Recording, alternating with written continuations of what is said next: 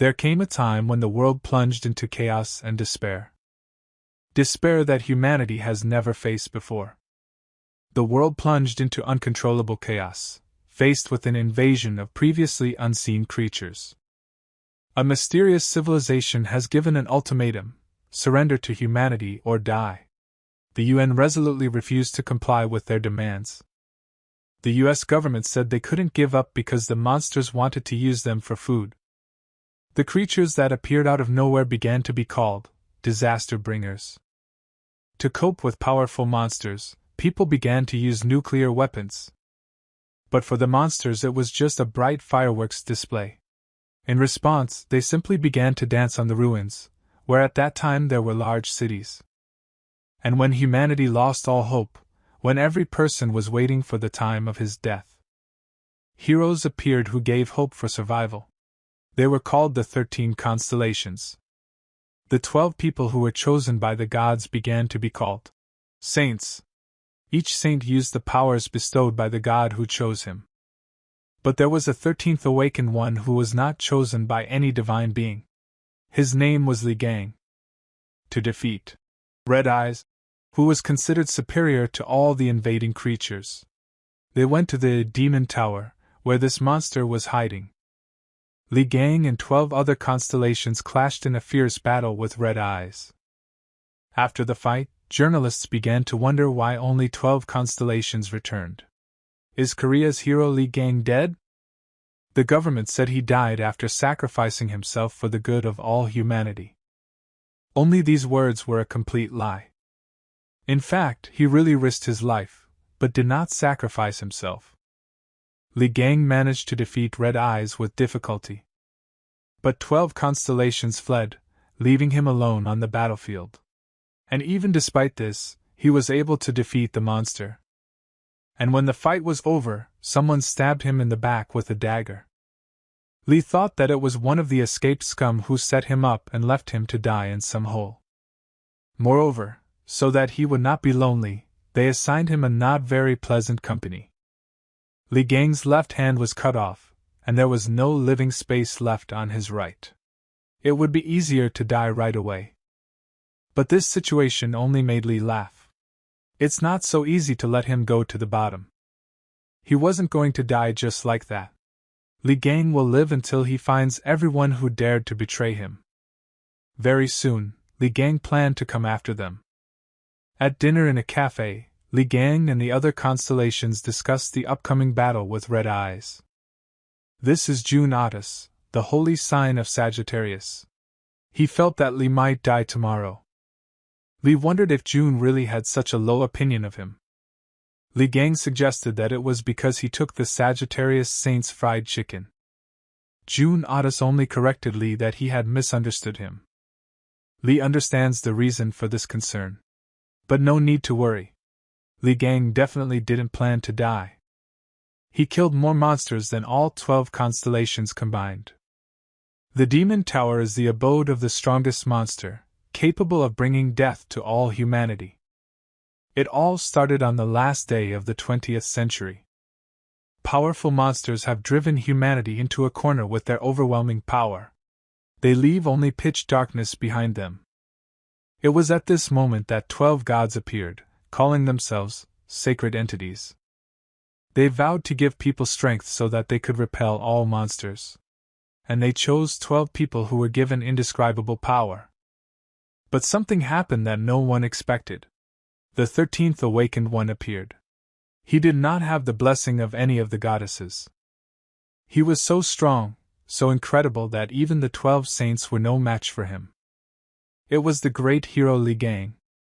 The saints thanked Li Gang that with him they could organize an attack on the Demon Tower. In exchange, the 13th wanted a free supply of fried chicken for 5 years in advance. June asked him if he was tired of eating only chickens. After the victory, all the saints expected that they would be given a worthy reward. Because this monster is considered the most dangerous monster. Because of the red-eyed monster, many countries are on the verge of crisis. One of the saints asked Li Gang if he wanted to ask the government for something more than just fried chicken. Doesn't he want to heal his disfigured body and face? They are called saints, but in reality they are a bunch of scum who only care about their own skin. Finally, the two constellations asked the gang to stop rushing to everyone's aid. After all, the more victims, the greater the reward. Having dealt with the red-eyed one, Lee hoped to no longer see these disgusting creatures. All the constellations appeared before the red-eyed monster, the lord of the demonic tower. He was so big and scary that they were against him like insects. Just by looking at this huge monster, they felt a terrible pressure. Suddenly, after Red Eye's roar, the floor began to collapse. A large flow of lava threw the heroes aside. The lava beam went straight from the tower to the sky. The lord of the tower continued to sit on his throne, mocking the saints. The 12 constellations began to flee the battlefield in horror. They didn't understand how they could fight something like that. Li Gang could not understand why they were called saints. But for Li, it doesn't matter who the monster is. The one who kills Red Eyes will be the great and unrivaled Li Gang. He rushed into battle without a drop of fear or doubt. After all, having defeated him, he will become a strong hero of humanity. But in the end he was stabbed in the back by his own comrades. Li Gang wondered how much time had passed since his imprisonment. But now he's even too lazy to think about anything other than killing monsters. In the trap in which Li Gang was imprisoned, more and more new hordes of monsters are constantly appearing. For months without rest, he killed the hordes of monsters that were coming at him. Did they really hope that he could be killed so easily? Li Gang lived only to tear to shreds all those scum who dared to betray him. Time moved inexorably forward. And 20 years have passed since the imprisonment. And here he is, the last monster standing in Li Gang's way. The beast called others for help, but everyone was already dead. Let him scream as much as he wants, Li will not spare anyone. Finally it's all over. Li Gang seemed to have aged not 20, but 40 years. The abyss began to be filled with stones. But he was already on his way home, nothing stopped him. Outside, after 20 years of invasion, lay ruined cities. Cries for help could be heard under the collapsed bridge. These were 2 boys who took the shortcut and didn't think it would turn out badly for them. They were facing high-ranking monsters. It was a pack of mutant wolves. In the morning, the fortune-teller told one of the boys that today he would meet a monster with whom he should not associate himself. One of the monsters knocked the boys to the ground. The mutants quickly surrounded them. The boys no longer had a chance to escape from high-ranking monsters.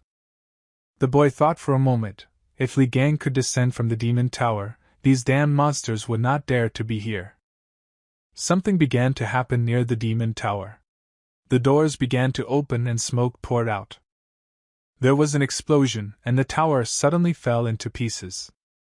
In place of the demon tower there was a large hole, in the middle of which there was lava. The boys found themselves under the rubble. They couldn't understand what happened there. They noticed someone coming out of the destroyed tower. The 13th saint, Li Gang, emerged from the smoke. He wanted only one thing: to take revenge for being stabbed in the back and left to rot in this pit. Li killed the monsters one by one with quick strikes. The creatures were unable to cause any harm with any retaliatory strike. The guys couldn't believe their eyes. Li easily dealt with the orange-class monsters. But even high-ranking hunters are not so easy to finish them off. The monsters in front of him are like helpless insects. Li Gang attacked the guys, thinking that they were monsters who were left alive. The boys began to beg Li Gang for mercy. Li saw that they were just people. He thought that the work there was over and wanted to leave. One of the boys said that this man looked like Li Gang. But it was too early to relax. The leader of the monster pack appeared behind Li. Li Gang advised the guys to quickly flee the battlefield. But it was already too late. The monster shot a red beam at Li. The shot was so powerful that half the city saw fire from it. The guys could not understand how they managed to survive. After all, after such a blow, an ordinary person cannot survive. Ahead of them stood the unharmed Li, who took the entire blow upon himself. Everything around them was burned. The guys realized that Li Gang saved them from imminent death. Li smiled, because to him it was just a mangy mongrel. At that very moment he jumped high into the mountain. The leader of the pack did not expect this.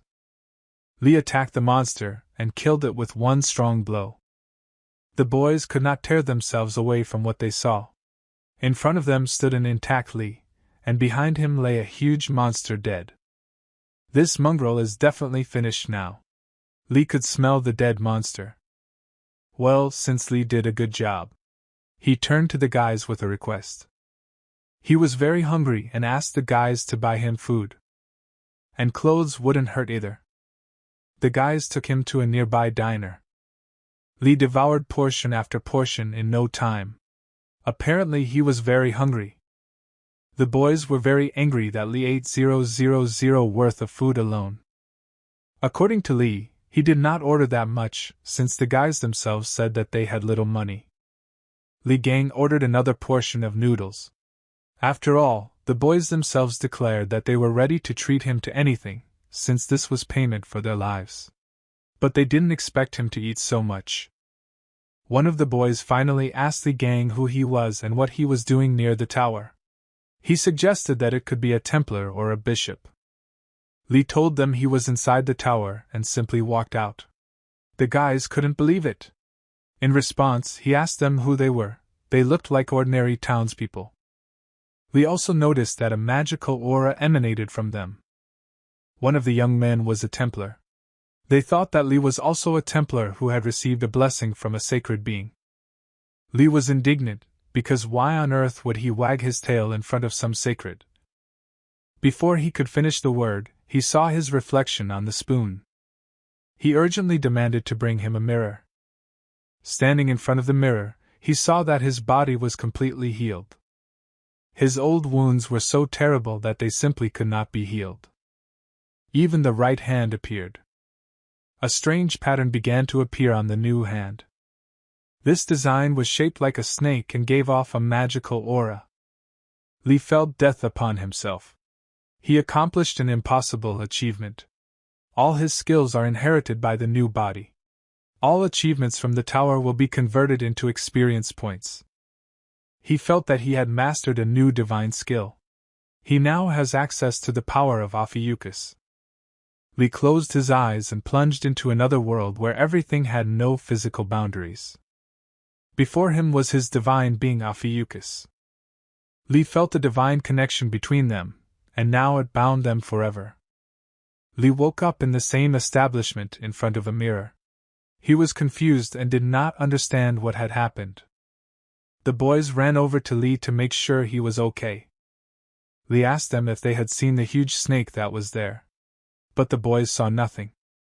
He was told that he suddenly took off his clothes and ran to the mirror, and then suddenly began screaming, clutching his wrists. Li realized that other people couldn't see it. And the more the boys look at him, the weirder he behaves. Li became the owner of the Ophiuchus constellation. Status of the 13th god. Now his title is He Who Destroys Everyone. Skill Eye of God and Workshop of Creation. Divine Skill, Super Regeneration. Unique Skill, Combat Instinct. He used the regeneration skill in the tower. His body was created from scratch. He accepted a small punishment. His physical strength was reduced by 50% for 1,302 hours. Li's body changed thanks to the super regeneration skill. He had never heard of other saints seeing something like this before. In addition, he does not sense the energy of sacred beings. This arrangement of events suits Li, because his body has fully recovered.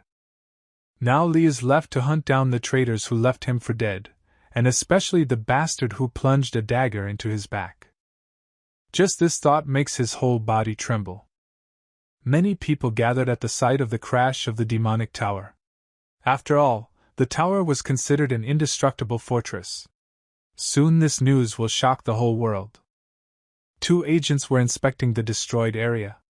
It is possible that all this was the work of his followers or the saints who did not like Li. In the distance they saw a dead monster. The kind of monster that is difficult for even high-ranking saints to deal with. Who could challenge this monster and also destroy the tower?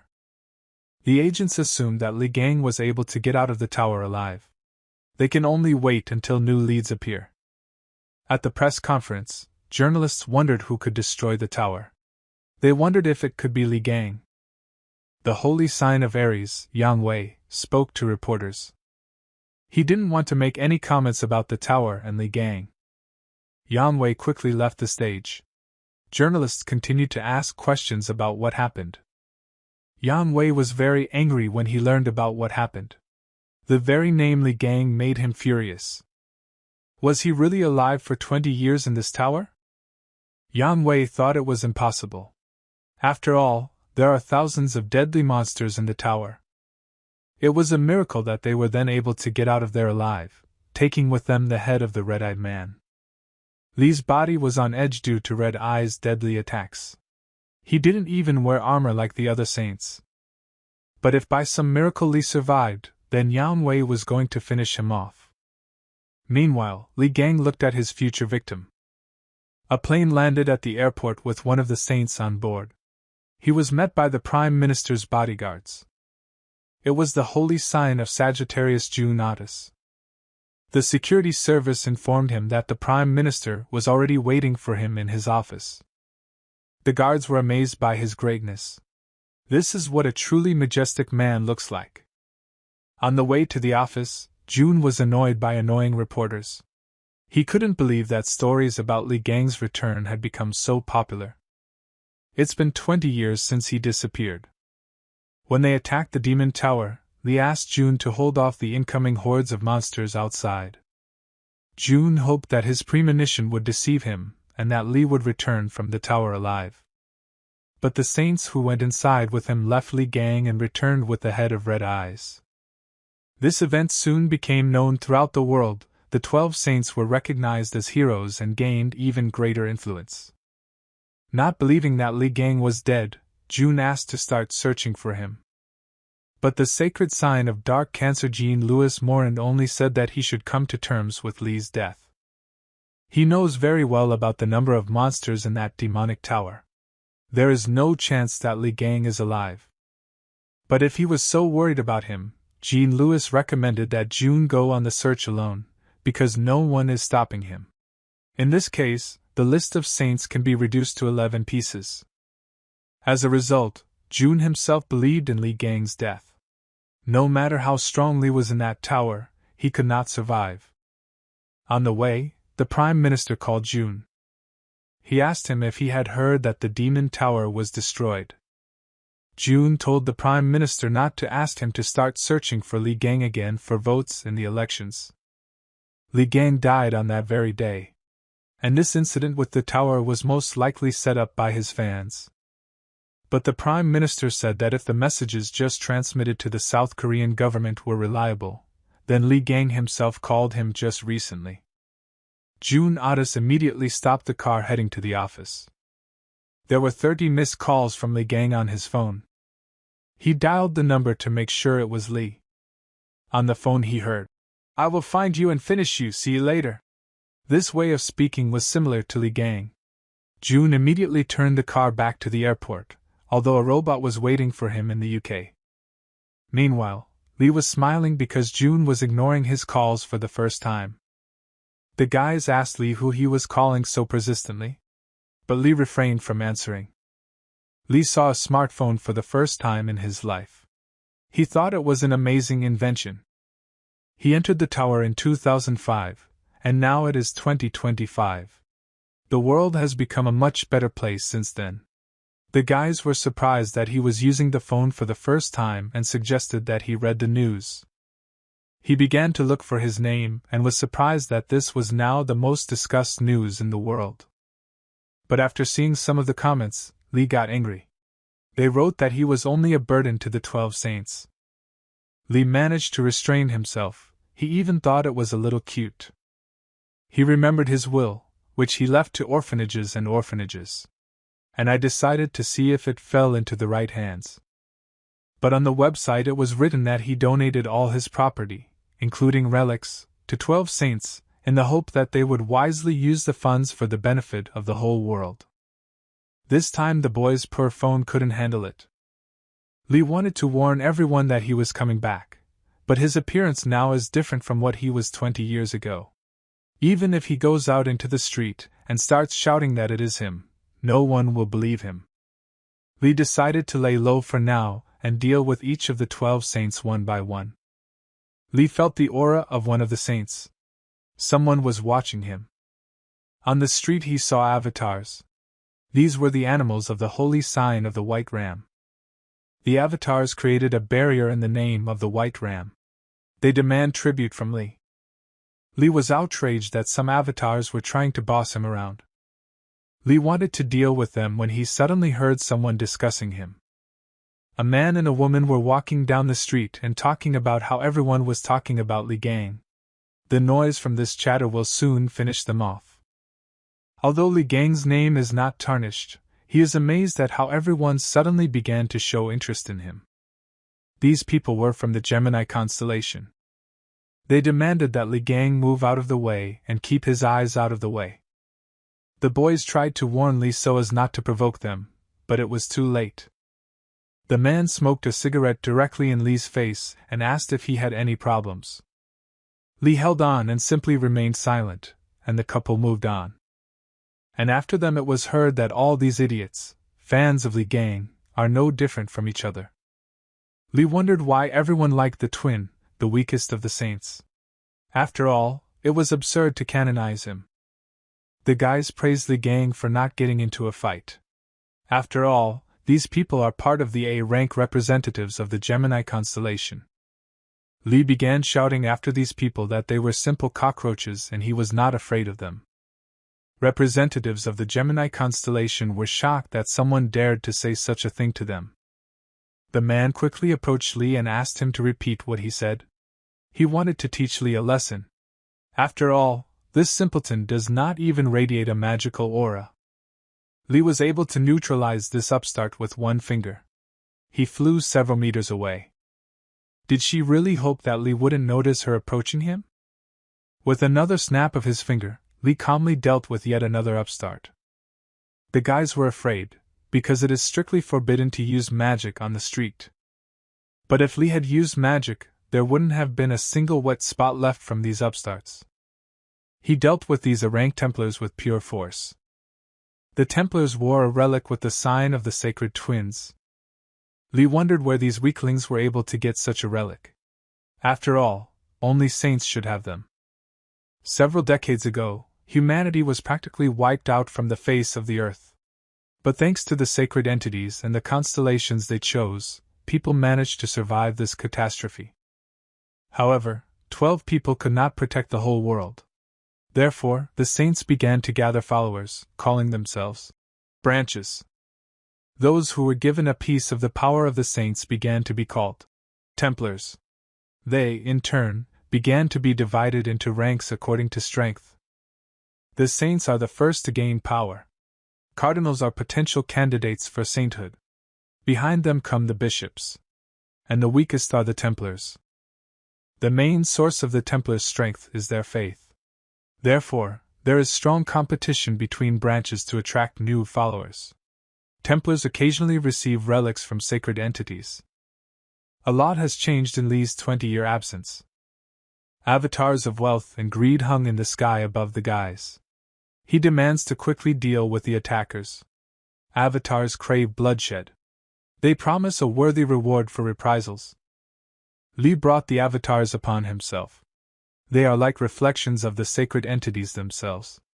By standing in their way, a person seems to be challenging the gods. The guys asked to hurry up and do what they asked. Lee Gang wondered where Ares' thinking aura came from, and these were his avatars. Lee kicked the ground with all his might and was able to drive the divine avatars away with a wave. They show off here despite the fact that they are worthless losers. The white ram constellation retreated and their barrier disappeared. The guys realized that Lee was clearly not an ordinary person. Lee asked the guys if they were being truthful about the twins branching out. The guys answered that in their country the branching of twins has the greatest influence. This elite group owns 2/3 of all major corporations. Li decided that they must have money, and the clothes they wear must be expensive brands. Li Gang decided to make some money. Afterwards, the guys went home. They lived in a house on the second floor next door. They thanked Li for saving their lives and escorting them home. But Li really wanted to sleep and asked when they would go inside. The guys didn't really want him to live with them.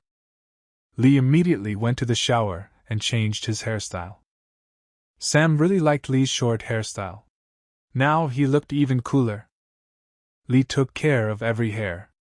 Baldness was a side effect of using his powers. Who knew that he would ever be able to get his hair in order? There were many entities in the apartment that looked like large flies. Li quickly caught one of them with one hand. The boy was slightly shocked, because not every specialist can do this. Li lost count of how many there were. They clung to Li like flies. Sam guessed it was Li's scent. This usually happens when there is something wrong with the house. They flocked to the relics that the boy received from the constellation of twins, which he kept at home. These artifacts did not belong to Sam, but the saint blessed them. Li broke one of the artifacts, and an unpleasant odor began to emanate from his hand. Li began to explain to the boy that this mask was designed to spy on the buyer. The music box collects all his personal information, and the watch attracts the attention of monsters. The saints not only stole Li's property, but also began selling such disgusting goods to people. Just the thought of it makes Li furious. While Li was throwing away the artifacts, a guy came into the house. Li immediately wanted to drive him away and asked who he was. It turned out to be the owner of this apartment, Dream. This is the White Ram Branching, residence of the sacred Yangwei. Yangwei was informed that the Korean avatars had disappeared, and this created a great fuss. But who could do this, because avatars are direct representatives of sacred entities? Only someone unusually strong could disperse them. Yangwei ordered the remaining saints to be contacted and asked if they had anything to do with this. The security guards said that Sagittarius had not been in touch for a long time. Yangwei thought that this was no cause for concern since Sagittarius was about to get a position in the British government. Security guards said that upon arrival at the airport, Sagittarius immediately boarded another flight and headed to South Korea. Sagittarius was on good terms with Li Gang. There is no way that the rumors about Li Gang's return are true. White Aries became very angry and asked the guard to report to him more clearly. The guard reported that at the site of the disappearance of the avatars, the Gemini Templars were found unconscious. They were lying in their underwear. According to eyewitnesses, he had previously gotten into a fight with a handsome young man. Yangwei thought, if it was a handsome person, then it couldn't be Li Gang. Either way, things aren't going too well for him. It is possible that Li was able to return. For some unknown reason, Korean avatars have disappeared. Even worse, they failed to finish off the Spider Queen. At this rate, Yangwei's position may be in jeopardy. Yangwei ordered the plane to be prepared for departure. He wants to see the situation in South Korea for himself. South Korea. Holy Twins Branch Hospital. The father of the wounded Templar was the president of Korea. He was furious that someone would dare attack his son.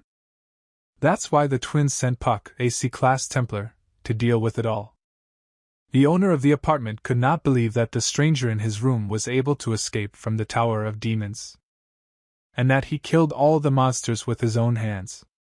And then he knocked out an A-rank Templar. In addition, Li smashed all of Dream's relics. Li Gang replied that these were crafts, and there was nothing to worry about. Dream started asking Li questions. What branch is it from? To which god is he devoted, and what is his rank?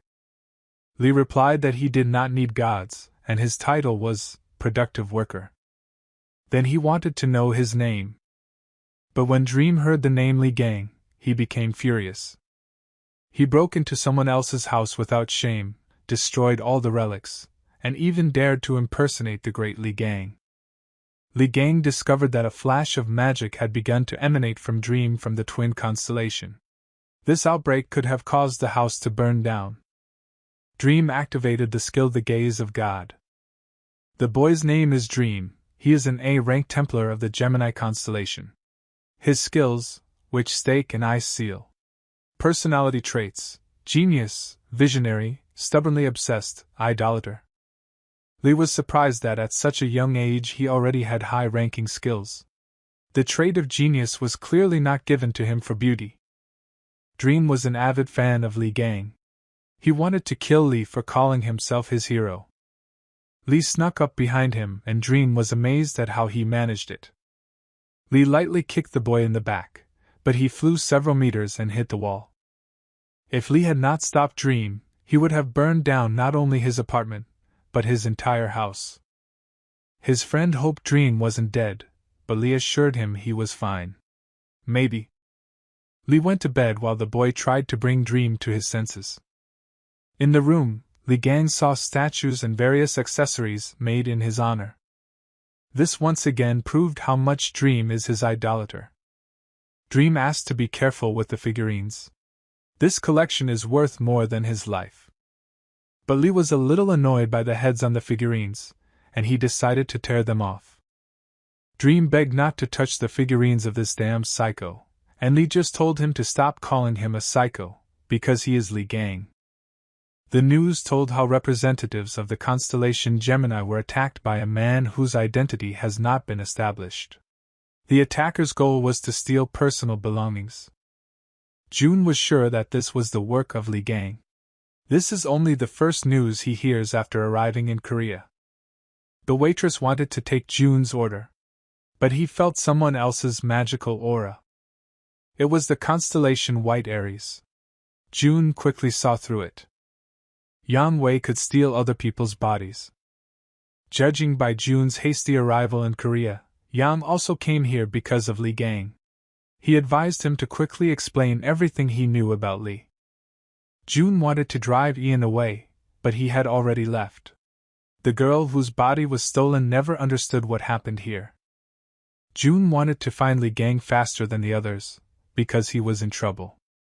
While shopping in a hypermarket, the guys discussed whether Li Gang was real. Dream was sure it wasn't him. After all, the real Li Gang is not like him and does not behave like a gobnik. But Sam definitely saw Li leaving the demon tower. Moreover, his strength is colossal. But Dream was confident in his words, because his father told him so. His father was the constellation Sagittarius. Suddenly, someone crashed into them very quickly. This speed belonged to someone from the Scorpion branch. He uses his powers to rob a store. All valuable goods and even wallets. Even as Templars, they won't be able to keep up with him.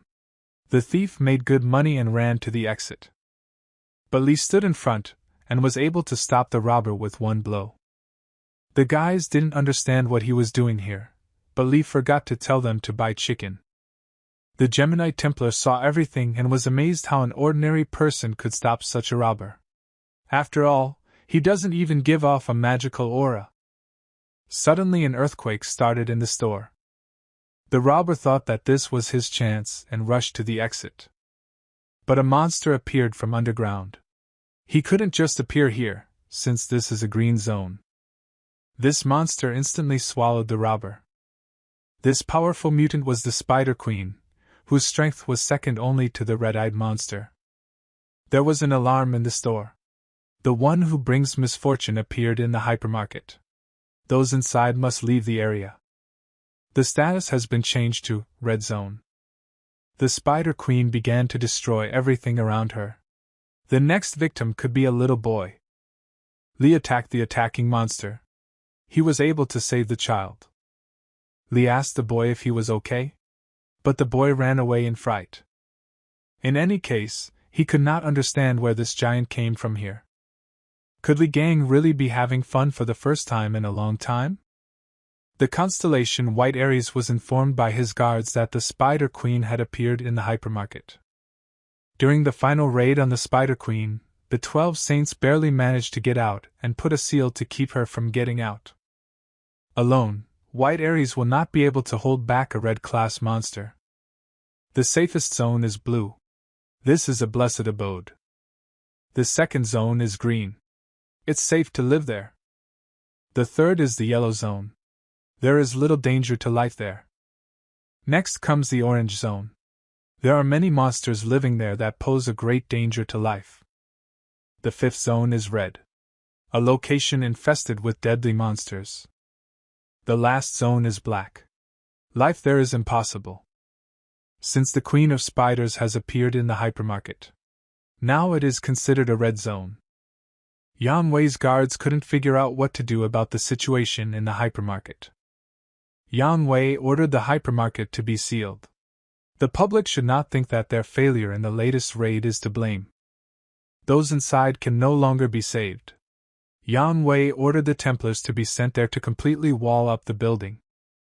There was already a fight going on inside the hypermarket. Puck cast an ice imprisonment, freezing the monsters around him. But the monsters easily managed to break his spell. Li Gang stepped forward, holding sodas in his hands. He began to kill monsters with well-aimed blows using soda.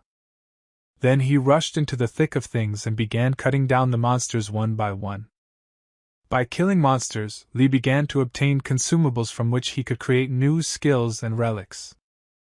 Despite the 50% penalty to physical abilities, Li's movements don't seem all that difficult. He might even be able to use more energy than before he disappeared. The Templar was shocked. Li easily destroys monsters that his S-rank skills cannot stop. Puck wondered where this guy came from. He realized that this was the same guy who attacked their followers.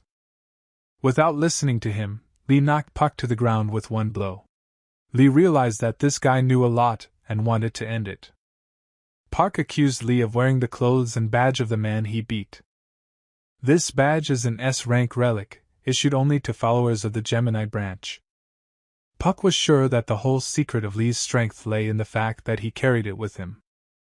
Li broke this relic at that very moment, which greatly angered the Templar.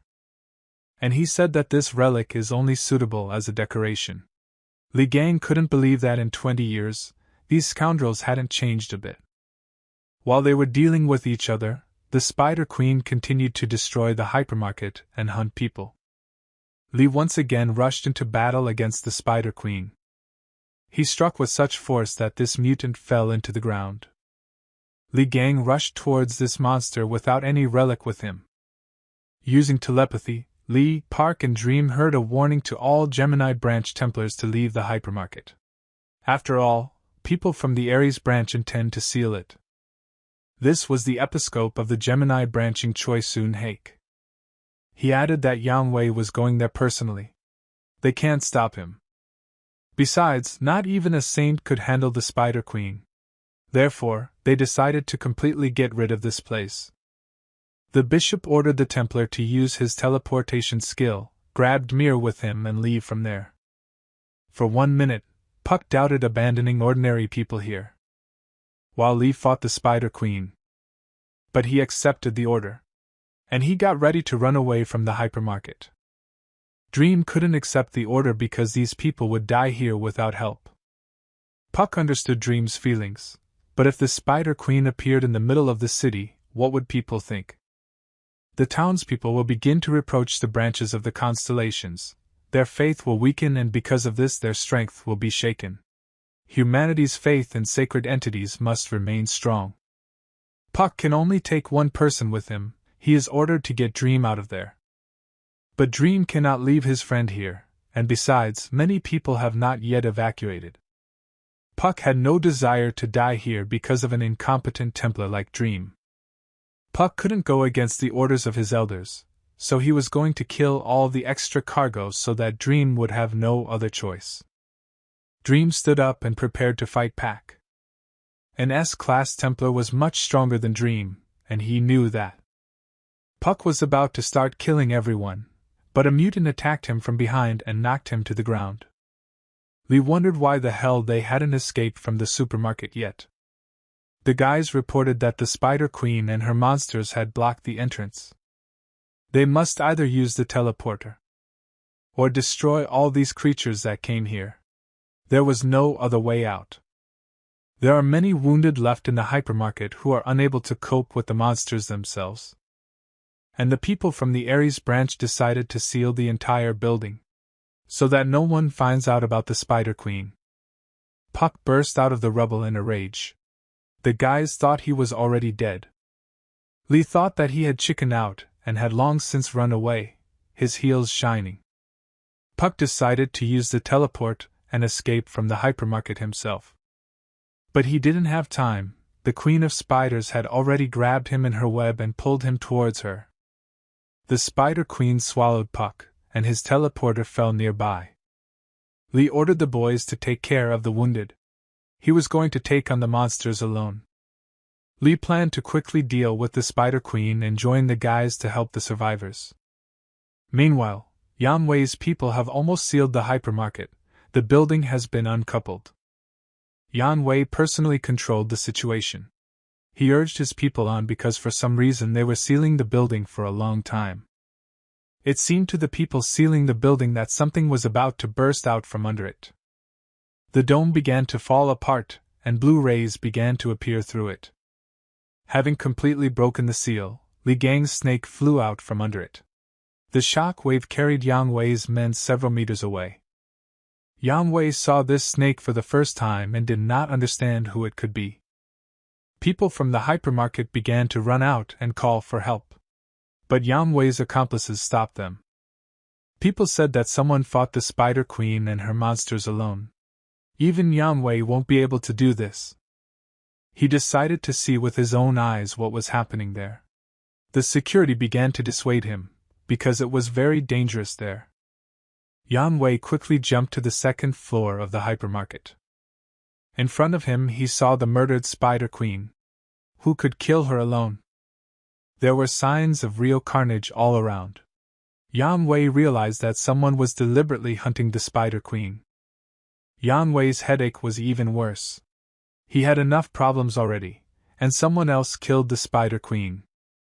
Yan Wei felt a familiar energy. On the lower floor he saw the constellation Sagittarius.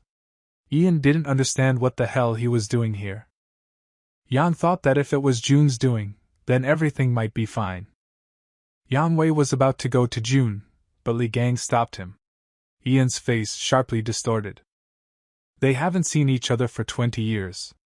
What kind of facial expression? Li was indignant. Meanwhile, Dream and Sam sat with the surviving people. Dream began to suspect that this guy might actually be Li Gang. Although he looks different, his moves are definitely similar. 34 The sacred sign of Sagittarius approached the boys. But Dream was not happy about his father's arrival. June was glad that at least his son wasn't hurt. He was confident that a little medical help would quickly get Dream back on track. June was informed that all the monsters inside the building had been destroyed. He asked the guys if they knew who did it. Sam asked Dream if Li Gang was okay. June, hearing Li Gang's name, attacked the boy with questions. Sagittarius asked him if the boy knew Li Gang and where was Li now. Sam told June that Li was at the supermarket. He also managed to defeat the Spider Queen. He introduced himself to the boy as Li Gang. Suddenly interrupting the conversation, an explosion was heard in the hypermarket building. Li Gang smiled because they saw each other for the first time in 20 years, and the first thing Yang Wei decided to do was attack him.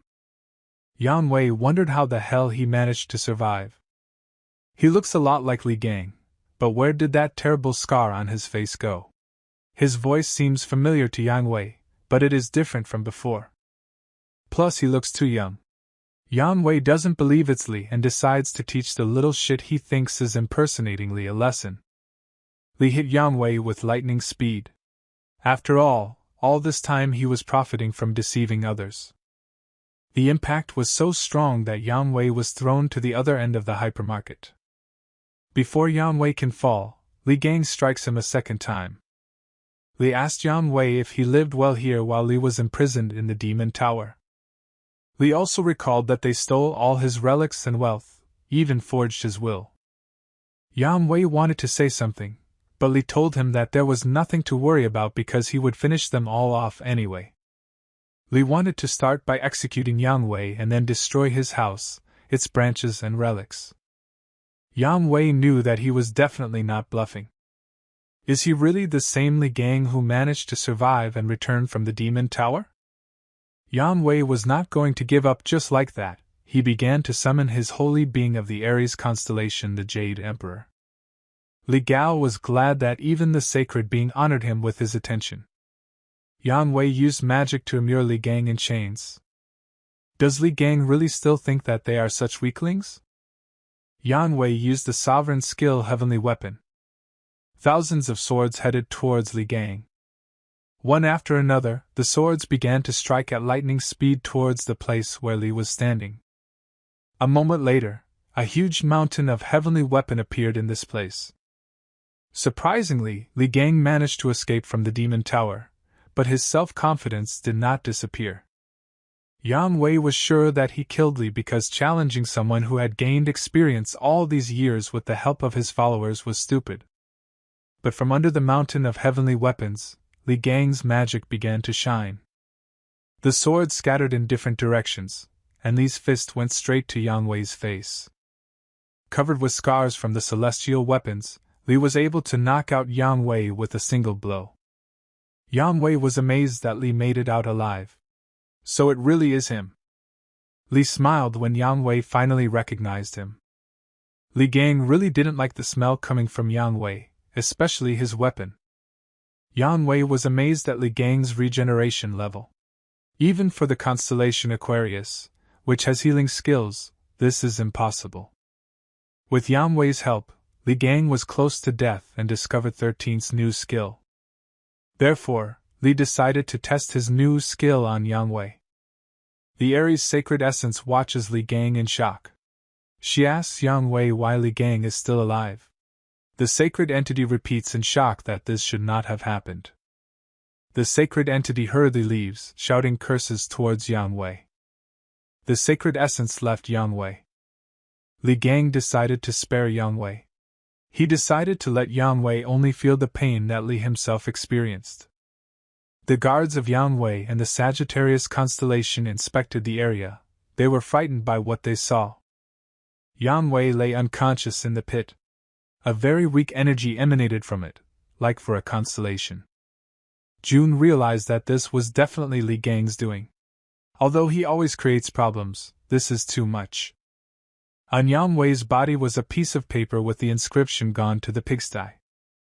Li Gang headed to the sacred Aries mansion. There he kept Li Gang's stolen relics.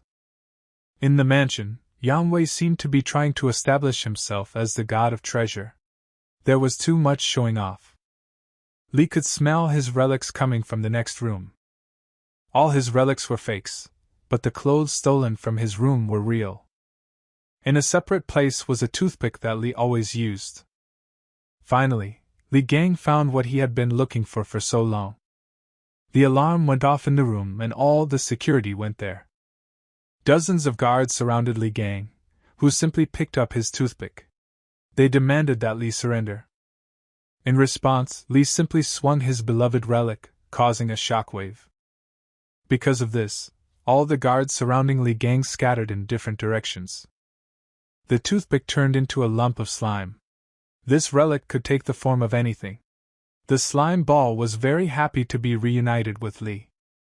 Li Gang has fulfilled the conditions for obtaining the creativity workshop skill. Now he can create a workshop of 17 square feet.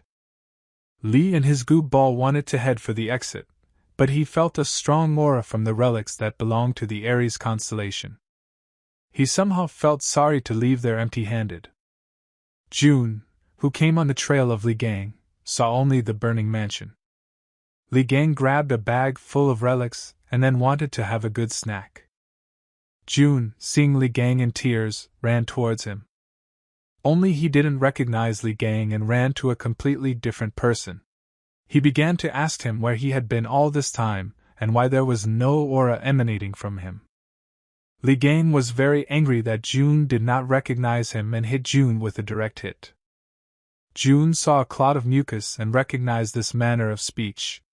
This is definitely Li Gang. June ran into Li Gang's arms in tears. He couldn't believe that Li could survive. Li hit June again. How dare he rush at him so suddenly? Now June is 100% sure that this is Li Gang. Unexpectedly, interrupting the reunion of friends, the sacred essence of the Sagittarius constellation showed itself. Neither Li Gang nor June understood why the sacred entity suddenly decided to manifest itself. Sacred entity Apollo doubts the veracity of Li Gang's survival. The sacred entity Apollo invites June to make sure of this. Sacred entity Apollo aims his arrow at Li Gang, saying, "Everything will become clear when I shoot him." Li was furious that the sacred entity had pointed a weapon at him and wanted to deal with it. June asked Li not to mind the actions of the sacred entity. She did not want to offend him. Li just mentioned what he wants to do with all 12 constellations. Returning from the demonic tower, Li discovered that his house had been sold, all his property had been appropriated, and all his relics had disappeared somewhere. Li hit June again. This time the blow was too strong. All of Yang Wei's guards gathered in the mansion. They were looking for an intruder who dared to steal the treasures of the constellation Aries. The security was in no hurry to detain Li. They understood that he was too tough for them. They were waiting for one creature that could stop Li Gang. This creature was an avatar of the constellation Aries, a beast called Pishu. June begged Li to leave the treasure and leave before it was too late, but Li Gang told him to stand and watch. Li ordered Lime to make a knife, and he immediately began to turn into a knife. A small knife was made from a clot of mucus. But with the help of Ophiuchus aura, the relic received more deadly characteristics. Blade sharpness and striking power have been increased. With the help of the 13th's power, Li could now see his opponent's weak points. June knew that Li Gang's favorite tactic was to rush at his opponent without thinking. He always overcomes obstacles despite his recklessness. The avatar was able to pin Li to the ground with his large paw. June almost fainted from what he saw. Li Gang raised the avatar's paw with one hand and said that he almost died from the smell of that pig. A moment later, this paw had already flown away from the blow of Li's blade. I write in rage and began to use my skill. He began to absorb all the values that came within his range. Li used his Ophiuchus trait and slammed his blade into the ground. The avatar was defeated, and the shock wave reduced the mansion to rubble. Now Li Gang can get the Beast of Abundance as his avatar. But Li thought that only 12 saints could have avatars. Li began the process of domestication. Ophiuchus aura began to dominate the defeated beast. The beast Pishu became the avatar of the constellation Ophiuchus. Li's current number of avatars, 1. The beast of plenty shrunk in size to embrace its new owner. Li was glad, because it would be great to use it as a place to store his relics. June couldn't understand when Li Gang had even acquired the skill of taming avatars since his return. Now Li can give the Beast of Abundance a new name. He decided that he would name the beast Bank Pig. Li Gang complained to June that while he was imprisoned in the tower, he managed to get married, start a family, and enjoy life. While Li was forced to endure pain and suffering, June whiled away happy days carefree. And when Li was able to return 20 years later, he didn't even recognize him. Li wanted to leave, but June stopped him and allowed him to spend the night at his house. June asked Li to tell him what was happening in the Demon Tower because during the raid, June had stayed outside to cover the team from the advancing hordes of monsters. Li replied that it was a very sad story. He was stabbed in the back and left to rot in the captivity of the monsters. And among the hordes of these creatures, the red-eyed monster, whom Li had thought dead, returned to life. The monster that was during the raid was not the real Red Eyes. The true form lay deep within the tower. And even though Li managed to win, the main pain in the ass was not Red Eyes, but the tower administrator. He brought back to life all the monsters Li killed again and again. Having finished off the last of the monsters, Li collapsed to the ground from exhaustion. If Li's memory serves correctly, he died at that moment. But when Li opened his eyes, he found that he had somehow ended up outside the tower. At that moment, he was filled with this strange power. Li was sure that whoever struck him knew the structure of the tower very well. He deliberately brought Li into the monster's lair. Li wanted to get to those who appropriated his property, but the one who stabbed him in the back would receive special punishment. Li activated a workshop that could create anything. It had the Spider Queen core, capable of absorbing the magic of the target it came into contact with. Li Gang decided to mix all the existing relics together. From the materials received, the false Crimson Horse was created. It could absorb up to 10% of the energy per hour of anyone who touched it. June said that this is a very valuable relic, but its design is simply disgusting. Li Gang was very offended. He wanted to use the remaining materials to make something for June, but now he changed his mind. Li took out the royal relic of Ares, the Vault of the Golden Fleece. This made it possible to store items of any size and increase their quantity for a certain price. Li said that since June is the sacred constellation of the beggar being, he brought this thing to use as a wallet. June noticed that there is no person here capable of activating this relic. But for some reason Li thought that June would be able to open this thing. Li said he has already submitted an application to the news network. June was scared because now everyone would know that Li Gang was alive.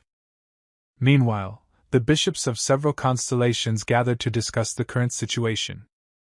Bishop Oliver of the Lion Branch said that they were all very disgraced because they could not cope with even one spider. He heard that an unknown boy was able to kill the Spider Queen, and they say that it is Li Gang himself.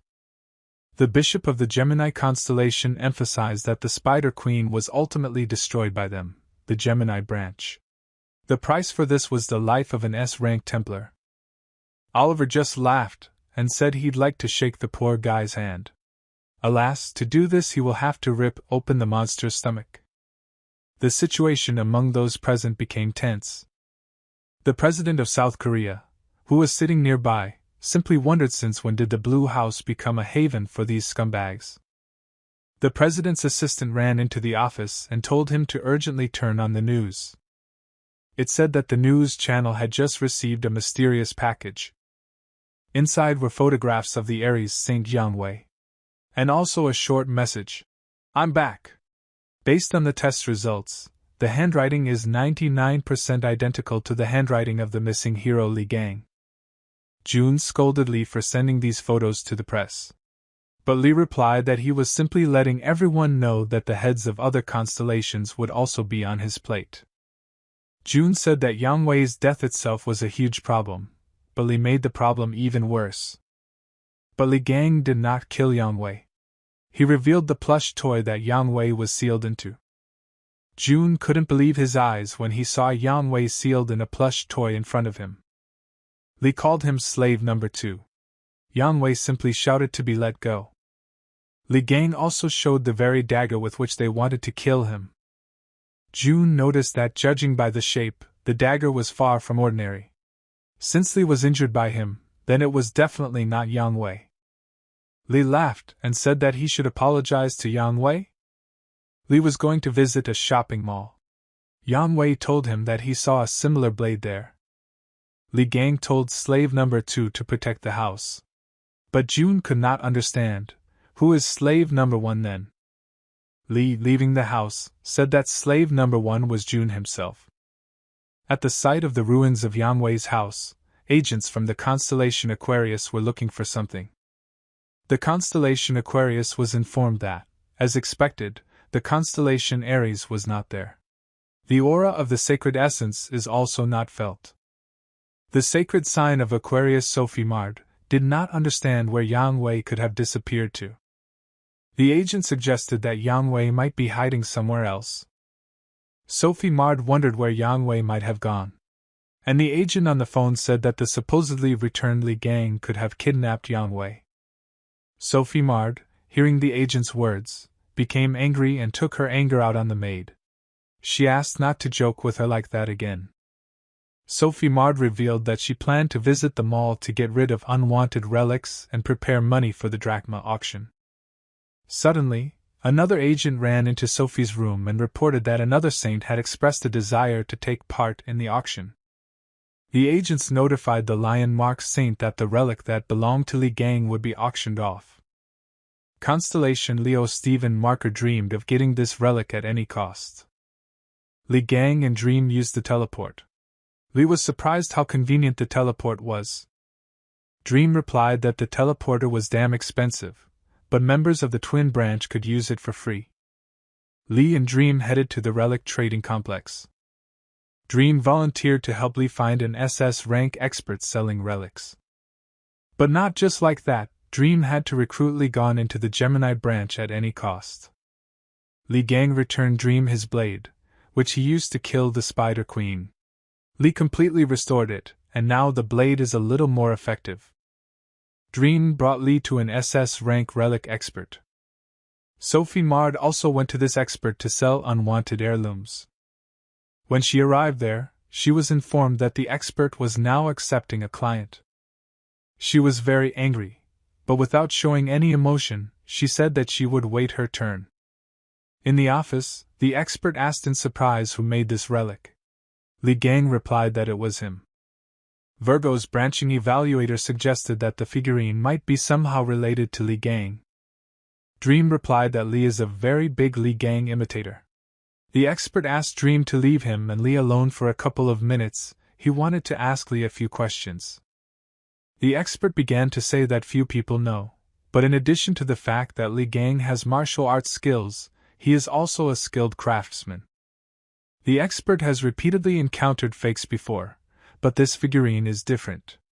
His instinct tells him that Li Gang himself had a hand in her. Li asked the expert how he knew so much about Li Gang. The expert blushed and replied that he was once Li Gang's favorite student. Li was embarrassed and couldn't understand why the hell the expert was blushing so much. Li didn't remember ever having students. The expert showed Li a notebook that he said he received from Li Gang himself when it was recognized as his student. But it was the notebook that Li actually lost. Li remembered that the expert might have been that annoying newbie who had been following him around China. Li even missed him a little. The expert said that once he even had the opportunity to familiarize himself with Li Gang's know-how, but one day Li suddenly disappeared, leaving this notebook in the house. The expert couldn't make out Li Gang's handwriting, but was very happy to inherit this notebook. But in fact, Li wrote down his victims and information about them in this notebook.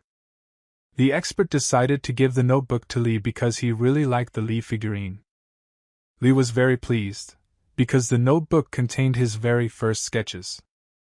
The dormant magic of the notebook began to react to the aura of its owner.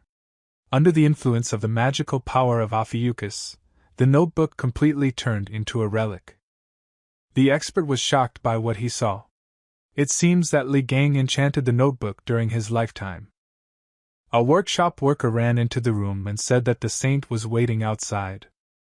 Sophie Mard was tired of waiting outside the door and decided to go to the expert and personally hurry him up.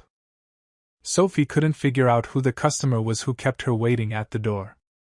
When Sophie Mard entered the room, she did not recognize Li Gang. But the boy seemed very handsome to her. She was embarrassed and wanted to take a closer look at this handsome guy. Having taken one step, she saw Ophiuchus, who was ready to attack her. Sophie fell to her knees. She felt a terrifyingly strong aura. Sophie felt as if hundreds of poisonous snakes were wrapped around her body. She felt that she began to lose strength and quickly ran out of the room. The sacred essence dared to approach Ophiuchus. The divinity of the enemy passed to Ophiuchus. The current figure is 35%. Divinity is the sacred power needed to maintain the power of the sacred essence. If the value drops to 0%, the sacred essence will begin to lose its power and become vulnerable. Li didn't recognize who had just entered the room. The expert explained that this is the constellation Aquarius Sophie Mard. Li started laughing really hard. He was puzzled that everyone was so worried about the saint. Li emphasized that Sophie has transformed quite well. That's why he didn't recognize her right away. But even though her appearance has changed, her rotten soul will not go away. If you put together the categories that Lee despises, Sophie is a pest. After all, for her, the condition of her skin is much more important than human life. The expert said that he does not understand why everyone considers her a saint of mercy and self-sacrifice. After all, in fact, she has a mean and selfish character. He also said that the saints wanted to take over all the assets Li Gang had accumulated. Therefore, everything passed into the hands of the government. On the street, Sophie could not come to her senses. She thought she saw Li Gang for a second. She was so scared that even death seemed a more tempting option. Sophie Mard, without hesitation, ordered the agents to return and finish off the appraiser and the boy who was with him. But the agents replied that the appraiser is under the auspices of the constellation Virgo, and they had not yet managed to sell all the relics to the appraiser so that there would be money for the auction. Sophie began to threaten her agents, and the sacred being came to her aid. The agents quickly agreed to kill the appraiser and Li Gang. Li Gang felt that water began to drip from the roof of the appraiser's office. Dream walked down the street, waiting for Li Gang to arrive. In front of him he saw a puddle, although it had not rained for a long time. Although just a little, Dream felt a magical aura emanating from the water. A mutant clone emerged from the water. Dream didn't understand what the hell was going on here. Sophie Mard activated her magic skill. The summoned creatures are weak, but if an army of insects attacks at once, then even an elephant may have problems. Dream, seeing Agent Sophie Mard, asked why they were using combat skills in the neutral zone. The agent replied that this was the Saint's order, so there was no need to worry, and instantly activated the relic. The clones instantly began attacking people, including Dream. One of the clones swallowed Dream, and if he does not get out of the trap before he loses consciousness, he will die. Meanwhile, more and more water began to accumulate on the ceiling of the room where Li Gang was. The appraiser began to feel strange currents of magic. He realized that something was happening outside. At the same moment, the appraiser was grabbed by a stream of water, preventing him from moving. The agent approached Li Gang and put a dagger to his throat. Li continued to stand there without indignation. The agent said that Sophie Mard ordered them both killed, but if they apologized and bought Sophie Mard's relics at a high price, the agent would put in a good word for them. Li Gang, unexpectedly for the agent and appraiser, easily broke the dagger with his hand. Jean noted that the knife was a gift from the Aquarius constellation, but Li managed to destroy it with his bare hands. The agent, enraged, sent an A-rank clone to Li Gang to kill him. But Li destroyed him with one blow. The agent understood why the saint felt bad when she saw Li Gang. She needed to deal with Li as quickly as possible so that he didn't create even bigger problems. The agent summoned orange-class water wolves using the Aquarius constellation relic. Li Gang asked Jean to lend him a weapon to fight the wolves. Li immediately rushed into battle with the clones. Jean feared for Li because he did not hesitate to attack the clones of the constellation itself. Li Gang really liked the daggers. He had the feeling that wolves were no stronger than yard dogs. The fact is that this weapon is superior to the A-class. Daggers made it possible to conduct night activities, strength was increased by 5%, and when using them, the experience of the sacred throne increased. The agent couldn't believe that the saint's challenge was destroyed so easily. She felt that Li was on a completely different level. And if she tries to attack Li, she will die immediately. The agent ran away, shouting that this was not the end. Li knew that the weaklings who screamed, "It's not over yet," were the most pathetic. Dream ran into the room and said that he had just been attacked by a Templar from the Aquarius branch, and he barely managed to escape. Dream saw that there were traces of massacres and corpses of clones of the constellation Aquarius all around. By sending something like this to Li Gang, they only give him new resources. Dream advised Li Gang to quickly leave before the next constellation attack. Jean stopped them and began to tell them that 20 years ago he followed Li Gang and listened to his art. And he remembers very well how Li also collected materials after each battle with monsters. Jean remembered Li Gang's crazy fighting style very well. And he asked Li that he was actually the same hero Li Gang. Li turned around and said that he would be back for the materials, so let Jean take good care of them. Moreover, he still had questions for him. Jean, realizing that his teacher had returned, bowed and said that he would be looking forward to seeing him. Li decided to go grab a bite to eat at a local cafe. He told Dream to eat and not be shy. But Dream asked Li Gang how he was going to pay for all this. Li said the medallion fell out of the fleeing agent's pocket. Looks like they have a lot of privileges with this medallion. Dream said that this is called an emblem and its functionality is similar to a bank card, but with its help you can even rent other people's skills. The bishop of the constellation Gemini unexpectedly approached the guys and asked to join them. Li realized that this was the same boss that had been bothering Dream. The bishop began to talk about how Li was truly a great person who was able to defeat the Spider Queen while Yang Wei failed miserably. Li Gang continued to eat his ice cream and couldn't understand why he cared. The bishop said that recruiting promising awakened people is one of the bishop's main goals, and he would like to hire Li. Li asked what the bishop could offer him in exchange for service in the constellation Gemini. The bishop suggested continuing the conversation at the upcoming big auction, in which one of the 8 legendary relics of Li Gan will be played. Li was very interested in the auction where his relic would be sold. He asked where this auction would be held. The bishop said the auction will take place 16,000 pounds above the ground, where the largest auction house of the flying city of Drachma is located. Sophie Mard was already sitting in the auction house. She still could not come to her senses from what she saw. Sitting nearby was the sacred sign of the constellation Leo, Stephen Marker. He told Sophie to leave if she continued to hide in the corner, shaking. Sophie thought what an ill-mannered idiot Stephen was. But now she needs to pull herself together. Stephen is the strongest person who even managed to surpass Li Gang. Sophie decided that there was no safer place than next to him. Stephen stood up and said as he left that Li Gang's relic would be his. And so that Sophie doesn't even try to claim it. Outside the door, Sophie saw the constellation Sagittarius June Hugo. June was looking for Li Gang. After all, knowing Li's character, June was sure that he would come to the auction. The city of Drachma is a real treasury of precious relics. Sophie approached June and said that she could not reach him by phone. June was not happy to see Sophie, because she is a vile and arrogant creature. She added that he used to be a handsome man representing saints, but his face had changed a lot. Sophie suggested that this might be due to the minuscule number of followers of his branch. June just ignored Sophie and wanted to leave. Sophie said his son could suffer the same fate as his wife. After all, her condition is indistinguishable from death.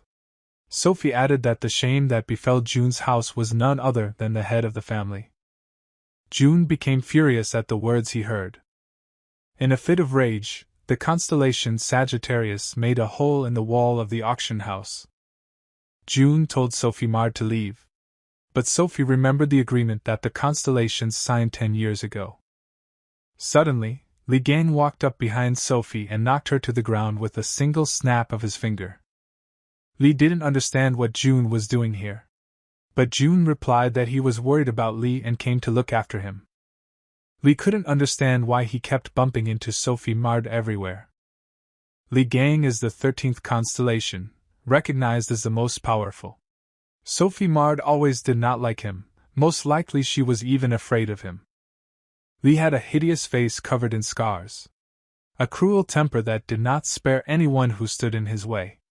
And an arrogant look that penetrates to the bone. One day 20 years ago at Sophie Mard's residence, the crippled Li Gan broke down the door and headed to Sophie Mard's chambers.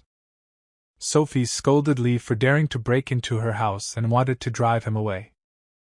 Li Gang punched a hole in the wall in anger because he sent her to the rear so she could treat the wounded rather than lie in her bed. Many of the wounded were left without arms and legs because they tried to save their lives. Lee pulled Sophie to heal people, because she herself said that she intended to help people when she arrived here.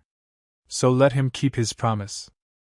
Sophie started screaming. What difference would it make if a couple more people died? On the contrary, they should be happy that they had a chance to save her, because she is a saint. She added that due to constant stress, she has already developed problems with her facial skin, and she is not going to go there for the sake of some stupid people. Lee was shocked by the words he heard. Besides, Sophie has an interview with journalists today, so she needs time to apply her makeup. This time Lee couldn't stand it.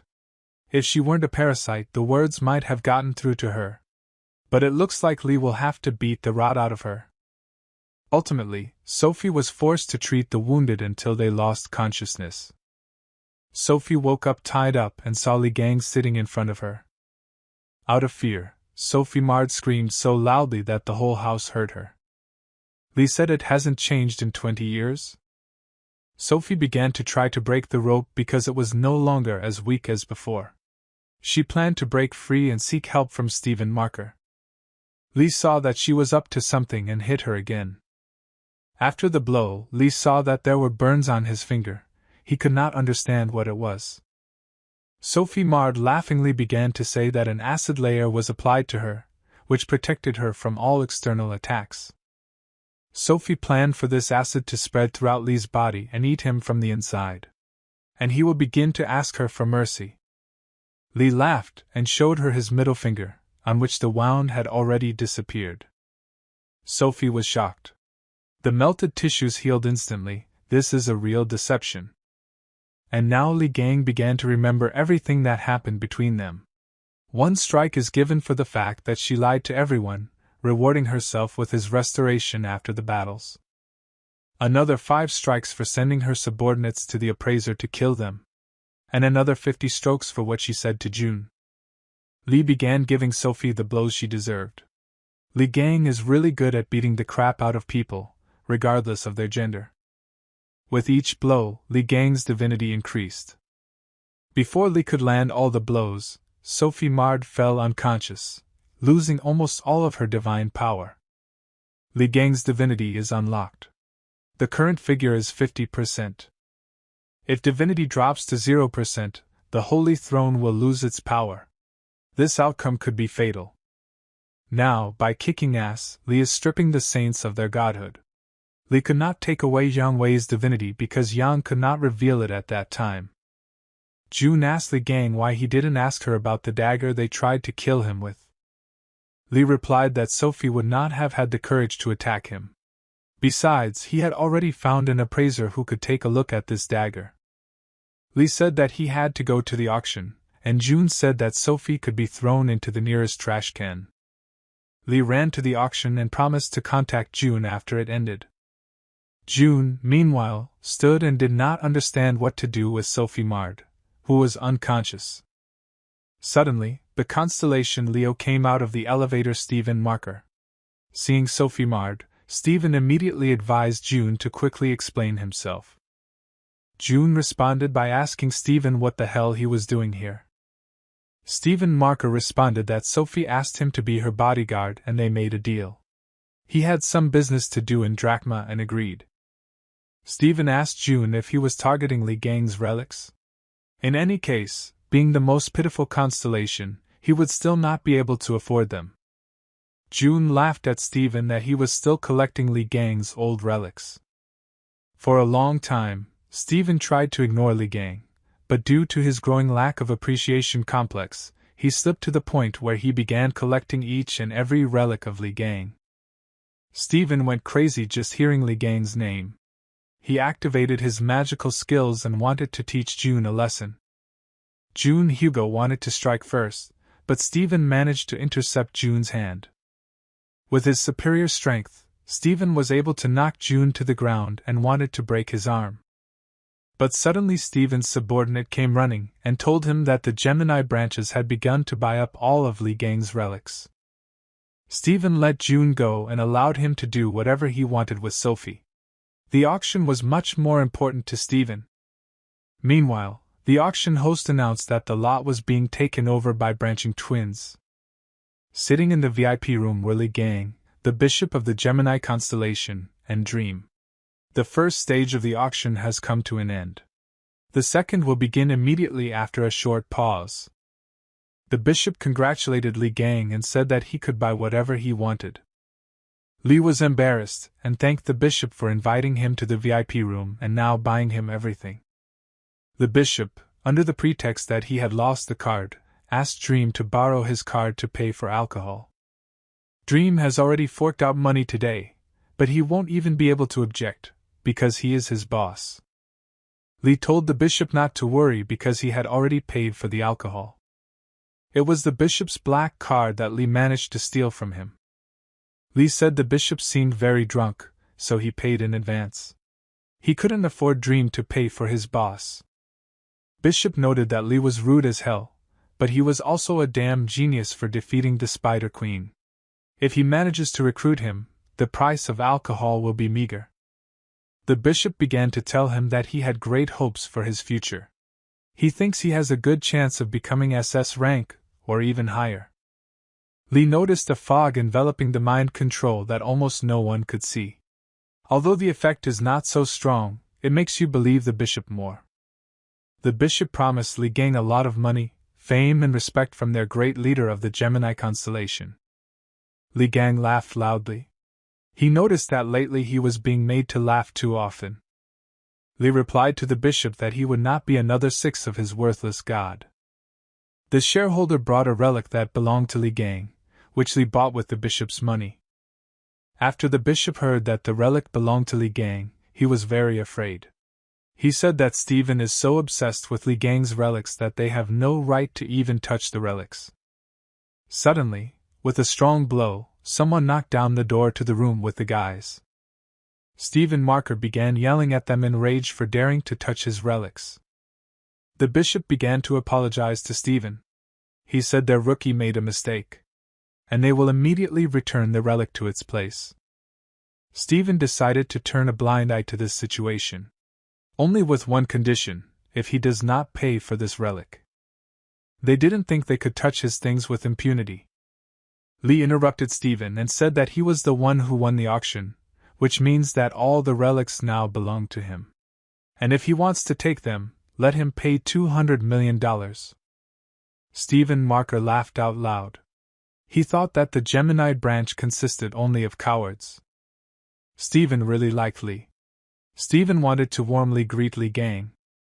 Li noticed that Stephen had managed to increase his strength. What you would expect from the constellation Leo, which specializes in battles.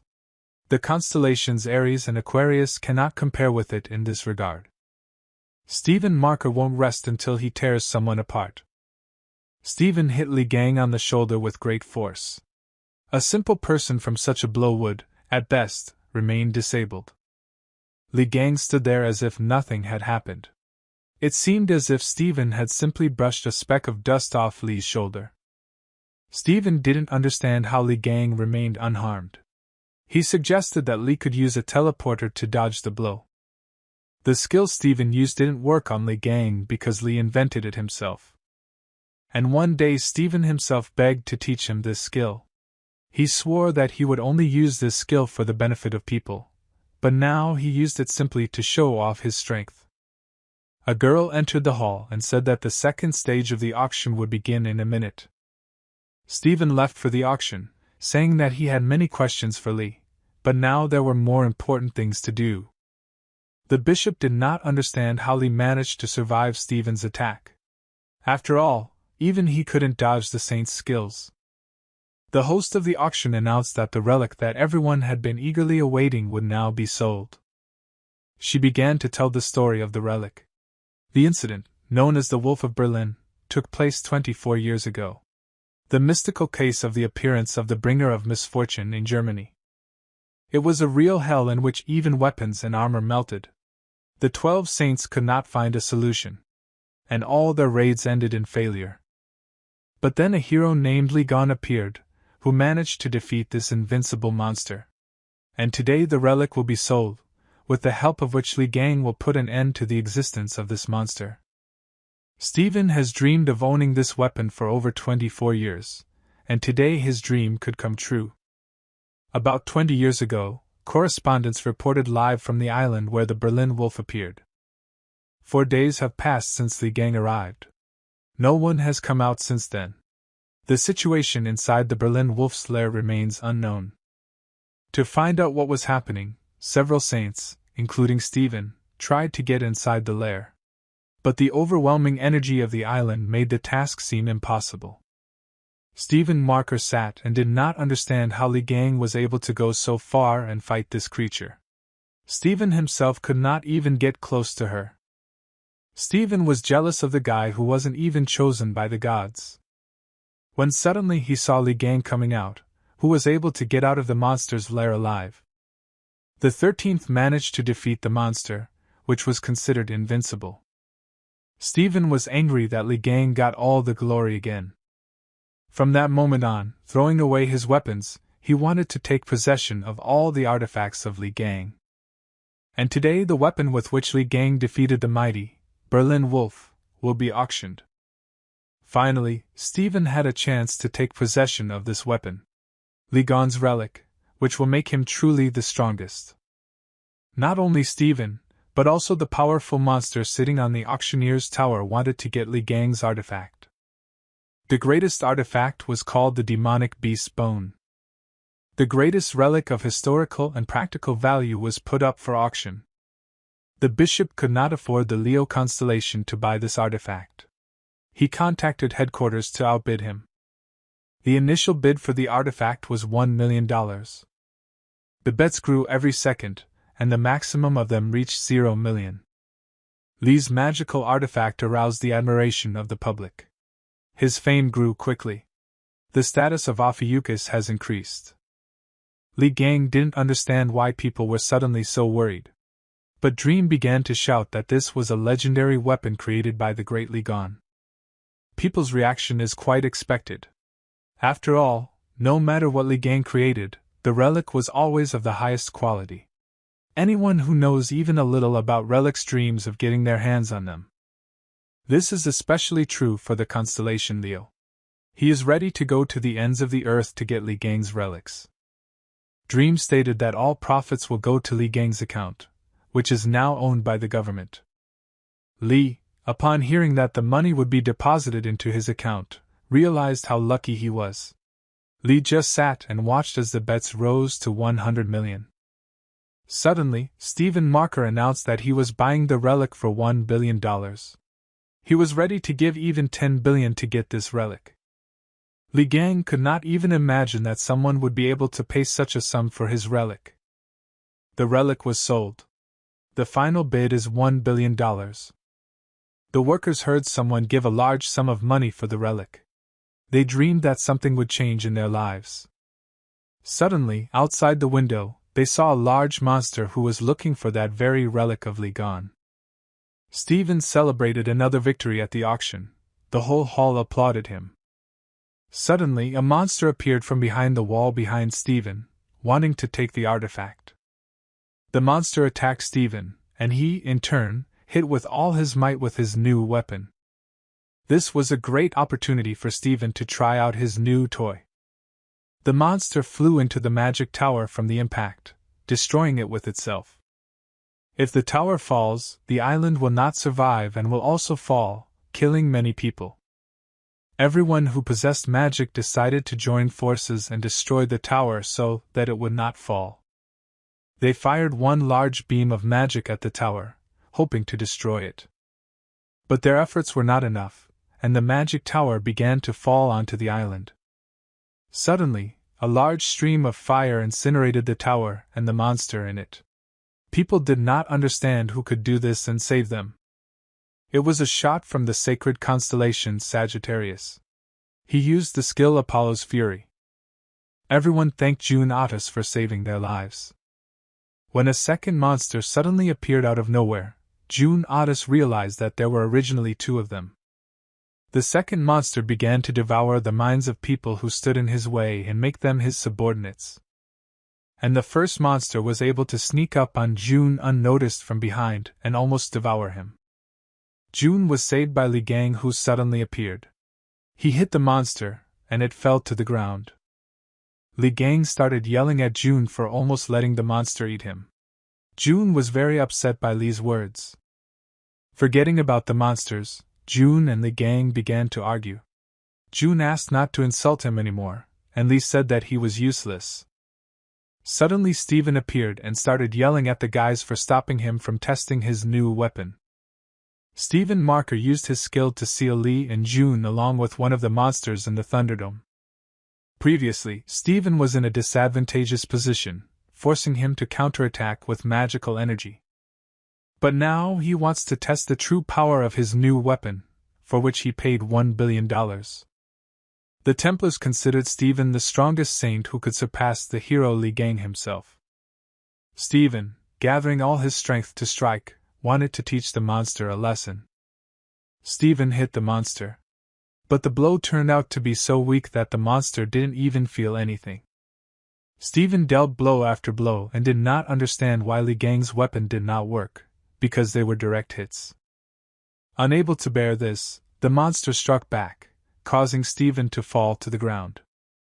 Li Gang and June tried to get out of Steven's dome, but were unable to. After all, this is a sovereign skill, and even Li Gang will take time to dispel it.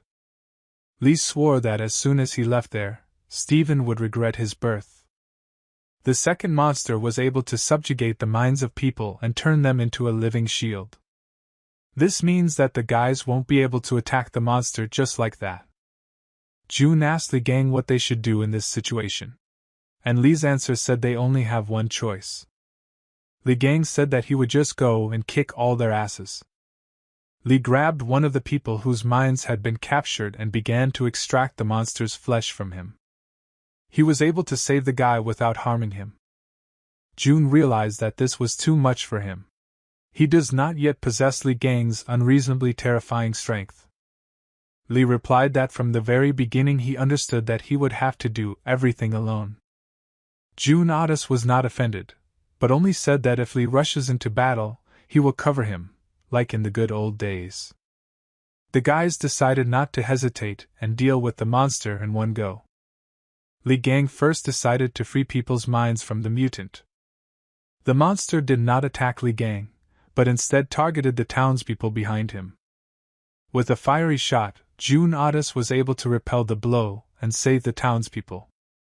Li Gang, with deft movements, was able to get close to the monster and strike it.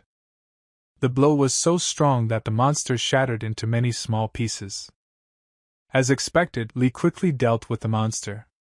And people who have fallen under the control of monsters should soon come to their senses.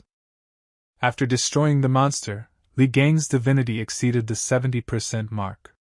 He can now use divine energy to use the level 1 combat instinct skill. Li thought now was the time to take advantage of this skill and test it in battle. Steven Marker didn't understand why Li Gang's artifact didn't work.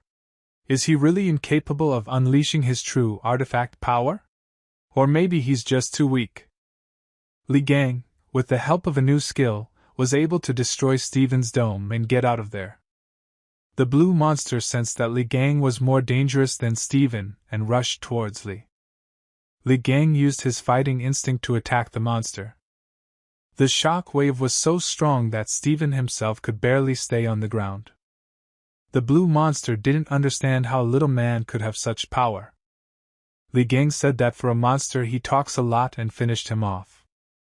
Steven couldn't believe his eyes. There is only one person who has such power, and that is Li Gang. Li Gang was happy to meet the mangy lion cub again. It looks like he had a lot of fun while Li was away. Steven screamed that this couldn't be happening and hit Li with a demonic beast bone. Li easily stopped the blow and asked Steven if he liked his toy. Li broke a billion artifact with one hand, saying the piece of bone was too fragile. And then Li Gang hit Steven with all his might. The impact was so strong that Steven punched a hole in the island and fell down. Meanwhile, Siffy Mard woke up, not knowing where she was. A very large crater formed at the site of the impact. June was sure that Steven was dead, but Li assured him that Steven was very tenacious, and they would meet again. The people who were saved by the guys rejoiced and thanked them. Li immediately sent Piggy Bank to take a good look around and collect all the useful items. June Otis asked Li who he borrowed the phone from. Li Gang almost forgot that he came here with his acquaintance. Li said his friend's name is Dream. He is a Templar of the Gemini constellation, but given his mana level, he would be suitable for the role of a bishop. The boy is very smart, despite his young age. June could not understand how his son managed to contact Li Gang. The last thing June wanted was for his children to get involved with Li. Both of his children are avid Li Gang fans. And if they find out that he is alive, then his family will be doomed. Li added that Dream was with Bishop, who has teleportation. And with their help they could quickly get out of here. June began to dissuade Li, saying that the twins despised him. And also that his son would no longer communicate with Li Gang. But Dream stood behind them and heard everything his father said about him. Suddenly, Li Gang was attacked by the remains of a bone monster. They wanted to consume Li's mind. But Li was saved by a lump of mucus. He devoured the monster's flesh like spaghetti.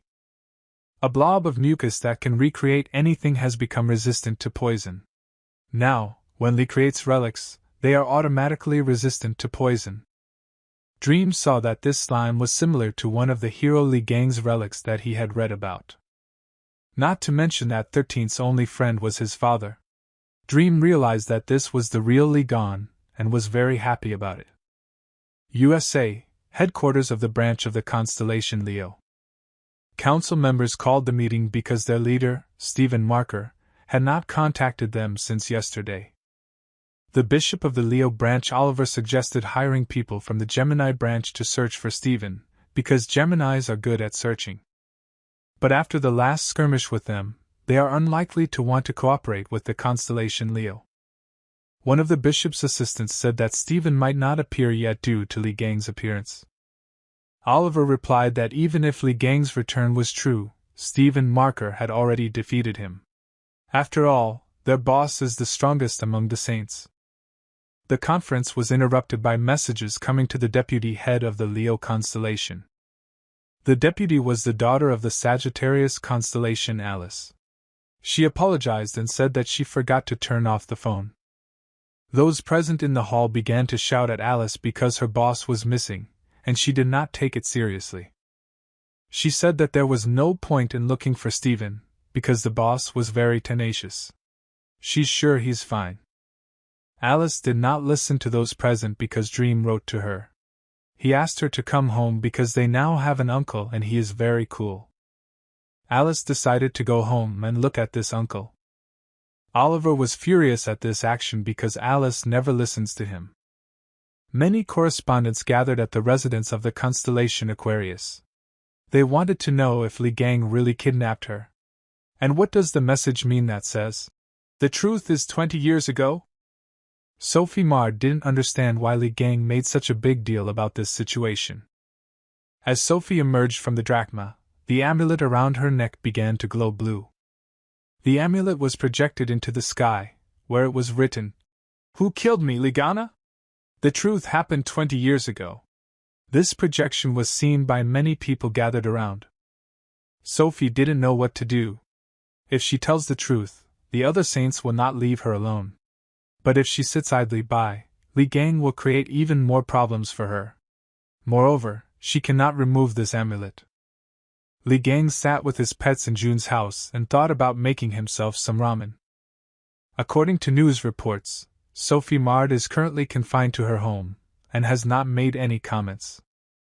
June Otis was testing his new bow that Li Gang had made for him. Li trained with him. June thanked Li and said that the old bow could not be compared with the new one. Dream brought Li water and a towel. After Dream found out that this is the real Li Gang, he does not leave his side. June was furious that his son respected Li Gang more than him. He also asked Dream to bring him some water. Dream told his father that there was water in the refrigerator, and he should go and get it himself. Li Gang noticed that his statistics had increased after the confrontation at the auction, and he decided to invest a little in his skills. Li Gang recreated the sacred abode of Ophiuchus. Due to the low level of the sacred monastery, space was severely limited. The sacred abode is a place in which the bearer of the constellation can live, train and test the level of his strength. Now Li can dispose of his abode. Li can summon the low-level avatar, Piggy Bank, to his abode. Bringing human avatars into the monastery, its power strengthens. Dream reminded Li Gang that he had a meeting today and wanted to go with him. Li remembered that he planned to meet a lot of people today. The bishop of the Gemini constellation asked Li if he was ready to join Gemini. Li did not understand how the bishop had time for him, since, according to him, he was swamped with work.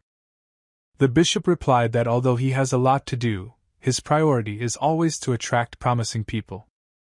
The bishop wanted to make sure that Li Gang would not abandon them after they bought several $1 million worth of things with Gemini's branching money. At first, the bishop seemed annoying to Li Gang, but everything turns out quite well. After the pig, the vermin, and the lion cub, the next thing Li planned to deal with was that bitch of Purple Witch. Li agreed to join the twins, only on the condition that the emblem worn by the bishop must belong to him. Gemini constellation personally presented the emblem to the bishop, and he was not very willing to give it away. Li needed this emblem in order to enjoy all the privileges of the Gemini branch. The bishop replied that he needed time to think it over. Meanwhile, Dream was waiting for Li Gang at the cafe. He hoped that Li would appreciate the delicious ice cream. Dream was very happy that he could now call Li Gang uncle. And he wanted to look at his sister's stricken face. Dream also wanted to ask Li Gang to autograph the dagger he repaired for him. Suddenly, the dagger was taken away from Dream by some guys passing by. It was Yun Shiwu, an A-class Gemini branch Templar. Dream would be glad to defeat Yun Shiwu, but he cannot fight him, because this bastard is the son of the constellation Libra. And it's only because Yun Shiwu is the son of a sacred sign that he turns up his nose so boldly. Yun Shiwu's friends pushed Dream onto the table. Dream Lish continued to scream for them to give him the dagger. Yun Shiwu realized that the dagger was most likely made by Li Gang, whom Dream loved very much. Suddenly, the dagger sensed that the owner of the relic was in danger, and a random skill was activated. Suddenly, Li Gang teleported out of the dagger and was able to headbutt Shiva. Li Gang couldn't understand what he was doing here, because a minute ago he was in a restaurant with the bishop. Looking at the dagger, Li realized that the one-time summoning skill he had used on it seemed to have worked. Looking around, Li saw the guys bullying Dream. Li Gang decided to show what happens to those who bother his loved ones. At a fried chicken restaurant a couple of minutes before Li Gang's challenge, the bishop agreed to give the emblem to Li in exchange for joining the twins. The bishop thought the emblem was a ridiculous price. Moreover, once Li Gang enters the branch, he will be able to reclaim the emblem by adding a discreet return clause to the contract. But before signing the contract, Li Gang disappeared. Meanwhile, Li Gang had already taught the guys who bullied Dream a lesson. Yun Shiwu tried to tell Li Gang that he was the son of the Libra constellation, but Li did not listen to him. Then the boy decided to use combat magic and summon the Bull of Falarid to teach Li Gang a lesson. 39 Li managed to absorb almost all of Yun Shiva's magic. Now Li can use the acquired skill to create relics. Li used all the absorbed magic with the blow to obliterate the Bull of Falarid and hit Yun Shiv at the same time. After Li Gang's blow, the bull died, and Yun Shiwu lay unconscious. Li said next time he'll fry it until crispy. Li added that if they do bother Dream, then he should not be shy and contact him. Meanwhile, Alice ran into their cafe. She was shocked by what she saw. Dream immediately ran to introduce his sister to Li Gan, a man who defeated countless monsters and saved their entire world more than once. This was the character from the videos they loved to watch over and over again. Alice couldn't believe her eyes. Li looked much more attractive than before. 20 years ago, his entire body was covered with scars. And since he had spent 2 decades in the tower, Alice was sure that his body would be even worse. Although of course this would not affect his coolness in any way. For Alice, appearance was not the main thing. She was sincerely glad that Mr. Li Gang was alive and well. Alice didn't even notice how she expressed all her thoughts out loud in front of Dream and Li Gan. Li Gang was happy to see Alice. He said that if she is Jun's daughter, she can call Li her uncle. Alice was very sorry to burden Li Gang right after the first meeting, but she didn't want him to do her a favor. But suddenly a huge monster appeared from behind and Alice's words mixed with the monster's scream. Alice immediately took out her weapon and rushed to fight the monster. After the battle, she wanted to ask Li Gang for the same favor. Li Gang hoped that he had not heard Alice's words, and Dream suggested that because of Li Gan, Alice had some strange thoughts in her head. In a short period of time, the entire city was overrun by hordes of monsters. Alice was already at the epicenter of events and desperately fought the monsters. She killed the monsters one after another with incredible speed, all in order to quickly make her proposal to Li Gang. Alice screamed at the monsters so that they would not interfere with her love, and with the help of Lotus Flash she incinerated a large number of them. Li Gang followed Alice because he was worried about her safety. He was convinced that this was not necessary, and in truth, her fighting instincts were even sharper than those of her father Jun. Seeing Li Gang, Alice let her guard down, and the monster she didn't see was about to eat her. Li Gang, managing to grab Dream and Alice with him, was able to dodge the monster's attack. The creature that controlled the monsters was surprised that someone managed to dodge her attack. Li Gang wanted to make a furnace out of the monster so that new relics could be created with it. And he planned to call it Gas Burner No. 1. The guys noticed that the monster was a representative of an illusory race. This race was one of the most ferocious in the world. Li Gang told the guys to leave him and take care of evacuating the civilians, and he will take on this monster. Li added that he respects the guys as strong warriors and trusts them, and let them trust him too. Dream and Alice rushed to help civilians. The representative of the illusory race dealt blow after blow, but Li Gang easily managed to dodge each of them. With one of the attacks, the monster was able to immobilize Li Gang. The monster rejoiced. It wanted to capture Li and make him its slave. The monster threw Li Gang to the ground. The impact was so strong that nearby cars were scattered in different directions. Li Gang easily stood up and broke the monster's bonds. He asked the monster why he was so weak. Enraged, the beast controlled by this monster unleashed a large stream of fire at Li Gang. A powerful explosion erupted at this place, destroying most of the city. Meanwhile, Dream, with the help of his clone, cleared the way for the evacuation of civilians. Dream told Alice that he had evacuated the remaining residents to safety. Alice knew that her uncle was strong, but his opponent was a member of the illusory race. This is one of the most dangerous types of monsters. This monster is at least a red class monster. Even Li Gang might have problems. 32 Although Li Gang told them not to interfere, Alice did not listen and rushed to Li's aid. Meanwhile, the monster thought that it had completely burned Li Gang. But Li Gang appeared out of the smoke.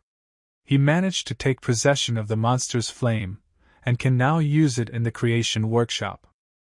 The monster was in a panic, because no one had ever survived its hellish flames. Li Gang decided to enchant his artifact with the hellfire that he received from the monster. The hell monster wanted to attack Li Gang, but Alice suddenly appeared from behind. Alice used her skill and unleashed a hail of lightning on the monster. The monster became enraged and threw Alice into a nearby house, almost destroying it. Then the monster immediately attacked Alice to eat her. But Li Gang grabbed a monster 10 times larger by the tail and threw it aside with all his strength. Thus, he saved Alice's life. The Lord of Hell was shocked that Li was able to throw away the Hell Lizard so easily.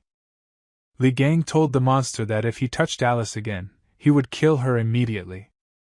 The representative of the illusory race felt Li Gang begin to absorb her magic. The monster began to transform into another form. Li Gang felt large streams of magic emanating from him. The hellish monster said that it would first incinerate Li Gang, and then the entire city. Summoning a large firestorm that incinerated everything around him, the monster rushed towards Li Gang. Alice was very scared because she thought that Li Gang was already dead. The hellish flames created by the monster engulfed half the city. Li Gang was able to stop the monster's attack using a plastic fire contact glove that was enchanted with hellfire. The monster couldn't understand what the hell was going on, and how Li Gang was able to stop her blow with some plastic glove. Li Gang's skin was melting in hellfire every second, but super regeneration immediately restored his body. Li told the representative of the illusory race that she would now be punished for daring to burn the city. Due to the use of the hellfire skill, the monster ran out of strength, and La Gon launched his signature blow. The monster died. Li Gang was surprised that such a strong opponent could not withstand even one blow. Li Gang had no other choice. Since the gas burner had died, it would have to be replaced by a lizard from the underworld. Li gave the lizard a choice of what to call it, with options including torch, gas stove, charcoal, and briquette. The lizard from the underworld chose the torch option. Dream and Alice ran to Li to make sure he was safe. Alice wanted to ask a question that she had not been able to ask before. She was tormented by this question for a long time, because other saints claimed that Li Gang sacrificed himself for the sake of all humanity. But the fact that the strongest of the 13 saints died in the battle with red eyes seems ridiculous. Alice stated that she was sure that Li did not sacrifice himself, but only became a victim of an insidious plan. Li Gang realized that Alice was smart. As expected from June Otta's daughter, Li said that Alice's guesses were correct.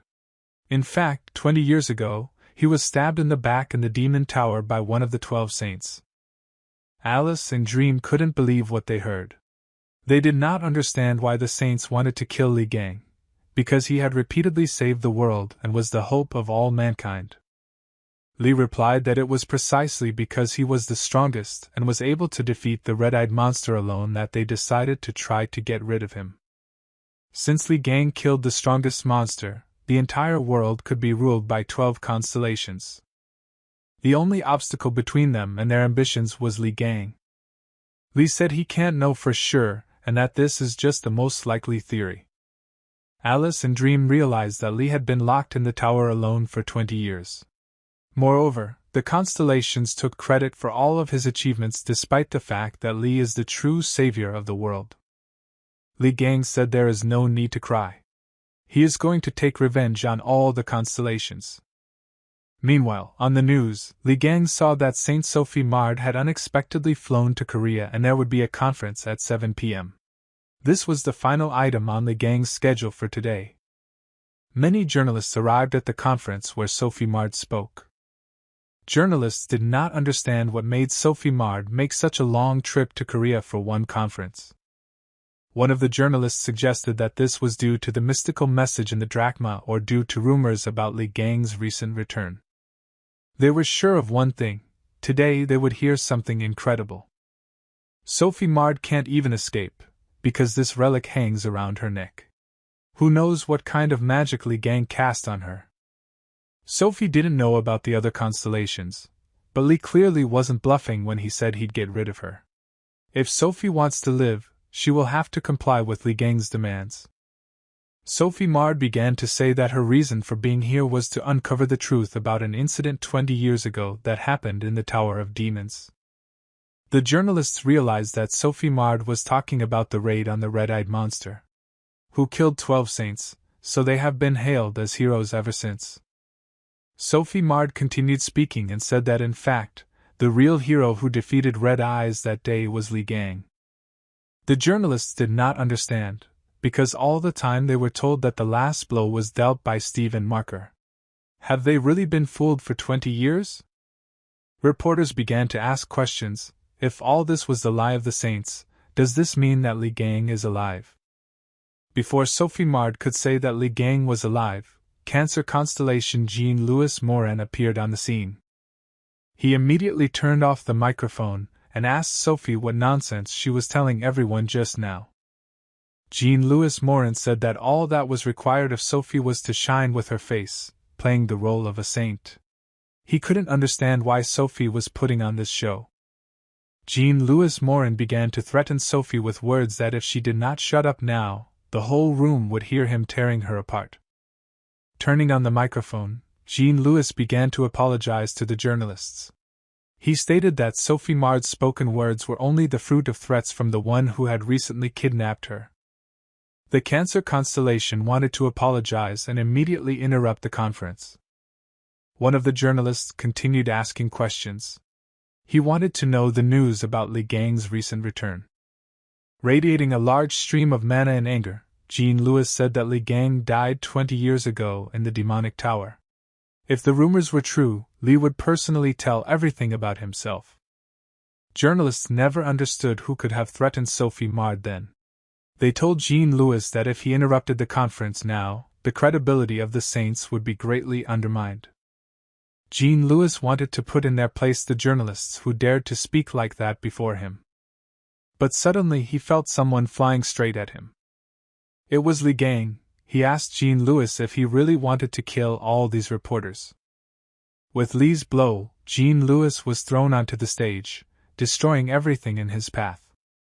While delivering the second blow, Li Gang said that Jean-Louis's wrinkled face had not changed one bit.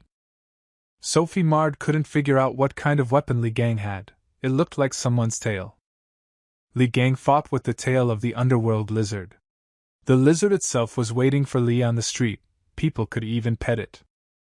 Li looked at Jean-Louis's body and did not believe that he could die so quickly. Just as Li thought, it was just a clone. The real Jean-Louis appeared behind him. Jean-Louis was surprised that Li recognized the clone so quickly. He asked Li who he was. Li introduced himself pretentiously, saying that he was Li Gang. Those present in the hall laughed. They didn't believe that 20 years later Li Gang would look so young and beautiful. Jean-Louis, holding back his laughter, told Li that he had good skills, but apparently he was a little out of touch with reality. And he advised Li to choose a more suitable role model. Li silently punched Jean-Louis to prove that he was real. Then Li rushed to the journalists so that they would not doubt who he was and would never dare to laugh at him again. While Li was teaching the journalists a lesson, Sophie Mard tried to escape from there amid the noise. Li Gang, having caught Sophie, began to scold her for not telling everyone what he asked her to do. Suddenly, a burst of energy from the darkest star began to release large streams of magic. His constellation Cancer came to the aid of Jean-Louis. Jean-Louis was very surprised that Li Gang managed to escape from the demon tower. But Jean-Louis was not afraid and wanted to throw a small welcome party in honor of Li Gang's return. Meanwhile, June Otis, while Li Gang and his children were away, decided to make ramen for dinner. While June Otis was eating ramen, the news showed a live report from Sophie Mard's conference. There was complete chaos there now. A man claiming to be Li Gang burst in right in front of all the reporters. Right now he is in a fierce battle with the constellation Cancer. As the reporters talk, the attacking skills of Li Gang and Jean-Louis rush behind them. June didn't expect to see this at all. In surprise, all the ramen fell out of his mouth. Jean-Louis Morin attacked Li Gang with Dark Star energy. Jean-Louis Morin cornered Li Gang and attacked him with dark energy with all his might. He thought it was already over. But imagine his surprise when Li Gang was able to repel the attack with one dagger. Those present in the hall were shocked by what they saw and gave Li Gang a standing ovation. Li dodged every attack from the Cancer constellation and moved closer and closer to it to deliver his strike. Jean-Louis Morin noted that it seemed that Li Gang had only been doing acrobatics for the past 20 years in the Demon Tower. Li Gang was able to quickly get close to Jean-Louis and stab him with a dagger. But this turned out to be just another clone of Jean-Louis. Li Gang began to shout in rage that Jean-Louis had been learning to create clones all these 20 years. Jean-Louis Morin began to absorb the life energy of everyone present in the hall. Li Gang was a little shocked by what he saw and asked Jean-Louis how he was going to deal with the consequences, since the whole world could see what he was doing. Jean-Louis Morin decided that he needed to quickly deal with Li Gang while he still had the opportunity, and people are just a resource. Hearing Jean-Louis's words, Li Gang realized that he was the scumbag who stabbed him in the back. Jean-Louis laughed at Li Gang for trying so hard to find the culprit. He said it was not good for a hero to dwell on such petty grievances because people would rather mistake Li for a bandit than a saint. Meanwhile, Jean-Louis Morin has already created dozens of clones from the life force of journalists. Li Gang wanted to quickly shut the mouth of the Cancer constellation because he was talking too much for the cowardly puppy who was hiding behind the clones. Jean-Louis mockingly told Li Gang that these were not just clones. They were recreated from the life energy of the reporters who were here. And if Li thoughtlessly kills them, then this will dissipate all the vital energy of these people, and they will die. Li Gang replied that Jean-Louis's tricks were as disgusting as his face. The clones rushed towards Li Gang and began striking together. But what was Jean-Louis's surprise when he saw, instead of Li Gang, the tail of a lizard from the underworld. When the clones were confused, Li Gang attacked one of Jean-Louis's clones. Li Gang knew that he was not just a clone, but a piece of the real Jean-Louis. Once Li finishes him off, dealing with the rest will be easy. With quick movements, Li tore out a piece of the core of the constellation Cancer from the clone's body. Jean-Louis did not understand how Li Gang managed to find the core, because even the twins could not find it. The Cancer core fragment contains 33% of the soul of a saint and 20% of the soul of a holy essence. A huge gap has opened up in Jean-Louis's forces.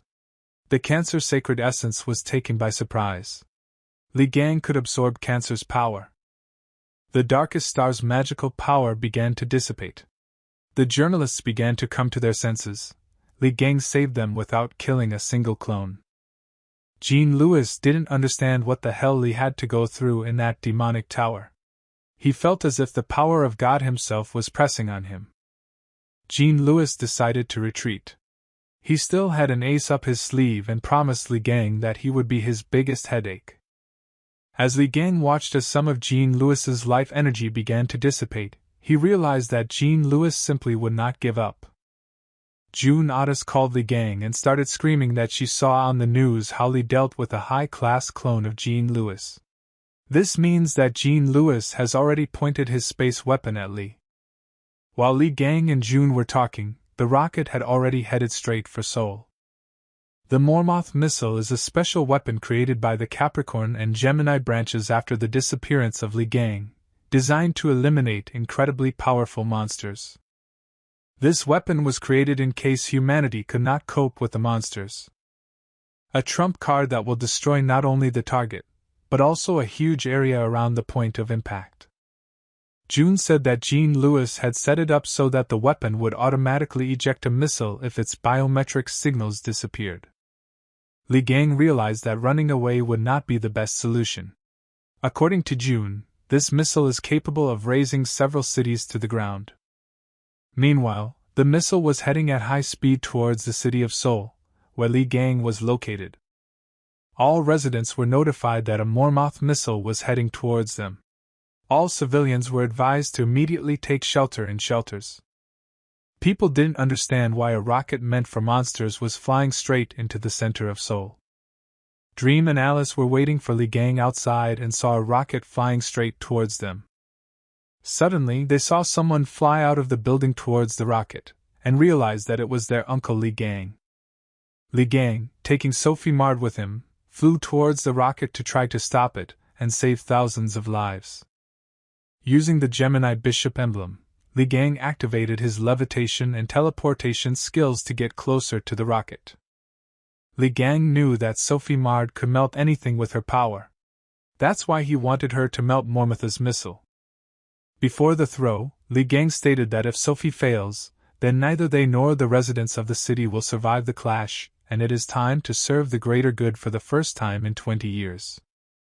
Sophie Mard begged Li not to throw her towards the missile because she knew she couldn't stop the missile.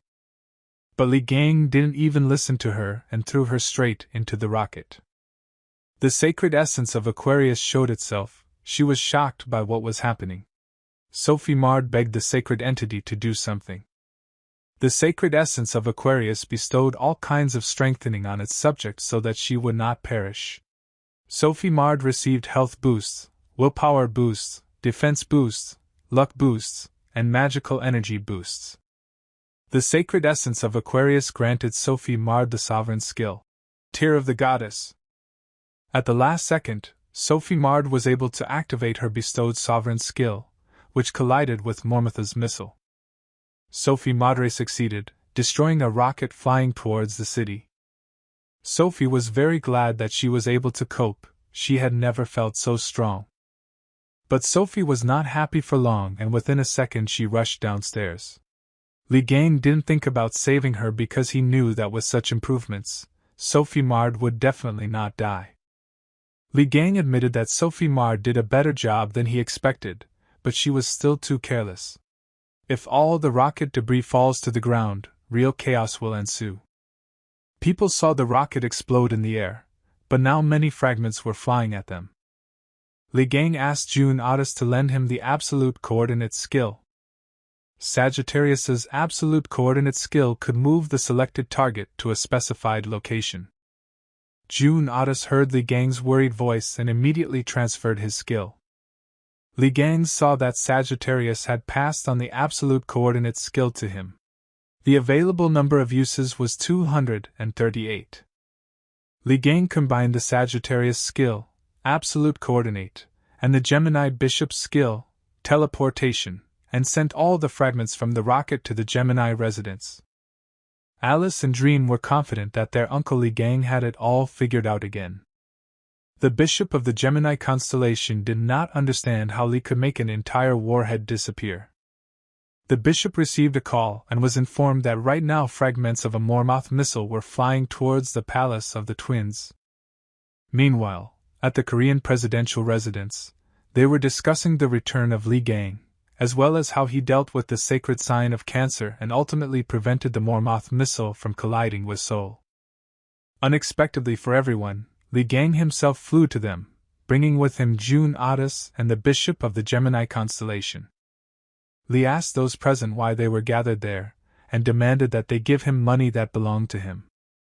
Li demanded the return of his bank account, which received money from the sale of his belongings. Li tried to open his account with June's help, but it didn't work out. Li Gang could confidently say that he had left the name of June Otis as his confidant. One of those present said that the Korean government could not entrust such responsibility to Mr. June Otis alone. June Otis is a foreigner. After Li Gang went missing, the government could not trust a saint from another country. Moreover, due to many circumstances, the Sagittarius branch has lost its former influence. Ultimately, the government had to turn to someone more reliable than June Otis for help.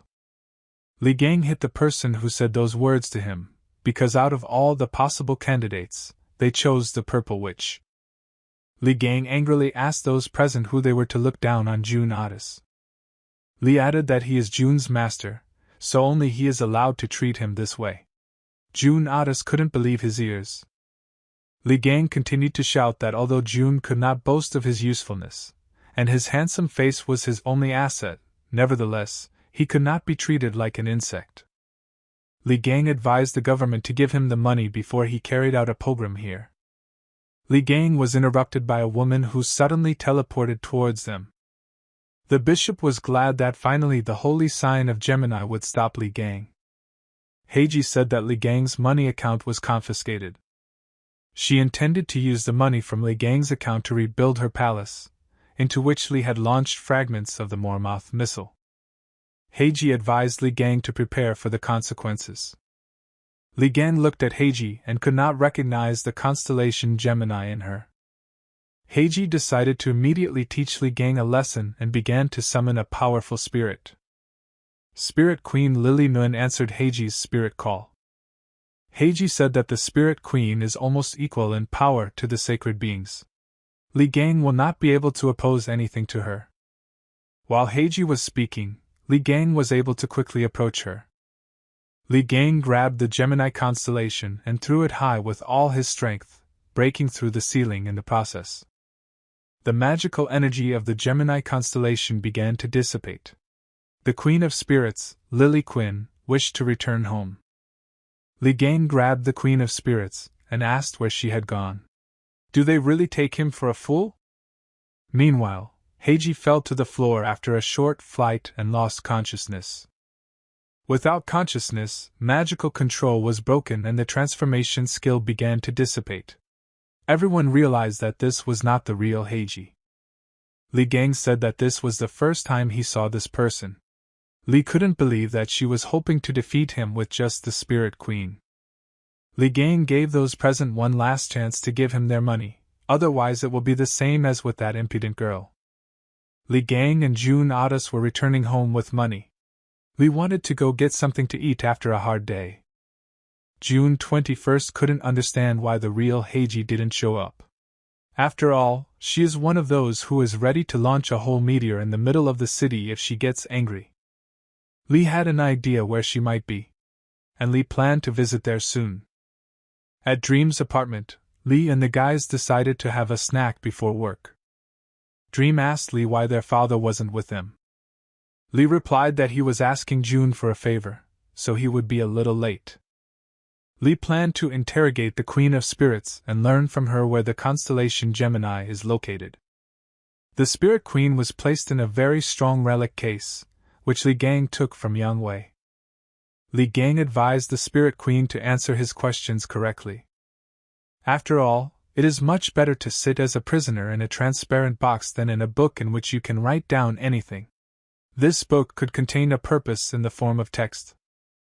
The first thing Li Gang asked was where the Purple Witch Heiji was and why she still hadn't made herself known.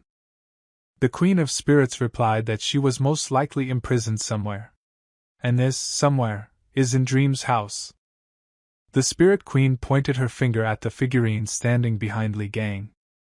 Li Gang knew that she was here because it was not for nothing that she gave off such a stench. Li remembered Sam saying that Seiji kissed the statuette. Most likely, it was the magic of that witch's fiducial mark. Sam was shocked that all this time the Gemini constellation could see everything that was happening in Dream's apartment. Li Gang activated 13's power to interact with the spirit world. Unexpectedly for everyone, the figurine began to shout at the Queen of Spirits for spilling the beans about her. It was the Gemini holy sign sealed into a spirit figurine. She couldn't accept the fact that she was caught by the worst guy in the world.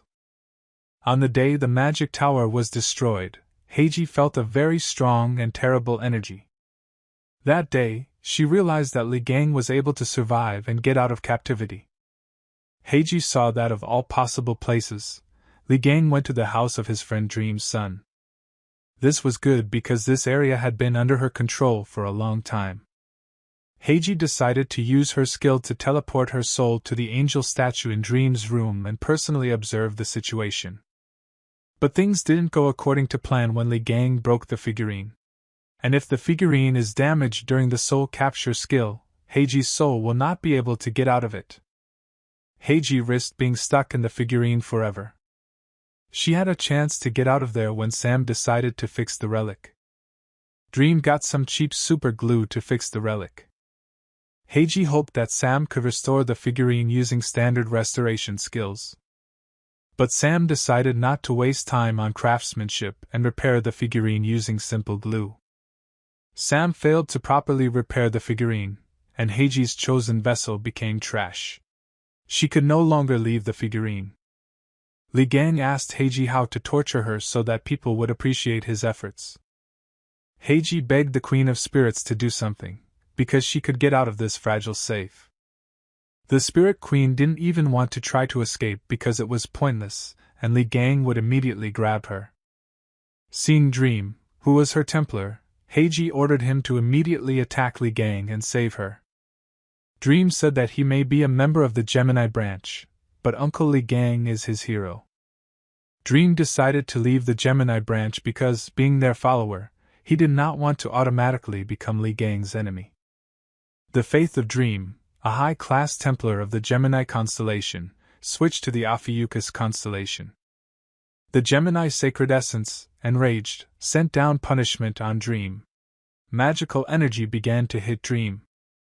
Heiji ordered Dream to immediately begin asking for forgiveness, because he could become her successor, and the sacred entity would forgive him. The Dream began to remember, while other constellations did everything to profit from other people and scattered false phrases about the desire to save the world. Uncle Li Gang always comes to the aid of those in trouble. Dream began to shout that other constellations do not even have the right to look at Li Gang from above. The sacred essence of the Gemini constellation, Freya, has manifested itself. Due to the statements of the Templar Dream, the punishment was increased to the highest degree. The holy entity gathered magic together and ordered Dream to disappear with his pseudo-hero. Li Gang could no longer watch Dream suffer and decided to use his deep cutter skill. Meanwhile, in the palace of the Gemini constellation, the fire from rocket fragments continued to grow out of control. One of the bishops, while putting out the fire, felt that he began to lose his magical power. The rest of the Templars from the Gemini branch stopped feeling magic altogether. They wanted to contact followers in other regions, but telepathy and portals also stopped working. They also wanted to contact the Templars, who hunt monsters, but telepathy does not work and the devices are also useless, since communication does not work in the territory of the monsters. They felt as if Gemini's magical energy had suddenly completely dissipated. After using the depth cutter skill, the magical energy of the Gemini sacred essence disappeared. Li Gang asked Dream for forgiveness, as he almost got him into trouble because of him. Li Gang also thanked Dream for trusting his uncle until the very end, which he really appreciates. Heiji didn't understand why she had lost all connection with the sacred essence. Li Gang severed the connection between Heiji's Gemini holy sign and the sacred essence. Sacred beings waste a lot of resources and also put themselves at great risk when they personally enter our world. Therefore, they send energy to their subjects, the saints. And the saints, in turn, transfer their powers to the followers of the branch. For example, we can say that the sacred essence is a powerful powerhouse. The saint, in turn, is an electrical substation and transmitter. The saint transfers his energy to the Templars. They are like sockets and forks. This was why the disappearance of the sacred essence's energy instantly affected all of its followers. Li Gang mockingly asked Heiji what it was like to be an ordinary person. With the help of the Cancer constellation's favorite skill, Li Gang was able to sever the connections using depth cutter. Li Gang acquired a skill forbidden by the gods. He could cut out literally anything, including memories, relationships, connections, etc. Every time Li gains experience in skills forbidden by the gods, he gains a new ability. Heiji began to scare Li that the sacred entity would never leave it like this, and Li would become the target of her true wrath. Li Gang said that he is not afraid of these pitiful gods and would gladly meet each of them. Suddenly, a strong hurricane with thunderstorms began in the middle of the city. The holy entity was angry that her ties to the holy mark and the Templars had been severed. The sacred entity decided to personally take all the risk and invade this world. Li Gang liked the spectacular appearance of the sacred entity in this world.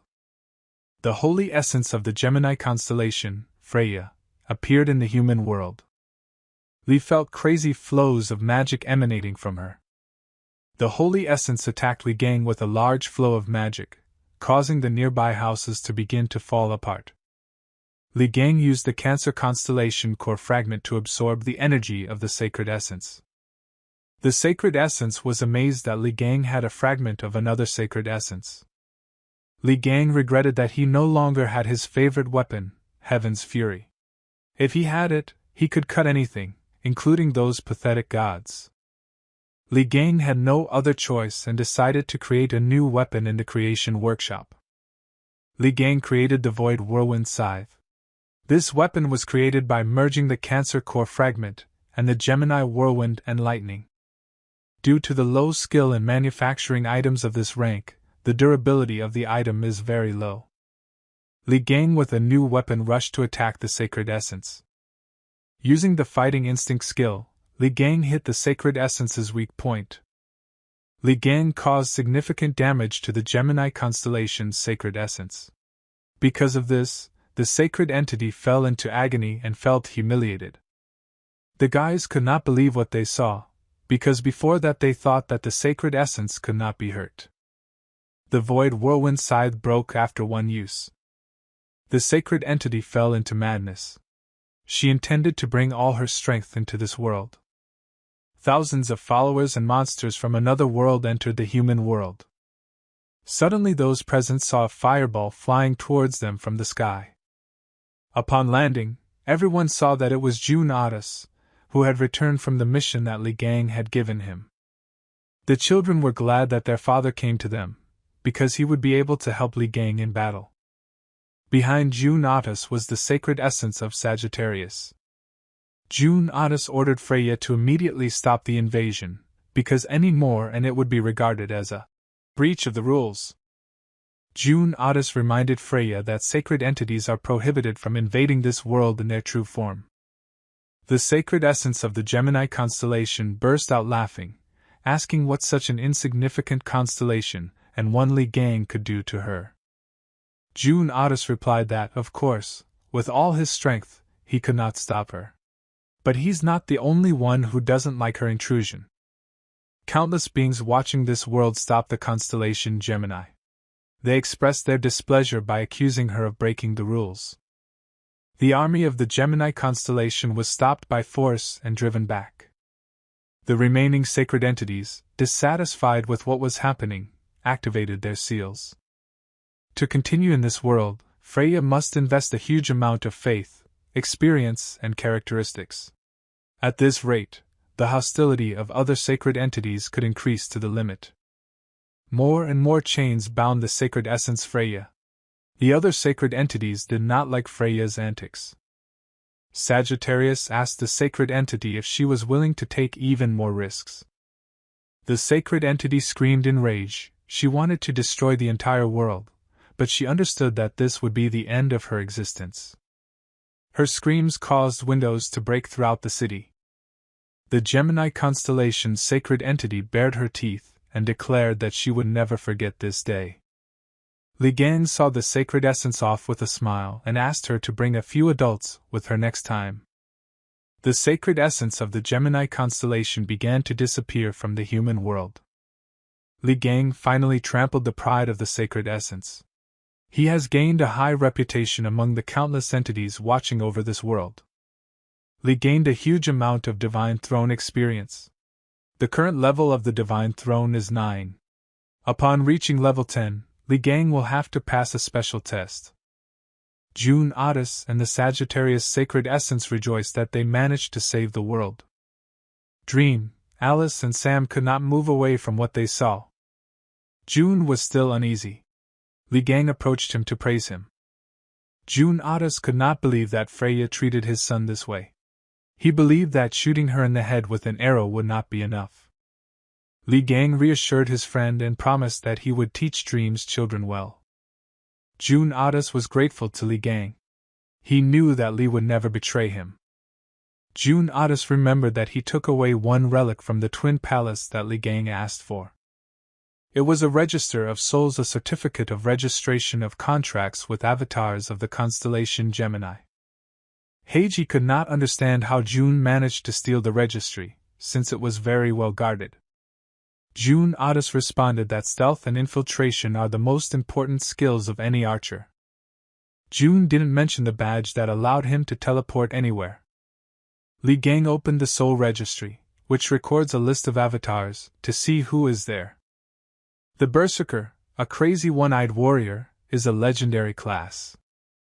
Jotun, King of the Giants, is a legendary class. Warrior King Jarl, Light of the Brightest God, legendary class. Avatars of the constellation Gemini have now come under the rule of Ophiuchus.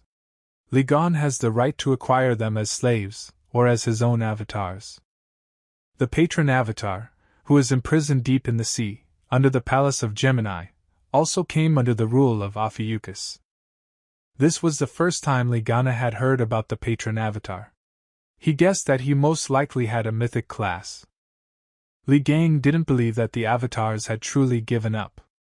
Li asked the avatars to show their loyalty. Suddenly, Heiji's physical body teleported towards Li Gang. This is how avatars show their devotion. Li Gang laughed at this turn of events. He accepted the devotion of the avatars of the constellation Gemini. Avatars completely came under the power of the constellation Ophiuchus. Now Li Gang has the right to name his avatars. Li Gang was too lazy to come up with names, so he decided to call them Man Number 1, Man Number 2, and Man Number 3 in hierarchical order. Heiji couldn't believe that Li Gang had taken over her avatars so easily. Li Gang grabbed Heiji and said that everyone had already turned their backs on her, including even her pathetic god. Li Gang advised Heiji to answer honestly and asked her if she was the one who stabbed him in the back in the demon tower. Heiji replied that she did not know who could have stabbed him in the back. But Li Gang did not believe Heiji and threatened her that if she did not answer, he would fry her soul. The guys did not have time to move away from the invasion of the sacred essence, and Li Gang scared them even more. Heiji was on the verge of death and said that most likely the constellation Virgo plunged a dagger into his back, because the condemnation of heaven was attached to her. Li Gang released Heiji and said that she could have avoided the torment if she had said everything at the very beginning. Since Heiji shared useful information, Li Gang decided to return her body in return. But Li Gang mixed things up a little and granted freedom to the Queen of Spirits, giving her Heiji's body. Lily Quinn was very grateful to Li Gang for giving her freedom, even in this form. At Jun's house, Lily Quinn attempted to recover Yang Wei's spirit contracts, which were now in Li Gang's possession. The Spirit Queen asked Li Gang to lend her the soul registries as she was confident that she could upgrade these contracts to SS grade. Li Gang decided to place Heiji's soul in a box with his figurines. Heiji begged him to let her go because, according to her, it smelled very bad. The new avatars praised Li Gang in their speeches. It was a great honor for them to become Li Gang's avatars. It was the first time Jun had seen something like this because avatars are usually very proud. Hearing Jun's words, the avatars began to shout about how dare a human minion interfere in the conversation when Mr. Li Gang was standing in front of him. Jun Otis was shocked that even the avatars didn't respect him. Li Gang told the avatars that they were a little confused, because Jun was not a human servant, but his slave. The avatars began to shout that how much more dare a slave open his mouth in front of his master. Li Gang asked the avatars to calm down and tell him why they decided to turn away from the Gemini constellation in his favor. The avatars said they could no longer tolerate Heiji's short temper. Moreover, they were amazed at how Li Gang defeated the sacred entity. Not only the avatars of the Gemini constellation, but also other avatars, including their commander, wished to serve Li Gang. But unfortunately, the commander is imprisoned deep under the sea, so he cannot be in front of Li Gang. The avatars said that at the moment the monsters have already recaptured half of the entire planet from humanity. At first glance, it may seem that the strengths of both sides are approximately equal. But in fact, people are not even capable of regaining lost territories. Li Gang decided that since the Avatar commander was imprisoned underwater near the Gemini Palace, then this must be the Pacific Ocean. The palace is located near the monster's territory. Li Gang planned to visit there soon. The three avatars knelt before Li Gang. Seeing how quickly the avatars obeyed Li Gang, Dream said that he expected nothing less from his uncle. Alice said that she does not regret that she decided to propose to her uncle. Li Gang's face quickly changed, and Jun Otis asked him what other proposal Alice made to him. Yang Wei laughed, and asked Jun if Li Gang was now his father-in-law. Yang Wei immediately received an arrow from Jun Otis. Confused, Li Gang asked Jun to put down his bow and talk calmly. The Sagittarius saint was furious because his daughter never told him she loved him, even on Father's Day. Jun asked Li Gang for forgiveness, and said that he would have to kill him. Jun Otis used his stealth skills to attack Li Gang. Gon realized that Jun seemed to be very angry. He used the god's gaze to detect Jun's energy and dodge his attacks. Jun shot dozens of arrows at Li Gang at crazy speed. Having managed to intercept all the arrows, Li Gang told Jun Otis that he was as annoying as a fly. With these words, Li shook the honor of the Sagittarius signed saint and gained a large amount of divine throne experience. Enraged, Jun began to use the sovereign skill Sun God Ring, risking his home being burned down. The sacred essence spoke to the sacred sign Sagittarius, reminding him that this was his own home. She asked him not to forget that Dream's house was also destroyed recently. Jun definitely reminded Li Gang of his son, who didn't care about his apartment being destroyed. Even though they are broke now.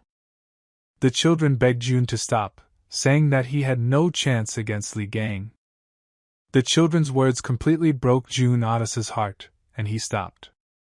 But Li Gang decided to teach Jun a lesson. Jun Otis woke up with a large bump on his head and did not understand what had happened. Li Gang asked Jun why he was so angry over a stupid childish phrase. Does he really look like a man who would seduce the children of a close friend? Li Gang convinced Jun that his children were embarrassed to express their thoughts in his presence, but had very deep feelings for him. Alice and Dream brought their father strawberry cake to cheer him up. Jun was very happy and ran to the children, but Dream slipped away and took the cake to Li Gang. Dream told Li Gang that he put a lot of strawberries the way he likes them. Jun Otis asked Alice why she didn't give him his favorite strawberries. Alice replied that she gave his strawberries to Uncle Li Gang. Jun, in tears, rushed at Li Gang to take away the strawberries, and he, in turn, dodged with deft movements. Yan Wei, observing the situation, realized that Jun Otis did not understand a damn thing about raising children. Suddenly, an order for urgent mobilization came to Alice's phone, because a red class, thousand-legged, monster had appeared and all Templars must respond to the mobilization. Meanwhile, on the coast of Manila, the capital of the Philippines, an army of several constellations has gathered to confront the thousand-legged monster. The bishop of the Leo constellation encouraged the warriors with his speech, because difficult times are just another opportunity to prove themselves. Listening to the screams of the Templars, Alice missed Uncle Li Gang. The people of the Capricorn constellation were also preparing for battle. The Capricorn holy sign was also on the battlefield. He sent a package to Li Gang. Meanwhile, his assistant Aaron came to visit Jun. Aaron noticed that Jun was also watching the news about the thousand-fingered monster.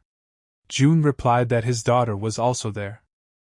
Aaron brought Jun a box that was lying on the threshold of his house. There was something living in the box, which scared Jun and Irina.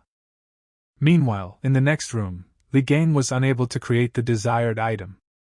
Li Gang regretted that he had lost his hammer of insight, with which he could create any objects. After all, with lime it was difficult to make an object larger than average size. Before the battle with the maiden, Li Gang wanted to prepare well. Li Gang felt that a follower of another constellation had made his way into the domain of the great Ophiuchus and the pitiful Sagittarius. The box contained a Capricorn totem, with which he could observe and communicate with the outside world. Seeing the totem, Li Gang realized that Capricorn had made his way to them. Capricorn introduced himself as Ivan Sergeyevich Vladimirov and asked Li Gang if he remembered him. Ivan Sergeyevich was a sacred sign of Capricorn. Like Li Gang, he specialized in making relics. After the disappearance of the strongest awakened one, Ivan had the opportunity to put his hand to all the greatest battle relics. Ivan wanted to apologize to Li Gang and build a new relationship, but Li Gang didn't even want to listen to Capricorn and broke the totem. Jun told Li Gang that he should have listened to Capricorn first. Li Gang replied that this sheep would not be willing to share even the slightest detail with him. Meanwhile, Capricorn's subordinate informed Ivan Sergeyevich that the thousand-legged monster was already close and it was time for them to move. Journalists broadcast the raid on the red-class thousand-legged monster. The thousand-legged beast is a huge monster that was already defeated by Li Gang 20 years ago. But it seems that a descendant of that terrifying monster has appeared near the Philippines. Since this monster belongs to the red class, several constellations gathered forces off the coast. The Leo branch troops, led by Vice Chief Alice and Bishop Oliver. Branching Pisces are masters of sea combat who specialize in transformation magic. Taurus branch frontline troops with indestructible defense. The Aquarius branch are priests on the battlefields, capable of neutralizing even nuclear threats with their holy magic. And the Capricorn branch are specialists in creating and improving all kinds of weapons. The holy sign of Capricorn personally appeared to lead his army. Li Gang and June saw Capricorn on the news and didn't understand what the old man had left there. Ivan did not come empty-handed. He called upon the sovereign relic of Capricorn, the Hammer of Comprehension. Capricorn upgrades the relics of his troops right before the start of battles. The whole world knows about Ivan's skill. Li Gang was furious when he saw his hammer in the old man's hands. Li Gang was furious at the mere fact that his instrument was stolen, and this old man was also bragging to everyone. Li Gang immediately wanted to go there and teach Capricorn a lesson. Li Gang heard on the news that the waves had risen and a monster began to emerge from the ocean. A monster of colossal size emerged from the water. The Templar commander announced to everyone to be ready for battle. But one of the soldiers saw a man in the monster's paw. The 1,000-legged monster held in its tentacles a man who was shouting something. This man was Stephen Marker, who fought a monster for his bone, which he bought for $1 billion. The warriors did not understand why Stephen Marker risked his life for some bone. The bishop of the Leo branch ordered the advance party to take the potions prepared by the Capricorn branch. The bishop also ordered the magicians from the constellation Pisces to enchant the squad so that they could move on water. Aquarius gave warriors buffs to combat skills and survivability. Taurus created a line of defense along the coast so as not to miss the monster. After which the lions rushed to the attack to kill the huge monster. They used the bestiality, skill, after which they became like large animals and gained insane bestial strength. After the advance party of the lions entered the battle, Alice ordered all Templars to release their magical energy. The Templars of all constellations united to create the food skill. Midnight Beast Charge. The created beast attacked the 1,000-legged beast with all its magical power. Seeing the Midnight Beast ramming the monster, Lion's squad attacked the monster from the rear. The warriors fought with all their might against the huge monster. Only Stephen Marker shouted that the soldiers should not interfere until he took his bone. Bishop Oliver asked Stephen Marker not to talk nonsense because if they stopped fighting, everyone would die. Alice didn't want to try to save Stephen, but she had no choice. The Templars asked her to stay so they could cast magic on her and improve her skills. But Alice didn't need all this, and she, using her acceleration skill, rushed into battle. Alice was able to cut off the monster's tentacles with one blow, and at the same time save Stephen Marker. Stephen Marker fell into the water with a bone and Alice landed on him. Seeing that the head of the Leo branch was saved, the fighters of the Taurus branch rushed into battle, as they did not want to give all the glory to the lions. Seeing that the 1,000-legged monster was weakened, the fighters wanted to finish it off as quickly as possible. The Templars saw that a tsunami was beginning to unfold, which could flood the entire city. The remaining Taurus Templars used their skills and created an impenetrable wall to prevent a tsunami from hitting the coast. The Templars, who created the impenetrable wall, thought it was a volcanic eruption. A titanic monster, 10,000 paws, appeared from under the water, which was tens of times larger than the previous monster. The Capricorn constellation, seeing the second monster, decided to activate the Mormoth missile detonator to strike the coastline. Suddenly, someone broke the detonator, cutting Capricorn's hand in the process. A moment later, Li Gang's slime swallowed Capricorn. Li Gang came out of the portal and saw that the warriors were simply splashing in the water, unable to kill the monster, but he understood that killing monsters along with the warriors was too much. Li Gang asked Capricorn to sit silently, and watch him deal with the monsters. Alice noticed that the main forces were already exhausted after the first skirmish with the thousand-legged monster. Alice planned to deal with the smaller monsters later, because first she had to remove the strongest one. Alice watched the footage of Uncle Li Gang's fight with the thousand-pawed man enough times to remember how to act. Li Gang had defeated countless monsters in the past. And among the many recordings, one stood out. When viewing it, everyone admired it, including even envious people and haters. Alice began to imitate Li Gang's actions. At first she tried to break through the smaller tentacles as quickly as possible. With one blow, Alice cut through those tentacles that were impossible to dodge. With deft movements, Alice quickly reduced the distance to the monster. Alice could only plunge the weapon right between the monster's eyes. Using the Lotus Flash skill, Alice threw her weapon right between the thousand-legged monster's eyes. But what was Alice's surprise when the monster easily repelled her blow.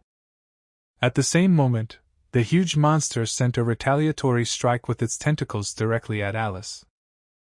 Stephen Marker jumped out of the water, grabbed Alice, and covered her with his body to save her. The monster's blow was so strong that Stephen and Alice were thrown hundreds of meters away. The Templars, seeing how the head and deputy head of the constellation fell into the ocean, were confused and did not know what to do. The bishop ordered the soldiers to continue the fight and not retreat a single step. Most of the Templars were captured by the thousand-legged monster and were calling for help. As Alice and Stephen Marker fell exhausted into the ocean, Li Gang rushed towards the monster with his weapon with a smile on his face. Approaching the thousand-legged monster, Li Gang, using the Mountain Crusher skill, hit the monster right between the eyes. The Templars watched as the thousand-legged monster with a hole in its head fell into the water. Landing next to the warriors, Li Gang told them that he saw how they could not cope with the monster themselves, so he had to personally teach them a lesson. The warriors did not like the words they heard and began to shout to Li Gang that he just crawled out of nowhere and finished off the monster. Suddenly, Li Gang was grabbed by a second monster, which was 10 times larger than the thousand-legged one. The monster wanted to devour Li Gang and was already pulling him towards its mouth. Li Gang noticed that the other tentacle contained Alice's spear. After seeing Li Gang consumed by the monster, the Templars did not know how to fight such a monster and planned a retreat. Suddenly, Li Gang was able to take out Alice's weapon and use the Disaster Lotus skill in the middle of the monster. The Templars could not believe their eyes, because Li Gang survived and was able to use the highest technique of the deputy head of the constellation. After punching a hole in the monster's skull, Li Gang was able to escape from the monster. Li Gang used the Dark Baptism skill to finish off the monster.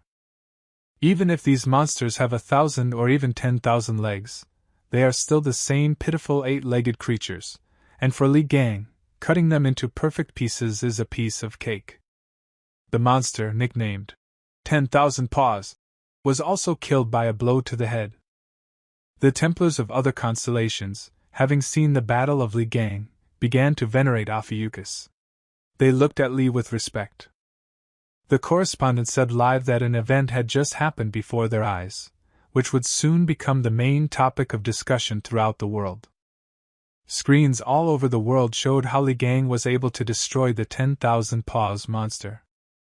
People began to rejoice and glorify the hero Li Gang. Because of the exciting and memorable feats that can make people respect and revere Li Gang, the Ophiuchus Bible was created. All of Li Gang's exploits will be recorded and become known among the people. The other constellations were taken by surprise by this news. From the shore, Alice called Li Gang. She was very glad that he survived. Li Gang was able to reach the shore in one leap. He asked Alice if she was hurt. Li Gang was surprised to see his bone behind Alice's back. He was once again convinced that every representative of the constellation Leo has some kind of bone fetish. Li Gang apologized for breaking Alice's weapon during the fight and promised her to create a new one. Alice was happy that her new weapon would be made by Uncle Li Gang himself. Suddenly, Stephen Marker intervened in the conversation between Li Gang and Alice. Stephen was very happy, because he is the head of the Lev branch, and Alice is his direct subordinate. Therefore, Li Gang must make weapons for him too. Stephen reminded Li Gang that 20 years ago, he was the one in charge of producing weapons for all saints. Stephen Marker reproached Li Gang for destroying the relic purchased by Stephen and is entitled to compensation in return. In response, Li Gang only laughed loudly, and a bomb exploded behind him. The explosion looked like a nuclear strike, and some green smoke came from it. Stephen Marker was scared because he now thought that Li Gang could cause an explosion with just his scream. Green smoke began to envelop the lion squad as they fought the monster. People from the Leo branch began to go crazy and attack the warriors from the Taurus branch. Alice, looking at what was happening, did not understand what could happen there. Capricorn suddenly appeared and said that it was a flash from Mormoth, which he planted, and, unfortunately, due to its small size, the explosion was not that big. In his iron hands, Capricorn held slime, who does not look very good. Stephen Marker asked Capricorn why he planted such a dangerous bomb in the place where his people were. And Li Gang at that time shouted at Capricorn for daring to touch slime. According to Capricorn, this explosion was just a cannon salute before the main performance. Li Gang immediately realized that the madness of the people on the front lines was also the work of the old man. Capricorn did not hesitate and blew his whistle. The distraught people from the Leo branch ran towards the sound of the whistle. Stephen Marker ordered his men to stop, but they did not listen to him. The madman immediately threw Alice to the ground, not allowing her to rise to her feet. A bunch of crazed people immediately fell on Li Gang and knocked him down. Ivan understood that Li Gang and Alice hardly had any strength left after the fierce battle with the monsters. Ivan told Li Gang that he was pleased to see him press his muzzle to the ground because it was even better than he expected. Stephen Marker, furious, asked the old man what he had done to his Templars and why they had not responded to his orders. The old man replied that his people were only slightly agitated due to the combination of potions they had drunk, and now they only responded to commands from the whistle. Ivan told Stephen that if he wants to get his subordinates back, then he should listen carefully. Capricorn ordered Stephen to use Li Gang's sword to kill Li Gang himself. Stephen Marker didn't understand why he should listen to some old man. Ivan replied that if he wants to save his people, he must listen to him. The old man added that he and Stephen have something in common, and that is great envy of Li Gang. Stephen Marker replied that Ivan's words were complete nonsense. Capricorn asked Stephen to explain his obsession with the artifacts created by Li Gang. After all, this proves that Stephen is trying with all his might to get rid of his inferiority complex. Capricorn also feels the same envy, because no matter how hard he tried, the artifacts he created were not even close to Li Gang's. 25 Ivan shouted to Stephen that such a chance to kill Li Gang comes once in a lifetime. In response to Li Gang's murder, Ivan promised to create for Stephen the most powerful weapon in human history. Seeing that Stephen had picked up Li Gang's sword, Alice began to ask him not to do anything stupid, because it was obvious that it was a trap. Alice swore to Stephen that she would never forgive him if he hurt Uncle Li Gang. Stephen stood in front of Li Gang with his weapon and said that the strongest weapon is tempting. But at the same moment, Stephen Marker struck Li Gang's sword at Capricorn. Alice began to cry from what she saw. Ivan, writhing in pain, asked Stephen if he was really willing to give up his only chance to kill Li Gang. Stephen ordered Ivan to shut up. After all, after what Ivan did to the Templars, Stefan no longer believed a single word of Capricorn. Moreover, Stephen Marker has put all his strength into surpassing Li Gang, and has no time for any complexes. Stephen Marker stated that he did not intend to kill Li Gang in such a cowardly way. Li Gang was very surprised by Stephen's words. Li Gang smiled after Stephen said that he had already surpassed Li Gang and all he needed was a decent weapon. Capricorn got tired of listening to Stephen and attacked him. Stephen Marker dodged the blow and counterattacked Capricorn with a powerful blow. After Stephen's strike, one of Capricorn's titanium arms was destroyed. While retreating, Ivan fired missiles from all of his guns towards Stephen and Li Gang. Capricorn was sure that even the great Leo would not be able to withstand the onslaught of his missiles. But Stephen Marker jumped out of the smoke, holding one of Ivan's missiles in his mouth. 20 years ago, Stephen Marker was drowning in his own complex of undervaluation. But he rose from his knees again and again to overcome his limits, all in order to surpass Li Gang. Stephen Marker used his thousand bones skill and started attacking Capricorn. Capricorn's armor fell apart from such blows. Stefan told Ivan that he is a cowardly old man, because even Aquarius fights without armor. Suddenly, Li Gang appeared behind Stephen and Ivan and asked them when they would finish their showdown. Stephen and Ivan were shocked and did not understand how Li Gang managed to escape from the clutches of the maddened lions. Li Gang said that he allowed himself to be captured to find out what was on Capricorn's mind. Moreover, the beast men turned out to be damn weak. Li Gang kicked Stephen Marker away so that he would not interfere with his conversation with Capricorn. 5. Li Gang wanted to ask Ivan some questions. When Li Gang got tired of watching the showdown between Leo and Capricorn, he simply stood up, lifting the beast man onto himself. When Li Gang wanted to leave, the beast men attacked him.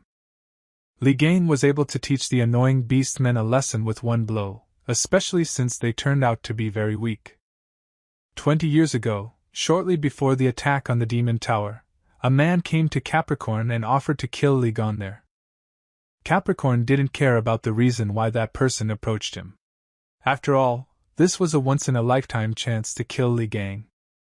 Li Gang began to swear, because he only needed the name of the one who stuck the dagger in his back, and not memories from the past.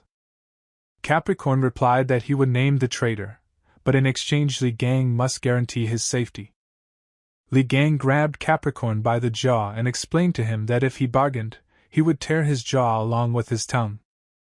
Capricorn barely said in fear that Li Gang had been stabbed in the back by the holy sign of Virgo. Li Gang realized that he should visit Gina Manu again and asked him to examine the dagger that was used to stab him. Li Gang also ordered Capricorn to give up the hammer of insights that belonged to him.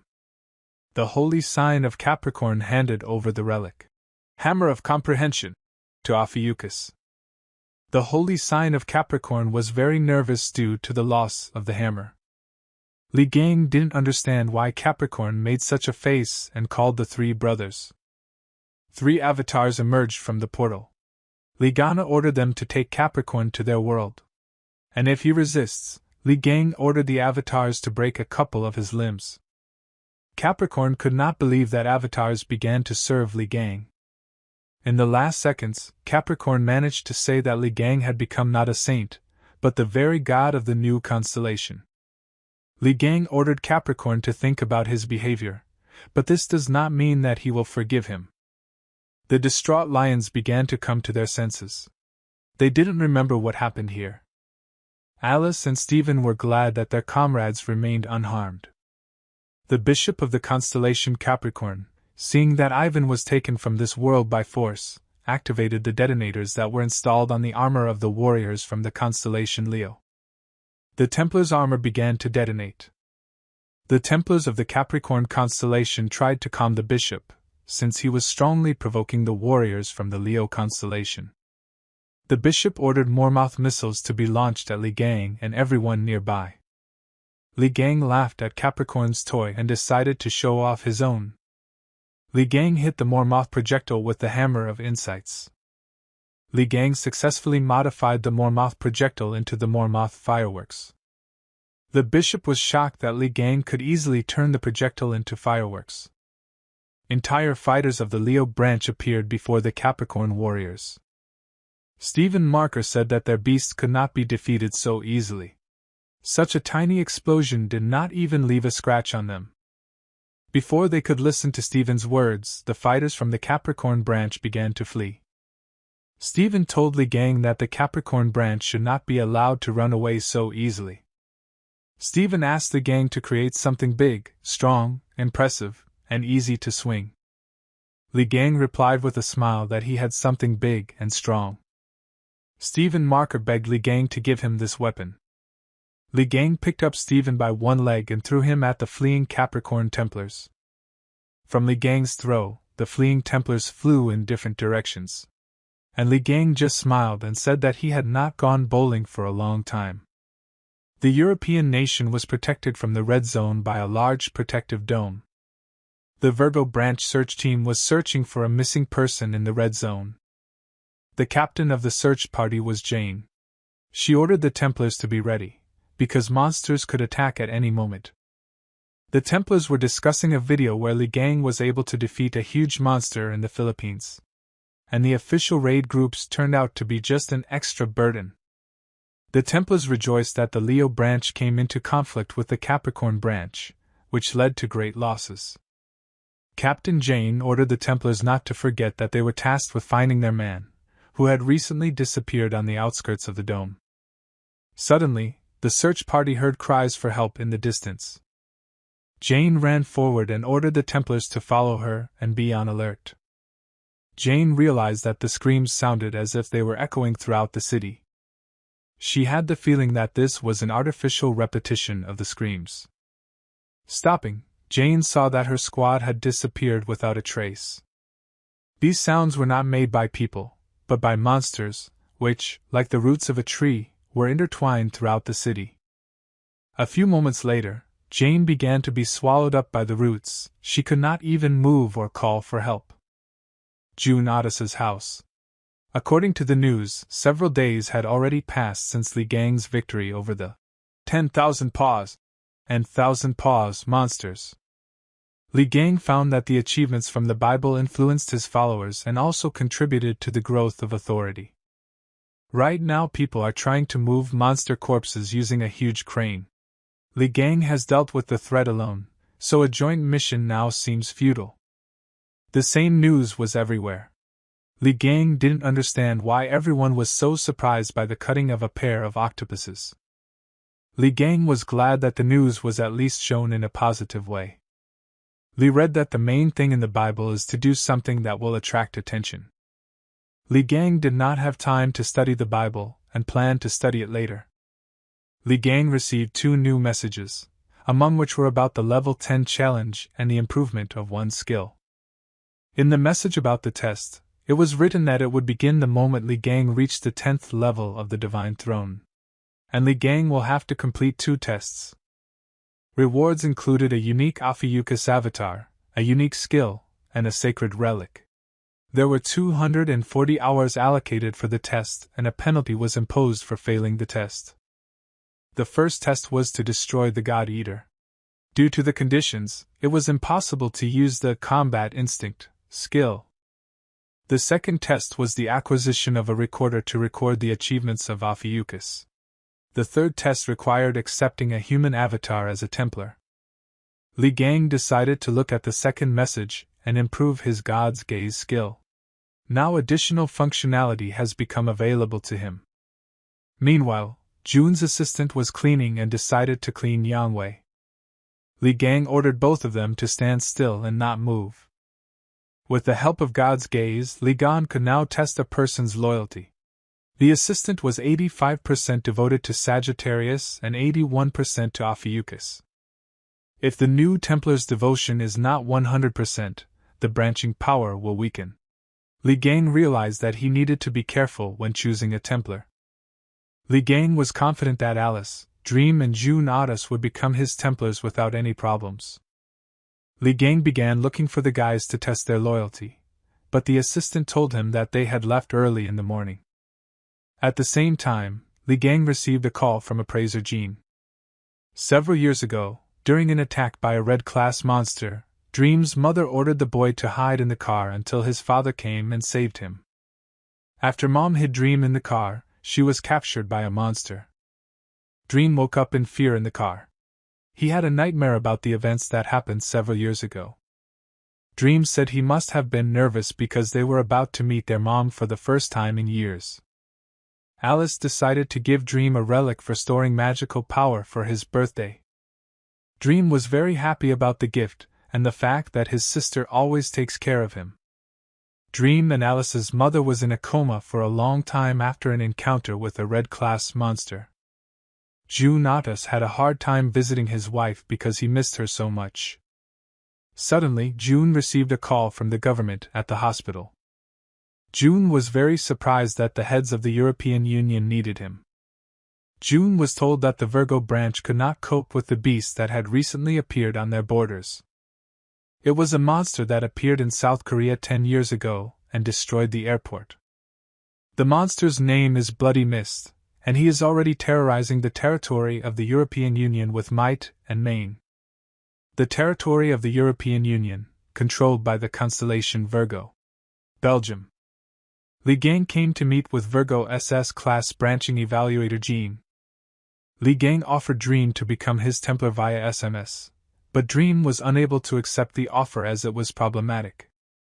In the morning, Li Gang found out that Dream has a birthday, but he doesn't like to celebrate it. Li Gang assumed that something happened that day and they didn't want to tell Li Gang about it.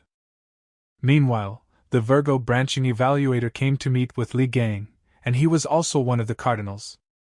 Li Gang knew that this was Virgo's branching territory, but he didn't understand why Virgo's emblems were literally everywhere. The evaluator began to explain that throughout history, religion has been an integral part of life in many European countries. After the emergence of the sacred entities, when the ramifications filled the world, Europe turned from a simple part of the continent into one huge believing nation. The appraiser said that it is impossible not to believe when you see the dome protecting you every day. Li Gang used God's gaze to find out Jin's faith level. He saw that Jin could extract memories from any object. He is also immune to hypnosis, trance, and any other types of mind control. Jin is 97% loyal to the Virgo constellation, but his faith is constantly decreasing and has already reached 87%. His faith weakens because he feels betrayed by his branch. Faith in Ophiuchus was 99.1%. Li Gang asked Jin why his faith in Virgo was rapidly declining. Jin was not surprised that it was impossible to hide anything from Li Gang. The appraiser activated this sound barrier skill, rented from the Aquarius branch. The skill prevents any sounds from escaping from the selected area using water magic. Jin took out the blade that was stuck in Li Gang's back 20 years ago. Information about the blade was erased by sinister forces. Jin managed to partially see the blade's memories. After analyzing them, Jin realized who attacked Li Gang in the Demon Tower. The appraiser said that this is the holy sign of the Virgin, of which Jin himself is a member of the branch. Before being sent to the European Union, Li Gang told Lily Quinn that Dream had turned down the offer to become his Templar and decided to remain part of the Gemini branch. Even despite what he had to go through. There is a good reason behind this. Li Gang asked Lily Quinn to find out why Dream joined the Gemini branch and also find out everything about his past. In addition, Li Gang asked to find out any information about the registrar. Lily Quinn decided that she would ask Yang Wei and Heiji about Recorder later. At first she wanted to know everything about Dream. Suddenly, Dream himself approached Lily Quinn and asked for help. Lily Quinn happily agreed to help Dream because it was her chance to learn about Dream's past. Dream asked Lily Quinn to help him break into the secret archive of the Gemini Magical Library. The Gemini Magic Library is a large collection of books about magic collected from all over the world, including the territories of the Gemini constellation. In the depths of the library there is a secret archive with forbidden books that only high-ranking Templars have access to. Dream threw away his badge, so he can't even go to the library. Moreover, ranked Templars are prohibited from entering the secret archive. Lily Quinn activated the teleporter and said that sending Dream would not be that difficult. The secret archive is full of secret, dangerous and forbidden magic, so Lily Quinn wanted to know why Dream needed to go there. Dream became nervous and replied that he needed a skill with which he could summon a creature from another world called Call of Souls. Meanwhile, Li Gang sat at the station and analyzed the information received. Jin told Li Gang that many similar daggers had been sold at auctions. The blades were personally assessed by Jin's predecessor.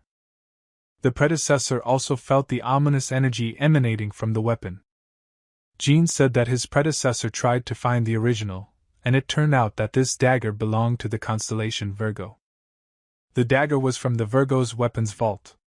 It also contained a large number of weapons with similar energy. Jin was unable to learn anything from his predecessor because he was killed during the investigation. Ironically, they killed him with the very blade he was looking for. Not only does the dagger radiate ominous energy, but someone also covered up all possible traces so that no one could find out who used it. The blade is also imbued with a powerful curse that Jin has never encountered before. It was with this curse that they tried to neutralize Li Gang. Here a powerful, sinister being intervened, capable of harming not only the holy sign, but even the sacred essence. Curses are Moran's lot. But his curses have no effect on sacred beings. This sinister energy definitely does not belong to any of the gods. Even the energy of the constellation Cancer is nothing compared to this energy of the dagger. Whoever attacked Li Gang must be closely related to the monsters of the mysterious civilization. Li Gang decided to deal with the test first. He has a time limit, and then he will return to Virgo. Meanwhile, the train is heading to the station. June Otis's elite squad exited the train. Li Gang was just waiting for them. An elite squad of Sagittarius set off to clear the red zone near the border of the European Union. The fighters did not understand what these strange vines were everywhere that constantly fell under their feet. Li Gang asked the fighters what they forgot in the territory of the Virgo constellation. In the Sagittarius branch there is a special squad that is engaged in the extermination of monsters. This unit is something of a problem-solving mercenary. June Otis went to clarify all the details with members of the European Union. Li Gang didn't understand why they took on the job without really knowing anything. The detachment commander replied that June would have accepted the order from the government in any case. After all, the goal of this task is a monster with which he has some history. The squad leader asked Li Gang if he had heard of a monster seeking the power of the gods called Blood Mist. Meanwhile, June Otis was at the EU Monster Extermination Headquarters. According to reports, Bloody Mist appeared in the European Union about 10 days ago. This monster releases a red mist and drains the souls and life force of nearby creatures. June Otis asked why the European Union didn't just gather an army from different constellations and deal with the monster themselves. The Chief of Staff responded that Bloody Mist was officially considered already defeated, and the truth should not emerge again. June Otis asked why then the Virgo branch leader was not doing anything. June was informed that the Virgo constellation had already repeatedly sent troops there consisting of high-ranking Templars. Due to the fact that this monster releases a red mist that causes a powerful effect, it is most dangerous for people from the Virgo constellation who specialize in close combat. In addition, the sacred sign of Virgo went on an expedition to the Northern Sea to deal with a monster of the same class as the Bloody Mist. Therefore, the European Union decided to break customs and turn to a different constellation. After studying all the constellations, the European Union settled on Sagittarius, since they are a branch of mercenaries. The Chief of Staff added that, in addition, the Sagittarius branch is working with Li Gang, and the EU would be very grateful if June Otis could track down Blood Mist. June Otis felt that the European Union was outright lying to him. June Otis knew that Kevin was too proud to allow someone to deal with a monster on his territory for reasons like this. June Otis saw through Virgo's plan that they wanted to get rid of Li Gang and the Sagittarius branch with the help of Blood Mist. But still, June Otis could not help but agree. Meanwhile, the squad leader informed Li Gang that because of the Blood Mist, June Otis lost his wife. June's wife and mother of Dream and Alice was Maria Otis. They met after Li Gang was imprisoned in the Demon Tower. Maria tried to protect Dream from the Blood Mist after the monster defeated the First Templar and the branch bishop of Sagittarius. Li Gang personally knew the First Templar June Otis because 20 years ago he wore Li and June's things all the time. Li Gang was surprised that that guy could become a bishop. Now Li Gang understood why June always avoided talking about family and the past. Li felt sorry for his friend, because he had been through a lot. Li Gang said that now June Otis is not at all what he was before, he has become weak and unreliable. Li Gang knew June's level of preparation better than anyone else because he taught him himself. When June was in his prime, Li Gang trusted only him with his rear. Li Gang did not believe that June could not defeat a monster that Li had never even heard of. In the past, June Otis was one of the strongest of all the saints. Li Gang asked to explain to him what the hell happened to June in the past. The squad leader began to say that this terrible event happened 10 years ago on Dream's birthday. Dream came to meet his mother at the airport early in the morning. Maria was very touched and almost burst into tears.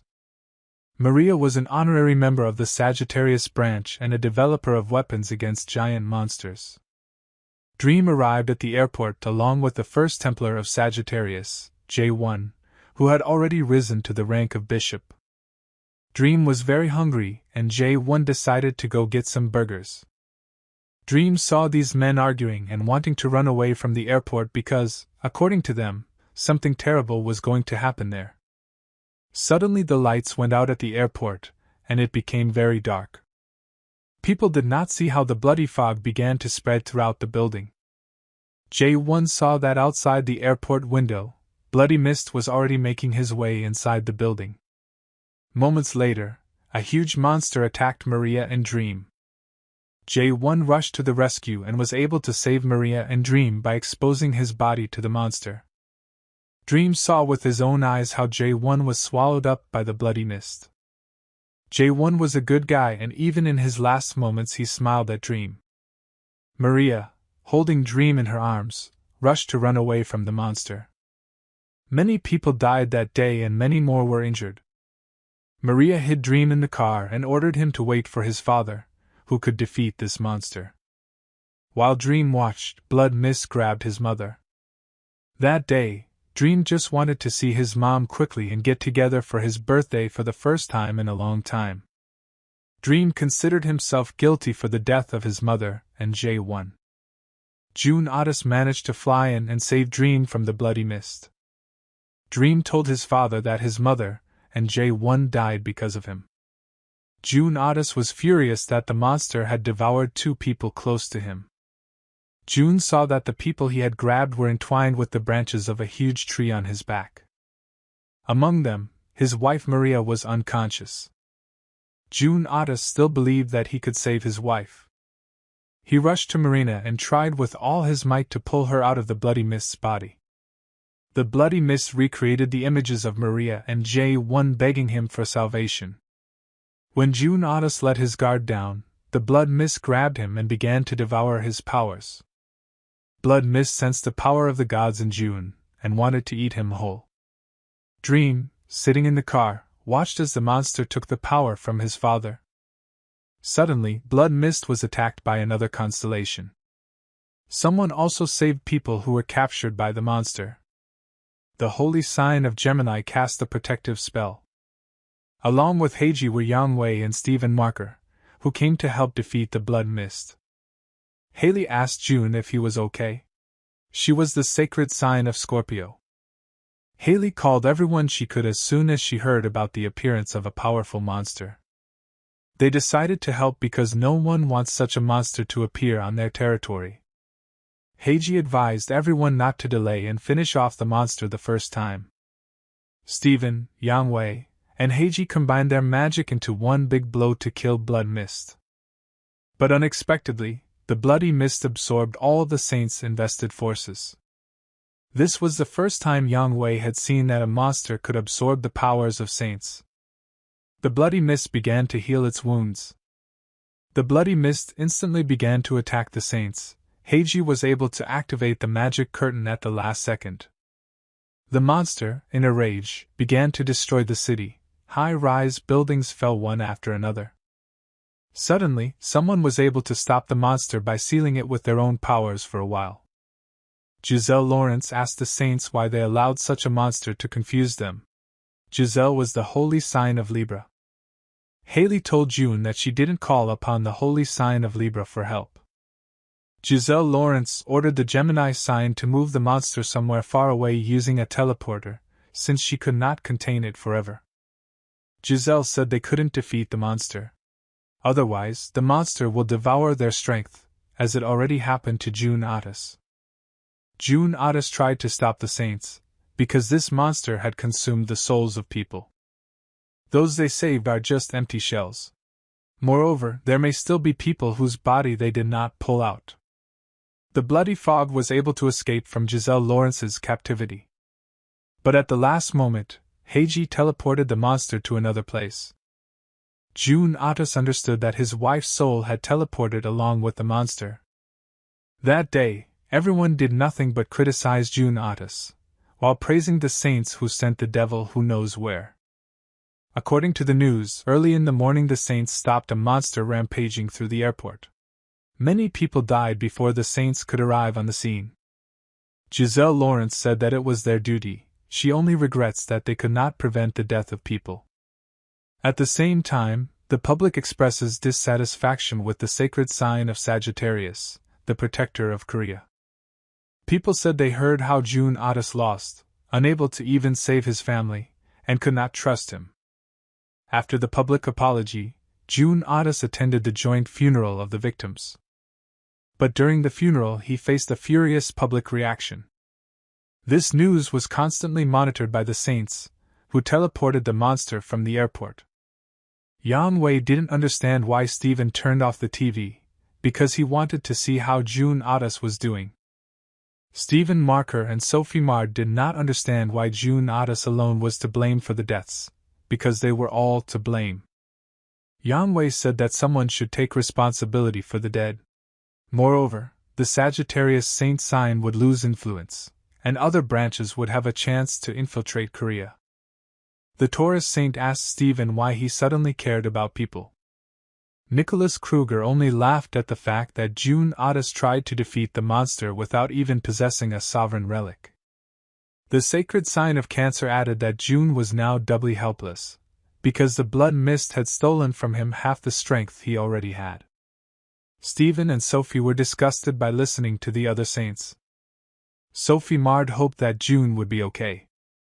Stephen Marker did not understand why Sophie felt sorry for his wife June, because she was always jealous of Maria.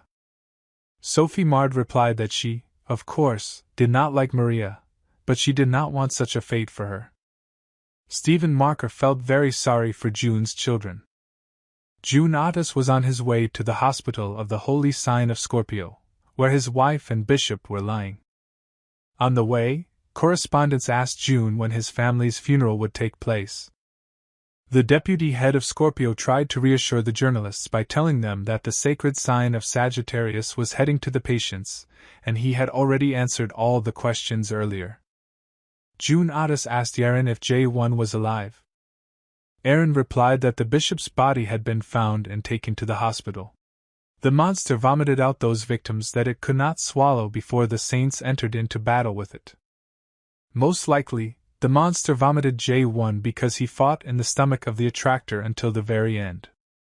June ordered J1 to be placed in the intensive care unit as soon as he was brought to the hospital. Yaren couldn't stand it anymore and started yelling at June for taking all the responsibility. She argued that it was not too late to tell everything to the public. June did not want to tell the families of the victims that their loved ones did not die, but simply lost their souls, which they could get back if they defeated this monster. June said that he had lost most of his powers. Due to the fact that other saints could not cope with the monster, they had to move it to an unknown place. Therefore, none of the saints in such a situation would want to risk their lives and strength for the sake of returning the souls of those people. Yaren continued to try to convince June to tell people the truth. June said that he deserves to be condemned and blamed because he did not keep his promise to Lee Gang even though he trusted him with the safety of Korea. June decided to go check on his wife, because he was worried, because only Dream and Alice were sitting there. The deputy head stopped Yaren from asking June to tell the truth anymore. He said the reason June decided to transfer the victims to a hospital rather than allow the families to have funerals was because he believed he could help them wake up. June Otis will never give up. Because if he gives up those people, he will give up both his wife and the bishop. June Otis walked to the door of the ward and heard his son crying at his mother's bed. Dream blamed himself for what happened, because if he hadn't been hungry then Chai Won's mom and uncle would be fine. Dream blamed himself for the fact that his dad could not defeat the monster through him. June Otis, hearing Dream's words, simply stood and cried. June told Li Gang that he should have come and told Dream that it wasn't his fault. But he could not appear before him in such a state. When they heard this story, the entire squad began to cry, only Li Gang sat thoughtfully. June planned to soon put an end to the bloody mist of the races and forever. Meanwhile, Blood Mist sensed the remaining powers of the Sagittarius god approaching them, as well as the power of the Snake god. In the morning, the squad moved deeper into the city, killing monsters along the way. Unexpectedly, the squad members began to give June a lot of gifts. June assumed that there were so many gifts because he told a sad story, but the guys denied everything, saying that they just wanted to share. June Otis loved her team very much. For him they were a second family. While Li Gang was eating sweets, Lily Quinn contacted him. The Queen of Spirits informed Li Gang that Dream went to the secret archive of the Gemini Magic Library. In the library, Dream was looking for the Call of Souls skill, with which you can summon a creature from another world. Calling souls is a skill that can be used to summon a being from another world to the human one. Therefore, Dream wanted to call upon the souls of his mother and Uncle Chai Won, who were in a coma and were stripped of their souls, because they were protecting him. And also the souls of the people who died that day at the hands of the Bloody Mist. Lily Quinn, after listening to Dream's story, decided to let him into the library so that he could try to return the souls of his loved ones. Dream found a skill book, but didn't have enough tribute points to access it. Dream decided to donate the bracelet his sister gave him in order to get enough donation points. The knowledge inside the book began to break out. Dream was looking for page number 1467, where the skill, Call of Souls, Contact with the Dead, was located. Suddenly, the book was taken from him by Yun Shu, who always mocked Dream. Dream shouted at Yun Shu to give him the book, because he really needed it. Yun Shu cloned the book and told Dream to find the real one. Dream was furious and wanted to attack Yun Shu to take his book. Yun Shu laughed and said that his uncle Li Gang would not be able to help Dream today. Yun Shu showed the sign of the sacred sign of Libra and said that today his father and Li Gang would be torn apart. June Otis sent a signal indicating that the cleansing of the city was completed for the day. God decided to conduct a roll call of all units. Everything went smoothly for Squads A and B, and they returned from clearing the city. Only Squad C did not answer the call. Suddenly, everyone saw a red mist and heard the screams of Squad C, who had already been devoured by the monster. June Otis, in a rage, immediately grabbed a weapon and wanted to rush into battle. Li Gang stopped June and told him to remain calm as he should not be controlled by uncontrollable anger. 10 years later, June Otis was preparing to take revenge on Blood Mist. Meanwhile, a bloody fog began to appear in the city under the dome. Li Gang and June saw that the roots of the Blood Mist had already broken through the dome. Seeing the monster itself, Li Gang immediately rushed at it. With all his might, Li Gang hit the one who brought so much grief to the family of his best friend. From such a blow, the monster flew only a few meters. Blood Mist was able to grab Li Gang's leg, after which Li realized that he was no ordinary weed. Yun Shu activated a portal through which Dream saw the Blood Mist that Li Gang and his father had already fought. Yun Shu said that Li Gang and the Sagittarius sign will die today because Blood Mist hunger is the Achilles heel for the constellation powers. June Otis shot the monster's roots to save Li Gang. Li Gang realized that Blood Mist considered everything he saw to be food. Li Gang's freed leg was burned to the bone. Li Gang was not worried because with the help of super regeneration, his wounds healed within seconds. Li Gang told the monster that his feast would not take place today and summoned his hammer of realization. Li Gang promised June that the souls of his loved ones would be saved today. Li Gang attacked the monster, using his skill to enlarge his hammer several times. From Li Gang's blow, the monster fell several meters underground. But this blow did not cause any damage to Blood Mist, and the monster easily knocked Li Gang back. At the same second, a rain of explosive arrows fell on the monster. June saw that the arrows were causing damage to the monster and ordered the squad to prepare for a second volley. The monster absorbs the power of the constellations, so the squad used relic arrows instead of magic ones. Immediately a second volley of arrows fell on the monster. In response, the monster attacked the squad with vines, which prevented targeted fire. Li Gang summoned a lump of slime that recreates anything. The lump of slime turned into large scissors, and Li Gang rushed to trim the monster's vines. At this very moment, the Blood Mist vines began to fall to the ground from Li Gang's blows. Li Gang then attacked the monster itself and proceeded to cut it into small pieces. Because of the work done, the lump of mucus no longer has the strength to transform. All that was left of Blood Mist was a pile of flesh, cut into small pieces. Looking at the defeated monster, June Otis did not believe that everything would end so easily.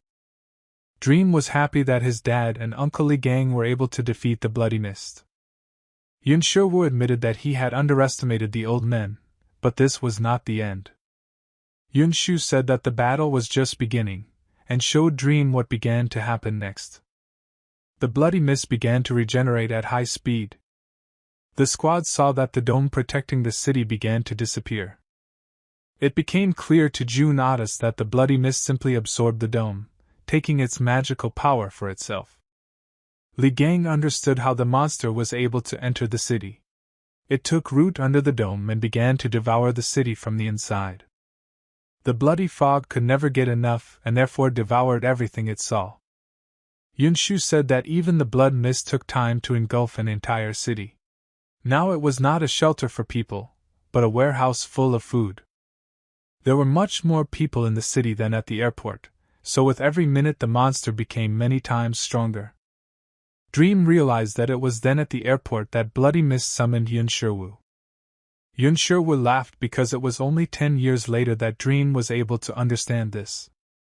Yun Shiwu said that Dream's father had long known that he was the one who summoned the monster. June Otis knew everything, but could not do anything, because Yun Shiwu is the son of the most powerful constellation. Dream quickly took out a blade with which he could summon Li Gang. Yun Shiwu, after the last time, was very afraid of Li Gang. Dream did not distract Li Gang from the battle with the monster, but struck Yun Shiwu himself. While Yun Shiwu lay unconscious, Dream was looking for a book with the Call of the Soul spell. Dream took the relic with which Yun Shiwu summoned the Bloody Mist. He was confident that with the help of this relic he could recall the monster. And to do this you need to get to Europe, to the Bloody Fog itself. Dream activated the fog with the help of a book, and went to his dad and Li Gang. Meanwhile, Sagittarius' squad covered the monster with arrows, using the Fire Rain Storm skill. But Blood Mist, with the help of his vines, was able to deflect most of the arrows. Li Gang, using the cutting skill, was able to perfectly cut off part of the monster's vines. In response, the monster attacked with the remaining vines, damaging Li Gang's left arm in the process. The Blood Mist began to devour Li Gang's physical capabilities, causing the effectiveness of super regeneration to be halved.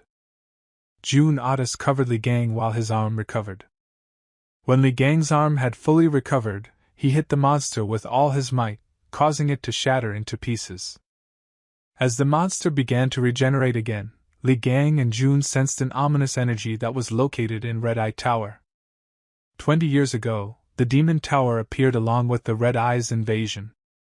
There were many theories that called the tower the Ark of All Misfortunes, or the outpost of a mystical civilization, and whatever else. But they knew one thing for sure: the monsters inside the tower were at an ideal level. The red and black class monsters look meager compared to the invincible red mist monster. Li Gang activated the power of the 13th god to find the red mist's weak points. Li Gang saw 3 cores. The most active core was the unification of souls and life force, which the monster absorbs. But Li Gang did not understand where the monster was sucking out souls and life energy with its roots. Looking at the dome, Li Gang realized that the monster had captured it, and was using it as a storage facility. June Otis immediately ordered fire to be concentrated on the dome to destroy it. The monster could not allow the storage of stolen souls and life energy to be destroyed and grabbed part of the squad with its roots. The blood mist began to imitate the stolen souls, calling for help and confusing the group. Meanwhile, Dream teleported straight to the city under the dome. The Libra artifact in Dream's hands began to react to something. Dream saw the roots of a tree that were gradually consuming the city. It was a tree with red leaves that emitted a bloody mist. The Libra relic blocked the effect of the bloody mist, protecting Dream. Dream realized that it was because of the bloody fog that people were in this state. Dream activated the magical power of the grimoire to destroy the red trees. A news drone revealed to the world that the domed city had plunged into absolute chaos due to the appearance of a monster. The head of the European Union was angry with Yin Shiwa because he never knows when to stop and created such a big problem that the whole world already knows about. The monster has already been identified as Blood Mist, which has already caused casualties in the past. He is also the prime suspect in the recent disappearance of the Maiden Squad. Sophie Mard watched on television as the city was poisoned by the gas released by the blood mist. The rescue team cannot work in the city as the gas may contain other toxic substances. It is currently impossible to estimate the potential number of victims. A news drone records what's happening in the city under the dome. Li Gang was caught on camera trying to destroy the dome. Blood Mist wanted to trample June Otis with his big paw. The Stormwind bow was broken, and Sagittarius himself was trampled by Bloody Mist. Li Gang wanted to rush to save his friend, but the souls began to stop him and ask for help. While Li Gang was distracted, Blood Mist grabbed him with its roots and threw him towards the house. The Sagittarius squad, who had just managed to escape from the monster's roots, saw how the monster was able to immobilize June and Li Gang.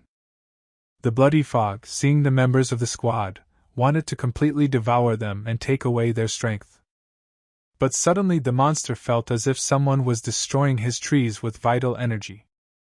With each destroyed tree, the monster received more and more damage and became weaker. Dream, with the help of the grimoire, destroyed the red trees of the Bloody Mist. Dream spared no effort, because his mother, Chai One, and many innocent people suffered because of the bloody fog. Bloody Mist felt that his strength was beginning to run out, and he decided to go to the dome to deal with the pest. June borrowed Got's bow and ordered everyone to act as they had learned to do to stop the monster. Suddenly, Blood Mist was knocked to the ground by a pillar-sized arrow. June couldn't use it before because he was afraid that he would interfere with Li Gang. June thought that a small arrow would not be enough for Blood Mist, so he prepared this one. A volley of rockets flew towards the monster that had fallen to the ground. Then the guys from Sagittarius squad were able to tie up Bloody Mist and hold him back. The fighters could barely contain the monster. It was as strong as it was large.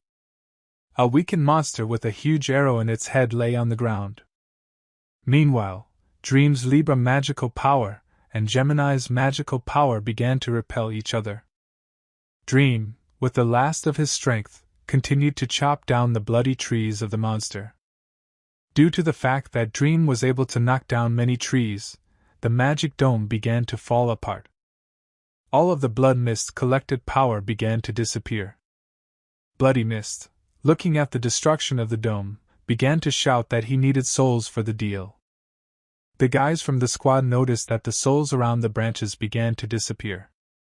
Dream lay exhausted, and his broken grimoire lay next to him. Dream noticed that with the last of his strength he was still able to cut down the bloody tree. Due to Dream destroying the tree, his arm was shattered and the scales relic was destroyed. Dream was very happy that he could finally see a clear sky. Suddenly, Dream saw a large explosion happen in front of him. The sun god's power began to surge out. Li Gang, using the will of Janus relic, was able to activate the snake scale barrier skill. The relic protected Li Gang from harm. Dream did not understand what kind of beam it was. It was very similar to my father's fire, but the sensations were completely different. When the smoke cleared, Dream found himself in front of a melted city.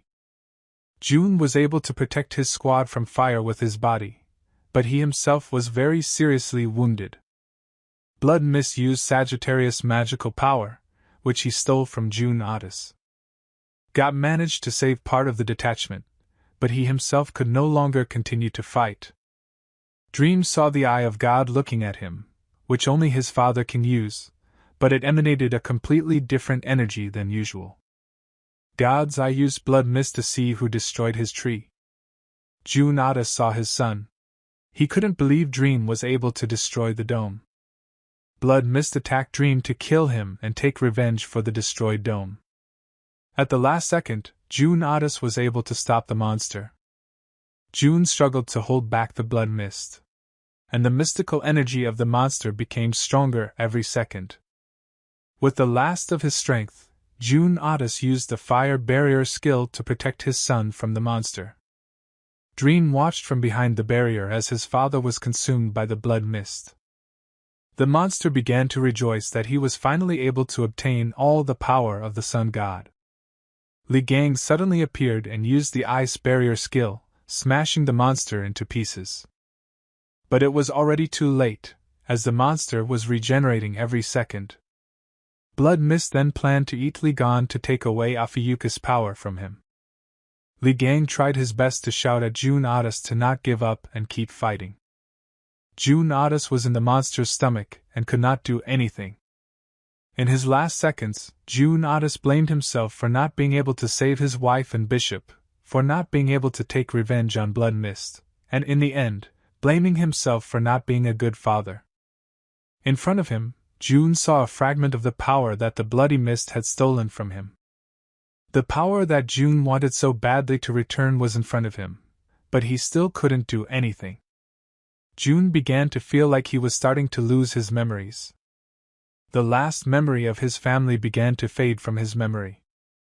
June was able to wake up with the last of his strength and continue to fight because he did not know how he would look his family, and Li Gang in the eyes if he left so easily. June reached with all his might for his strength, which the monster had taken from him.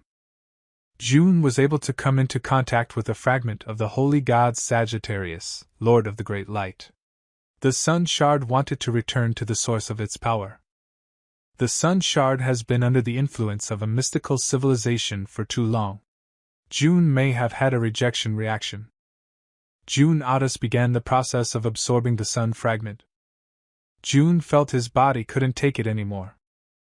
Suddenly June Otis saw the light, and in the light someone was calling him.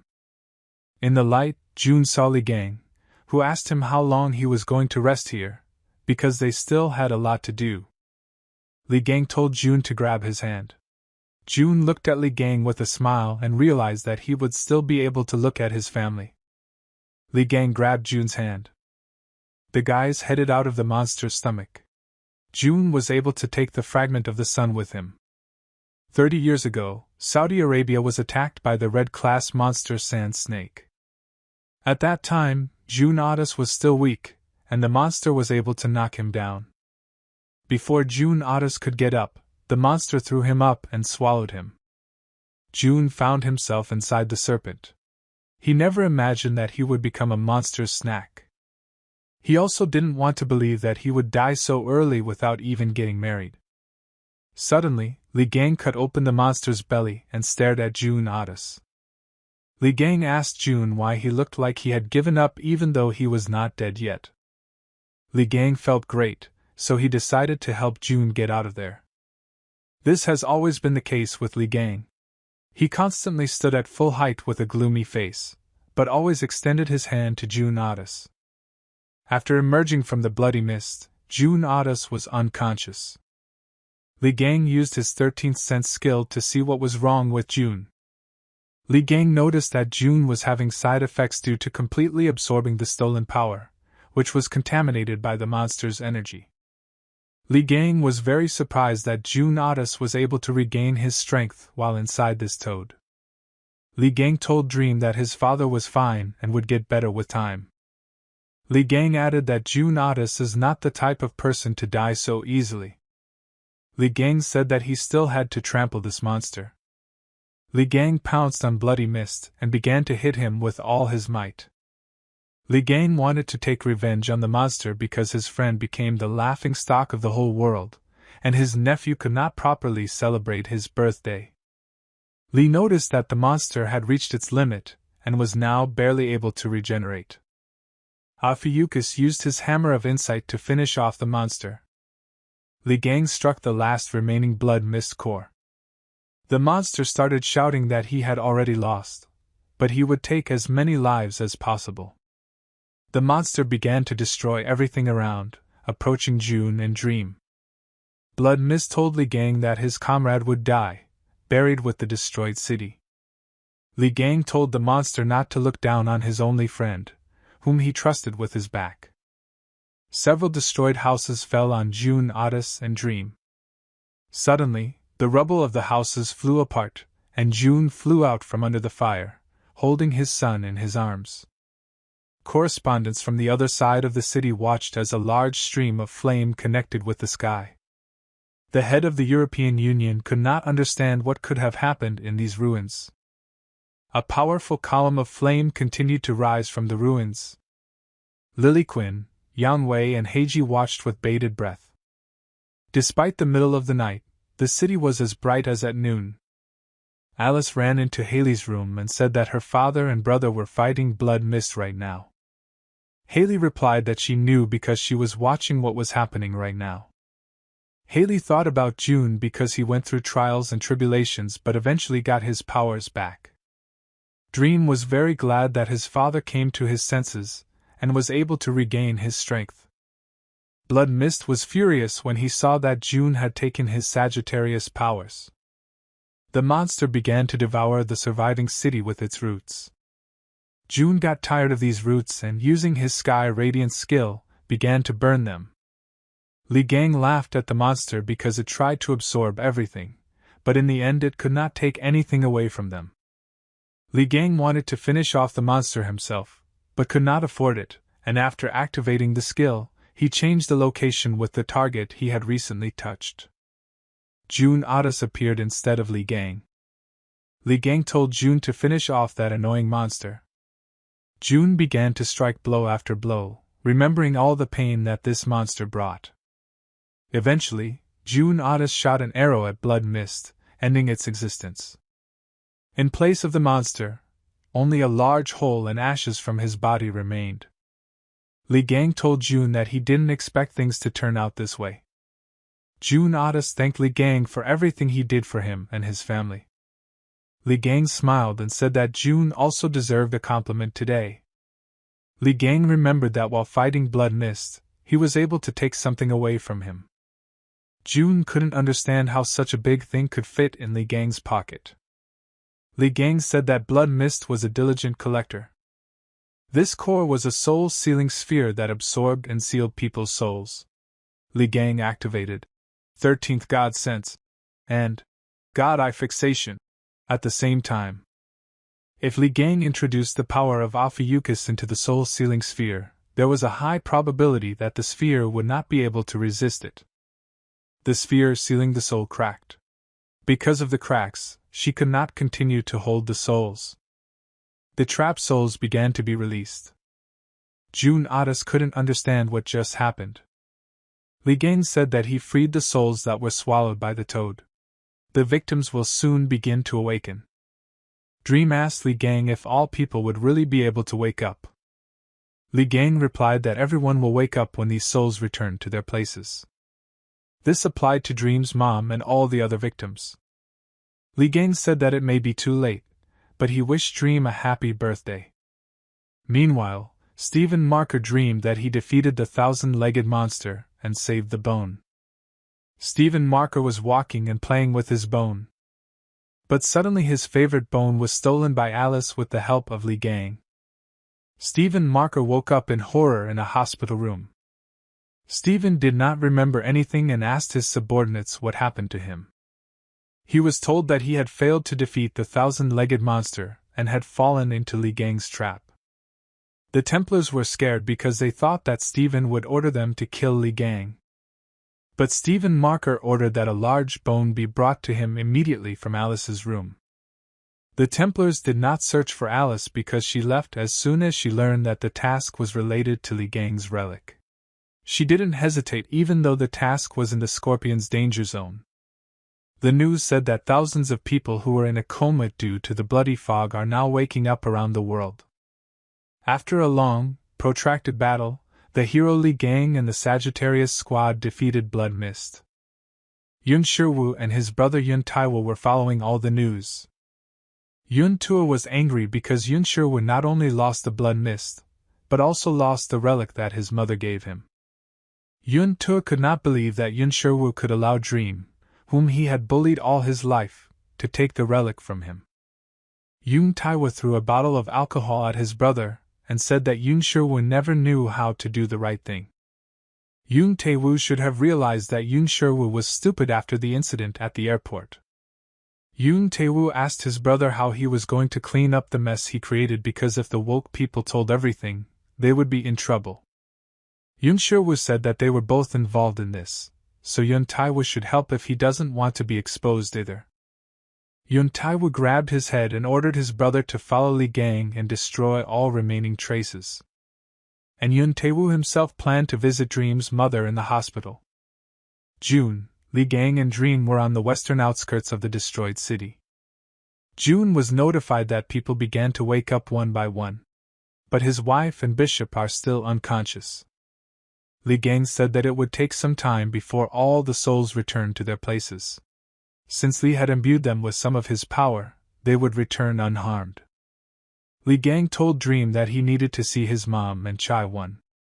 Dream asked why Li Gang and his father didn't want to go with him. Jun Ada saw his son crying and thought Dream was worried about him. Jun Ada saw how embarrassed his son was, pulled himself together, and said that he and Li Gang still had work to do. As Dream teleported away, Li Gang started laughing and said that he and his son had made progress, but Dream was still shy. Dream teleported to the hospital where his mother was. But before going to his mother, he decided that he could not go empty-handed and decided to buy her flowers.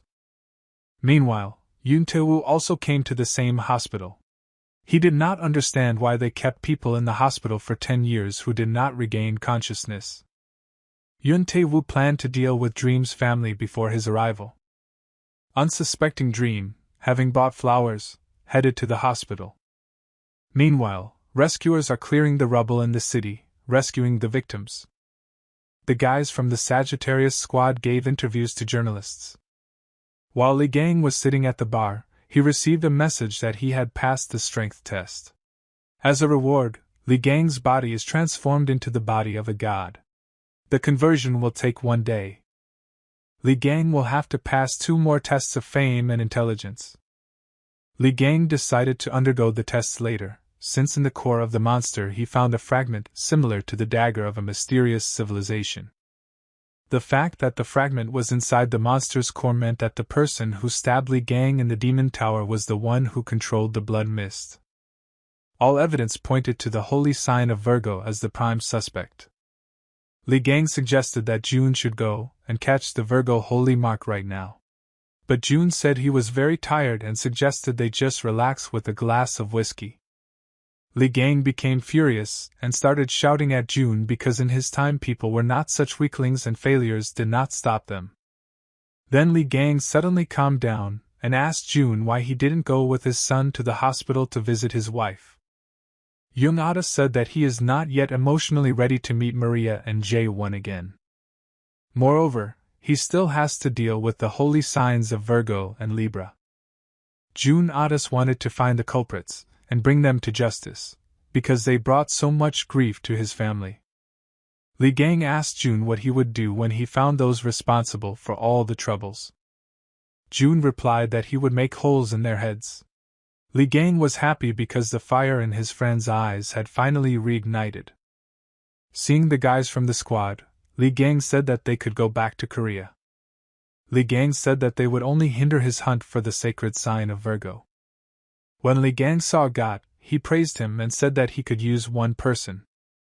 Moreover, Dream himself is now in Korea and needs protection. June Otis jumped to his feet because he never thought that his son would be in danger in Korea. Li Gang told June not to worry because he left Dream a coin for protection. Li Gang gave Dream this coin right after the fight. Using the God Eye fixing skill, Li Gang saw that Dream had great faith. With the help of the coin, Dream will be able to become Li Gang's human avatar if he can complete the entry task. Upon completion of the task, Dream will receive a reward. Meanwhile, Dream was already in the hospital and, looking at the coin, he remembered Li Gang's words that he would need it soon. On the way to his mother, Dream saw how people took turns waking up after a 10-year coma. Dream was very happy, because this meant that both his mother and Bishop Chai-won would wake up soon.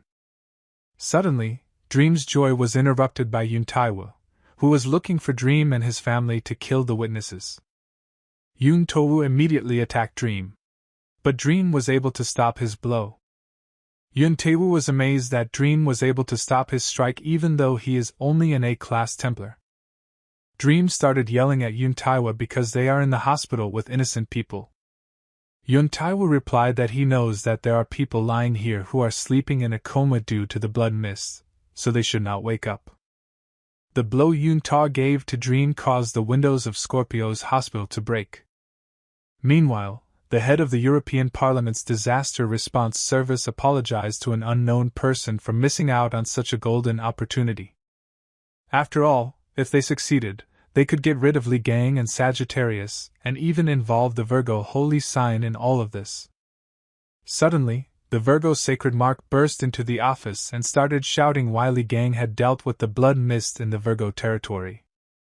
Meanwhile, Li Gang and June Otis were relaxing while drinking alcoholic drinks. The Virgo constellation saint was as noble as he was diverse and incredible, the man who ruled the Ice Legion. The Ice Legion, led by Kevin Hazard, lived up to the reputation of its commander. The Legion's power and numbers are comparable to Libra, the largest constellation of this world. It's like Kevin has everything you could want, from his pedigree, his skills, his strength, to his good looks. However, each has its own disadvantages that cause the most concern. Kevin Hazard didn't understand why Li Gang entered his territory and killed the monster he was supposed to kill. Kevin didn't understand why Li Gang died in the Demon Tower, and then came back and immediately stole all the glory from him. At first, Kevin had the usual childhood rivalry, but it grew into something else. Li Gang always got all the credit for slaying the monsters, while Kevin took a back seat. Even in interviews about general activities, Li Gang was a key figure. And at karaoke, where they went from time to time, Li Gang always took first place.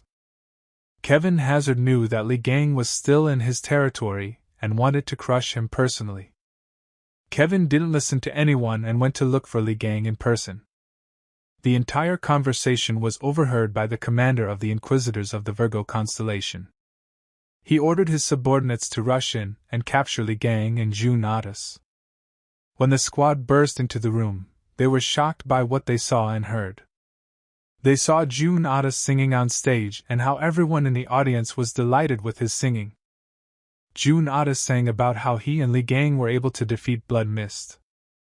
With their dancing and singing skills, June and Li Gang's faith grew quickly.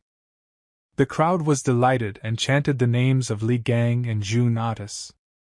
One of the Templars wanted to stop all this, because propaganda shows were prohibited on the territory of the Virgin. Before the Templar could draw his sword, Li Gang immediately struck him, causing the guy to fly to the other side of the street. The faith of the crowd was replenished by the fantastically terrible sight of Saint Sagittarius. The crowd's faith in Ophiuchus grew stronger. Li Gang asked the Templar how he dared to interfere in his affairs. Rising to his feet, the guy wanted to stop the propaganda of the constellation Ophiuchus in the territory of the constellation Virgo. This time the head of the Inquisitor stopped him and asked the guy to forget about the duties of an Inquisitor for a while.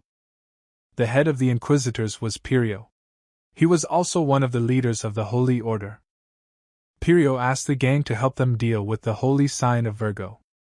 Meanwhile, Kevin Hazard had already searched the entire city to find Li Gang.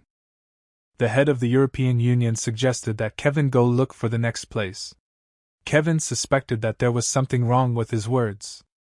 Kevin noticed that the head of the European Union, instead of glasses, had the Wanderer's Eye skill borrowed from Scorpio, after which Kevin immediately neutralized it. Kevin realized that they were trying to detain him, forcing him to wander around the area so that the Inquisition would be the first to find Li Gang. Meanwhile, explosions occurred in the shelter of the Virgo constellation because there was a battle going on there. One by one, Li Gang killed the avatars of the Virgo constellation guarding the treasury. After killing the avatars of the Virgo constellation, Li Gang gained the experience of the sacred throne, and also received high-quality cloth from them.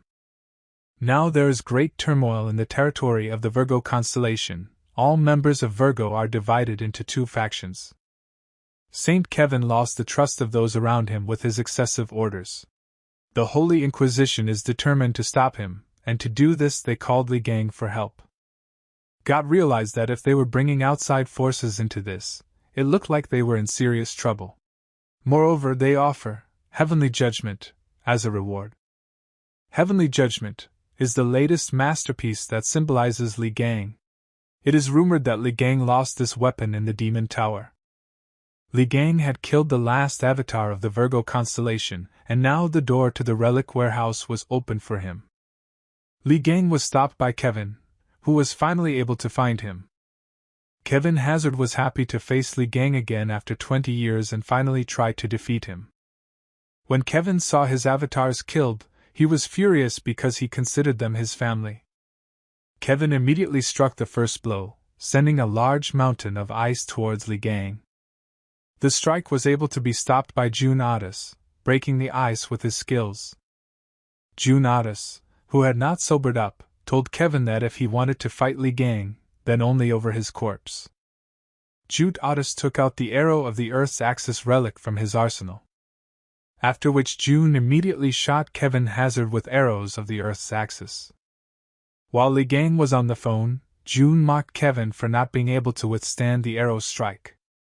When the smoke cleared, Kevin stood there as if invulnerable.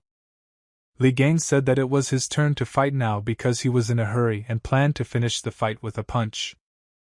Kevin Hazard was very happy about this fight and ordered no one to interfere with the fight, because he had been waiting for it for 20 years. When Li Gang threw the first blow, he was shocked that Kevin was able to withstand it. Li Gang's body enhancement had not yet been completed, and due to the side effect, he was unable to fully utilize his physical strength. Li Gang's relic tailor's scissors was destroyed, unable to withstand the scorching cold. Li Gang wanted to dodge and kick Kevin's weapon, but instead, his shoes were destroyed by the cold of the weapon. When Kevin Hazard wanted to strike, Li Gang, using the hammer of insight, was also able to break his sword. While Kevin was wondering where Li Gang could have gotten his hammer, Li was able to kick him. Li Gang asked Kevin if this was all the power he had accumulated in 20 years. Kevin got angry and instead of the broken sword, he took out his first relic. Frozen Winter. Li Gang noticed that the force of the frosty winter began to constrain not only his movements, but also his lungs. Kevin Hazard mockingly told Li Gang that after 20 years in prison, his skills were very rusty. Kevin didn't speak for long and hit Li Gang at full speed. June and Got were afraid for Li Gang because they saw him being stabbed with a sword. But Li Gang teleported behind them. Li Gang used his Take the Hit for Me skill and the Inquisitor Chief teleported to his place. While Kevin was at a loss, Li Gang was already ready to strike with his hammer. Thanks to his skill, Li Gang saw that the chief of Inquisitors was 93% loyal to the Libra constellation. Without hesitation, Li Gang hit Kevin and Furio with his huge hammer. The blow was so strong that Kevin Hazard broke the gate of the relic warehouse with his body. In the middle was Li Gang's frozen relic Heavenly Judgment. June Otis asked Kevin how it felt to be betrayed by his own people the same way he once betrayed Li Gang in the Demon Tower. Kevin Hazard was furious again because he never betrayed Li Gang, because he is a noble man and could never afford such a thing. Kevin wanted to teach June a lesson, but Furio stopped Kevin with Libra's follow the golden rule skill. When things turned out this way, Furio decided to get rid of the Virgo constellation. Furio used Libra's unique skill, Equal Exchange, to place Kevin on the scales of the sacred essence of balance and justice.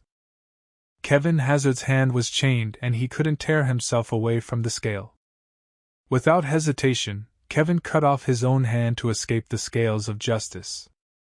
Kevin lay there and looked at his hand remaining on the scale. Furio laughed at the expression on Kevin's face when he cut off his own arm. Furio began the process of equal exchange. The right hand of the Virgo constellation was taken as payment, and in exchange for the payment, Furio received uncharted space. Li Gang, June and Gat immediately attacked Furio. But it was already too late, and they found themselves in an unknown space. Unexplored space was an isolated place in the constellation Libra. Li Gang felt the unpleasant magical aura that he had encountered before. Furio asked the guys if they liked the vastness of hell, because this place would soon become their grave. Kevin's subordinates decided to attack Furio to avenge their leader's severed hand. Kevin stopped them and said that it was impossible to use their powers in this place, since the connection with the sacred essence was broken. June Otis and God also did not feel their magical power. Suddenly, monsters attacked everyone, and without their magical power, the guys had no chance to resist. Li Gang wanted to suddenly attack Furio, but he was grabbed by the hands of unknown creatures. Furio said that these were the same monsters that Li Gang had been killing for 20 years in the Demon Tower. Hundreds of monsters from the Demon Tower began to appear in the unknown space. Meanwhile, at the hospital, Dream tried to fend off Yuntaiwa's attacks, but his strength was already running low. And when Dream's strength was exhausted, Yuntaiwa struck. From the impact, Dream broke the wall and flew into his mother's room. Yuntaiwa took the Gemini spell book from Dream and said that this book is not as simple as he thinks. With another blow, Yuntaiwa threw Dream and his mother out of the hospital. Falling, Dream grabbed his unconscious mother and did not know what to do to save himself. Dream didn't want to give up because Uncle Li Gang didn't give up even in the Demon Tower, and his father didn't give up in the Bloody Mist's stomach. Suddenly, Dream saw Ophiuchus welcoming his fortitude and inviting him to take the entrance exam. Dream agreed to take the exam without hesitation, all in order to save the life of his family at least once. Dream was filled with Ophiuchus' powers and he was able to land on his feet and save his mother's life. In an unknown space, the monsters were able to grab everyone into their clutches. Furio taunted Li Gang, saying that even insects fight back when stepped on. Li Gang replied that even when he was alone in the Demon Tower for 20 years, he never thought of giving up. Li Gang asked Furio if he really thought he could defeat him with a bunch of worthless monsters. Furio got scared and sent all the remaining monsters to Li Gang to kill him.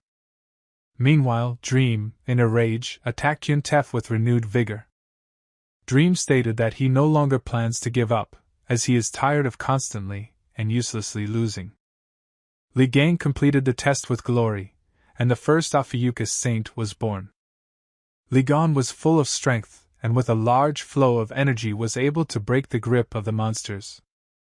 Li Gang wrote down the first verse in his Bible. It said that Li Gang appeared first, and he crushed the tower in which he was imprisoned, and unexpectedly came out to the people. Li Gang wanted to finish off Furio quickly, but he had something to take care of first. Furio could not understand how the unknown space could be torn apart, and this relic appear. Li Gang was able to free his weapon from its imprisonment with just his hands. Li Gang was able to once again feel the power of his 8th relic and the master's strongest weapon. Li Gang noticed that the weapon was very worn out, because it had not eaten the flesh of monsters for 20 years. Li Gang was attacked by one of the monsters, but he easily stopped it. Li Gang then hit the ground with all his might. Because of this, the island split into 2 even parts, simultaneously freeing those who were captured by the monsters. Li Gang said that he is different from others because he likes those people who never give up. Li Gang asked Furio if he would give up or fight because even an insect resists when stepped on. Furio, with the last of his strength, began to send monsters to Li Gang. Li Gang was able to defeat the monsters that attacked him with one swing of his sword. Li Gang was very happy to use his favorite weapon again after so many years. The uncharted space was torn apart, and the power of the sacred entities returned once again. Seeing the poses the others were in, Li Gang laughed because of their terrible poses. Furio lost contact with the Holy Spirit and wanted to run away. But suddenly Kevin Hazard attacked him. He was very angry that he lost his arm because of Furio. Kevin cut Furio's throat with one swing of his sword. Everyone thought that Furio had died, but suddenly the spirit of the Cancer Science Saint flew out of his body. Jean-Louis Morin asked Furio that he really wanted to escape, because he was ordered to kill everyone present. Jean-Louis decided to give Furio a second chance and, using the rented unique skill equal exchange, presented him as an offering. Li Gang told Kevin that he would now call him Great Furio in honor of his old friend. Kevin couldn't understand how June tolerated Li Gang and his antics. Li Gang said that June Otis must endure because he is his slave. Kevin fell over laughing when he heard these words. Meanwhile, Furio has turned into a huge monster that must destroy Li Gang. Li Gang was full of energy as the process of strengthening his body was 80% completed and the side effects began to subside. Even with just one light swing, his strength was incredible. Li Gang decided to test his strength against the monster, putting all his strength into one blow. Meanwhile, appraiser Jean arrived at Virgo Constellation Sanctuary because Li Gang called him there. Suddenly, the Maiden's Shrine exploded in front of Jean, causing Jean to scream loudly. Li Gang noticed that he had forgotten how to control his powers. If such destruction occurred at the expense of 85% strength, then Li Gang could not imagine how strong he would be at 100%. Kevin Hazard was furious because his shelter was destroyed, and he is now officially homeless. Jean-Louis Morin apologized to the constellation Libra for the fact that the attempt to turn the saints against each other failed.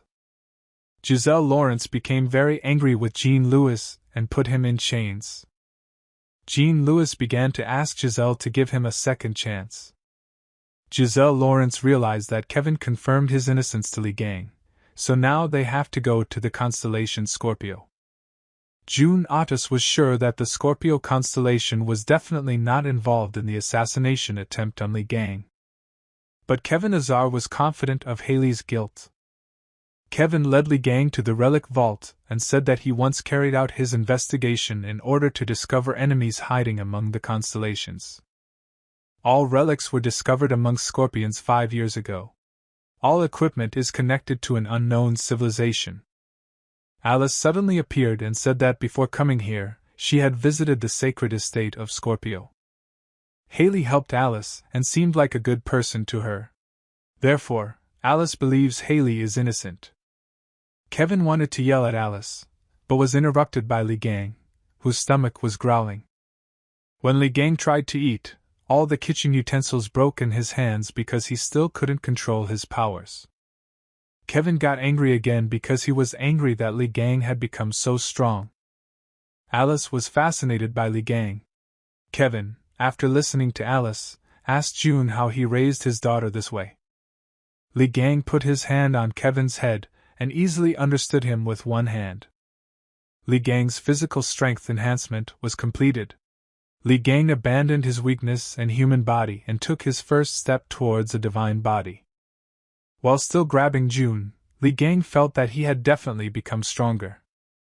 Alice watched with a smile on her face as Li Gang played with the saints like toys. Alice remembered that Haley asked to give one relic to Li Gang. Alice took out a box containing an ancient fountain pen that cannot write lies. The appraiser was amazed to see one of Li Gang's 8 legendary relics. Li Gang didn't understand why Haley had a pen because she always hid from him when she saw him. The appraiser said that after checking the relic storage area, he discovered that it was full of things related to the mystical civilization. He was sure that some of them had something to do with Scorpio.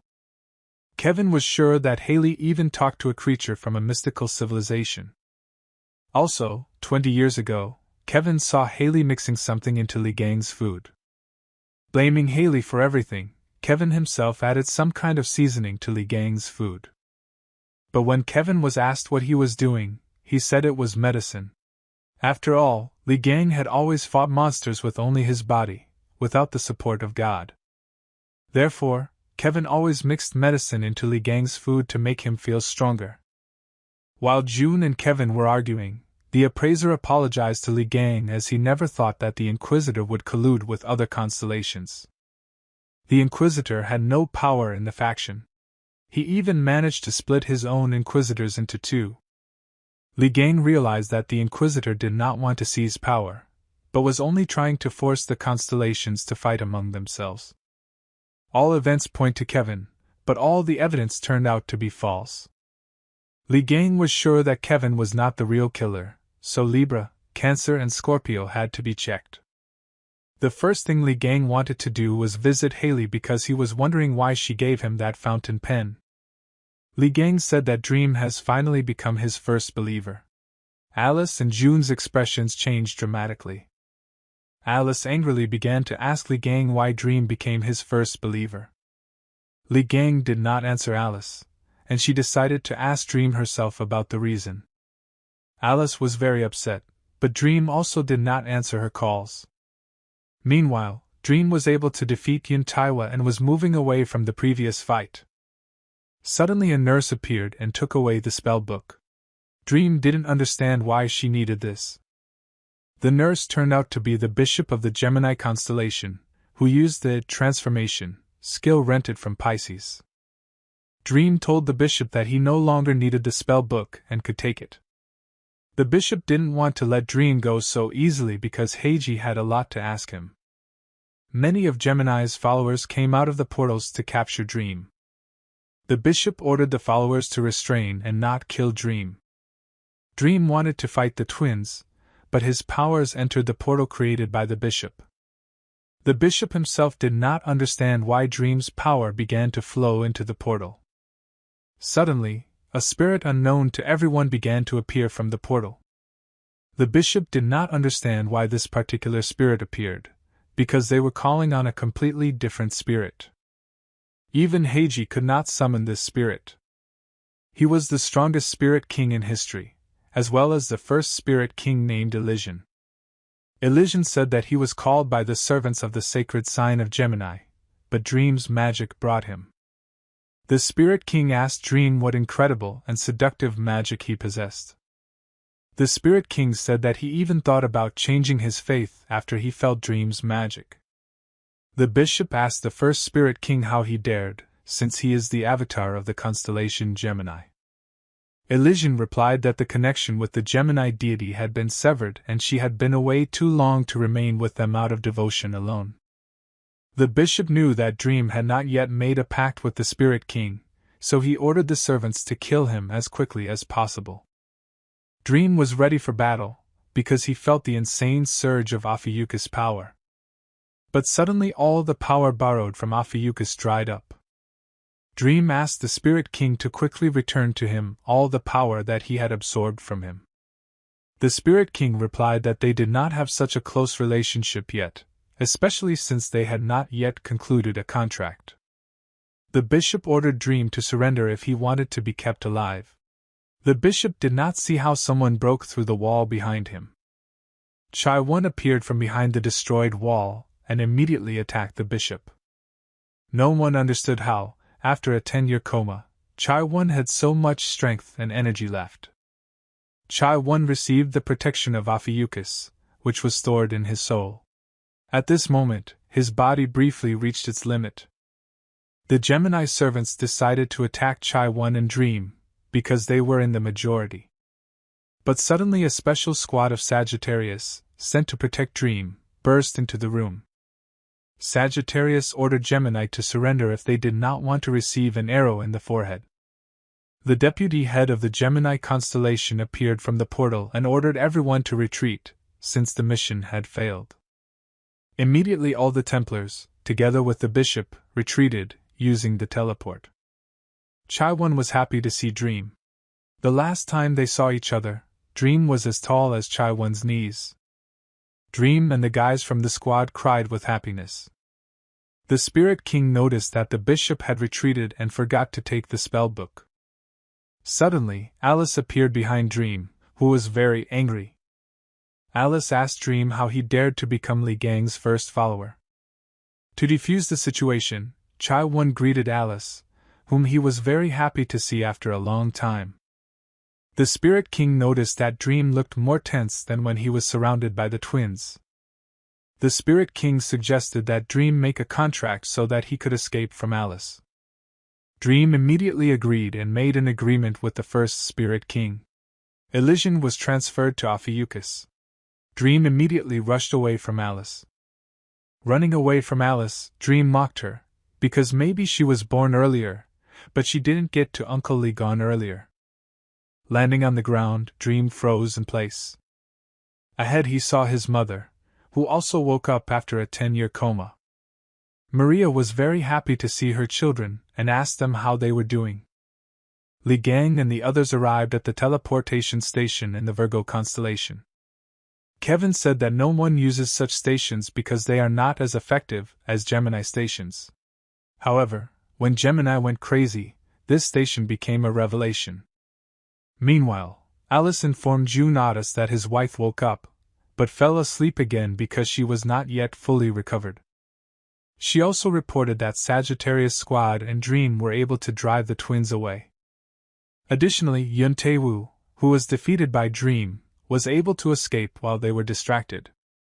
Li Gang didn't understand who Yun Tae-woo was.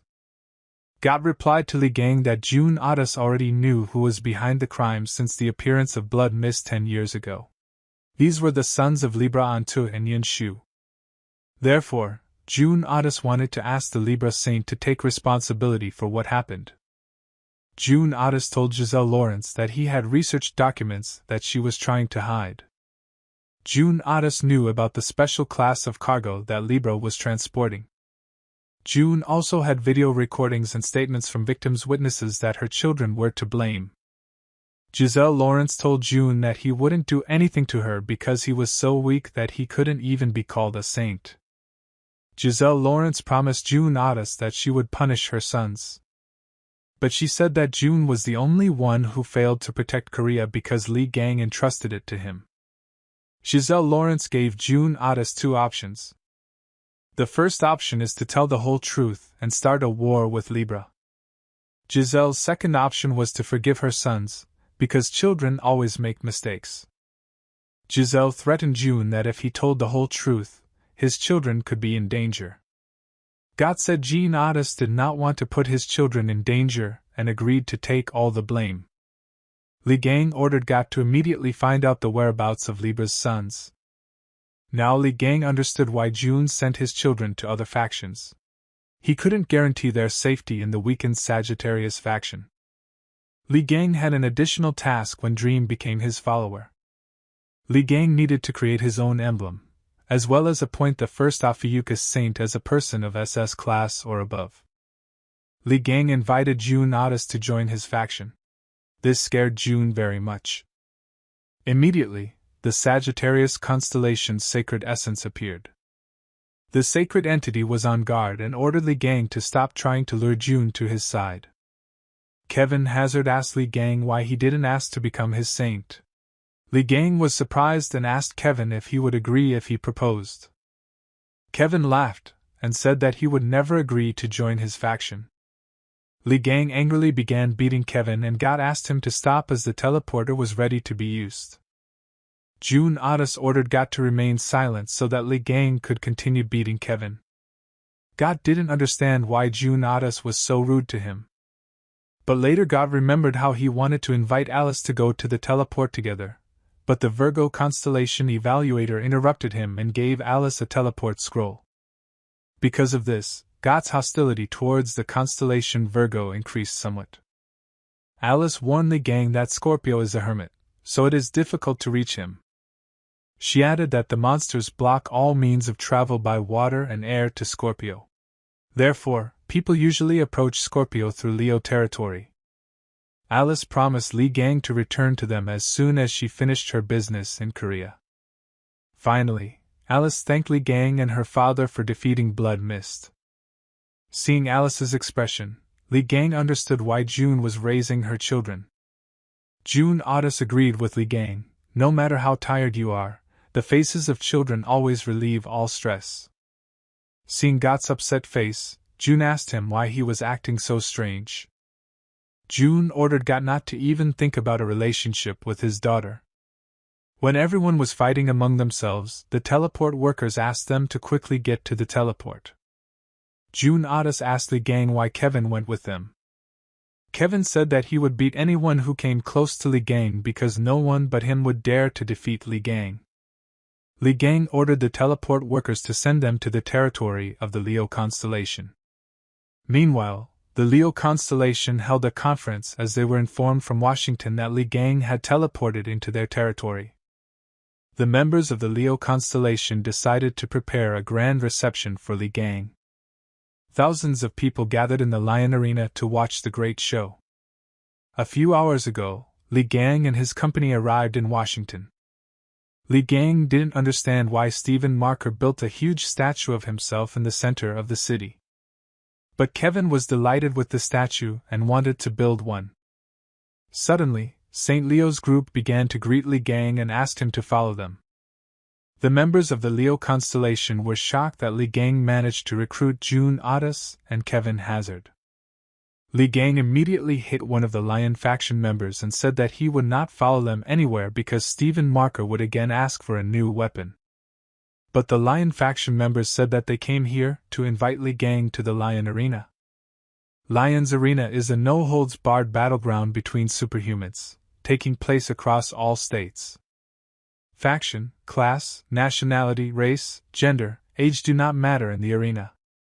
The last time the Saints fought among themselves in the arena was 30 years ago. And it was between Li Gang and Stephen Marker.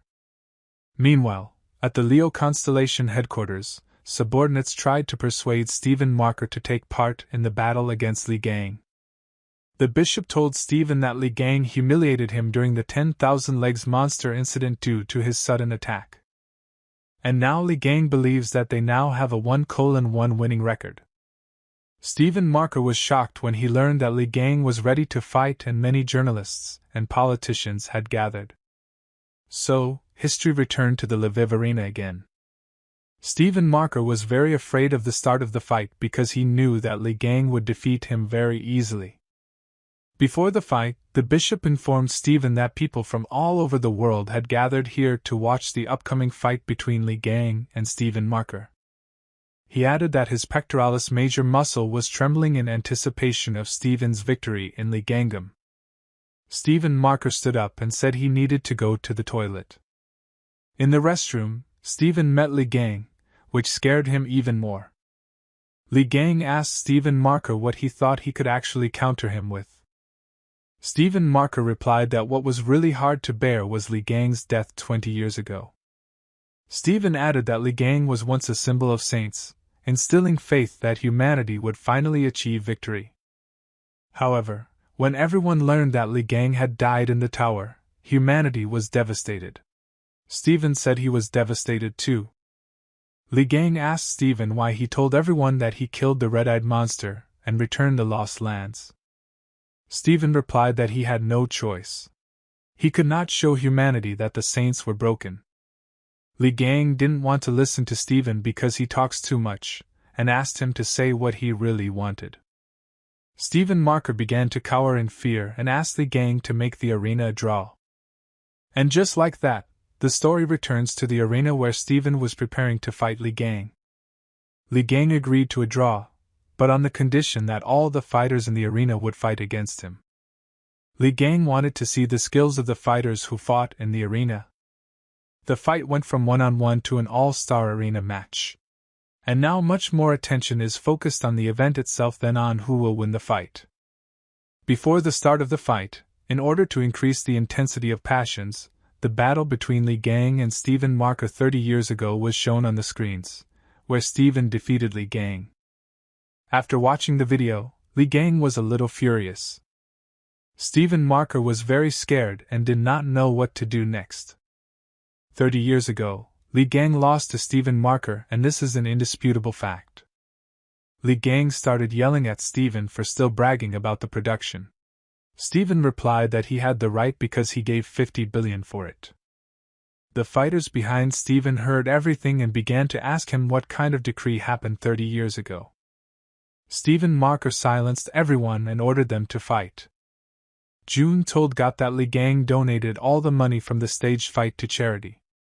Kevin was furious that Li Gang was fighting everyone but him and ran to the arena to fight him.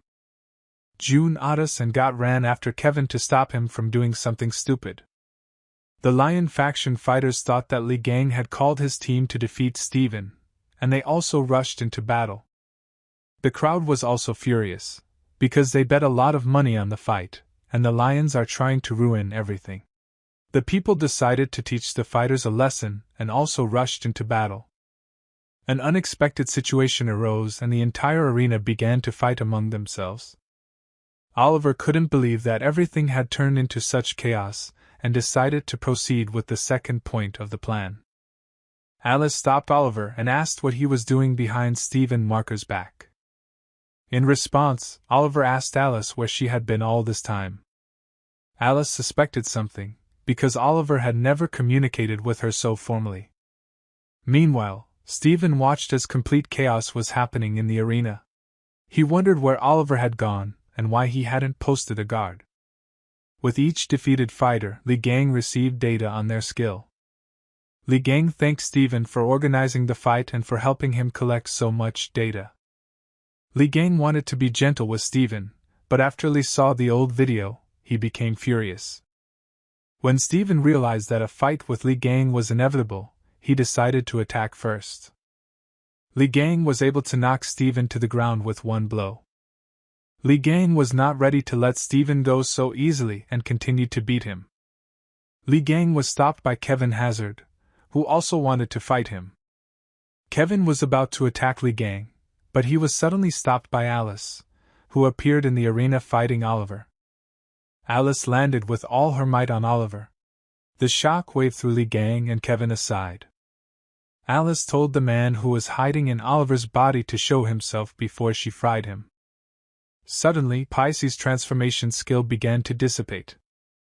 Oliver disappeared, and in his place appeared Salvia, who was the cardinal of the constellation Pisces. Kevin noticed that something always stopped him when he wanted to fight Li Gang. In anger, he stabbed his sword into the ground, but suddenly heard the sound of a piercing blow. Looking down at the ground, Kevin saw that he had accidentally impaled the man with his weapon. The whole world, watching the fight in the arena, saw how Kevin impaled the man. Kevin began to make excuses, saying that the murder was an accident. Suddenly, the murdered man spoke to Kevin, asking him how he could recognize him. Large streams of magic began to emanate from the man Kevin killed. Li Gang felt the energy of Libra and realized that the Leo faction had many spies. Hearing this man's voice, Li Gang realized that they were visited by the same constellation Libra. Giselle Lawrence praised Kevin for noticing her hiding in that body amidst the chaos. Kevin was shocked, because he didn't even suspect that Giselle could hide in this body. But he was not taken aback and told everyone that it was very easy to see her, but he thought to himself that he was very lucky. Giselle told Li Gang that she never thought that he could crawl out of the demon tower like a cockroach. Li Gang told Giselle to shut up because her methods were ridiculous as always, just like the maiden manner. Giselle asked Kevin what happened, because she was sure that he pierced Li Gang's heart in the demon tower. Kevin was furious because he didn't understand what Giselle was trying to achieve by trying to frame him for Li Gang's murder. Suddenly, June Otis tried to burn the man Giselle was controlling with his fire. June started telling everyone not to let Giselle Lawrence fool them because they already know what kind of person she is. When the fire cleared, Giselle Lawrence emerged unharmed and said that such fire would not be enough to burn this body. Kevin wanted to stab Giselle with his sword, but Libra's chains stopped him. Kevin realized that the Giselle doll could only be so powerful because it had the divine mark. A divine mark is a special mark that the deity can bestow on its believer. This doll is on the same level of power as Giselle Lawrence herself. Li Gang suddenly appeared behind Kevin and advised him to step aside. Li Gang attacked Giselle Lawrence but was stopped by Libra's divine mark. Giselle told Li Gang that there was no point in attacking her because until he summoned his divine essence, he would never be able to break through her divine mark.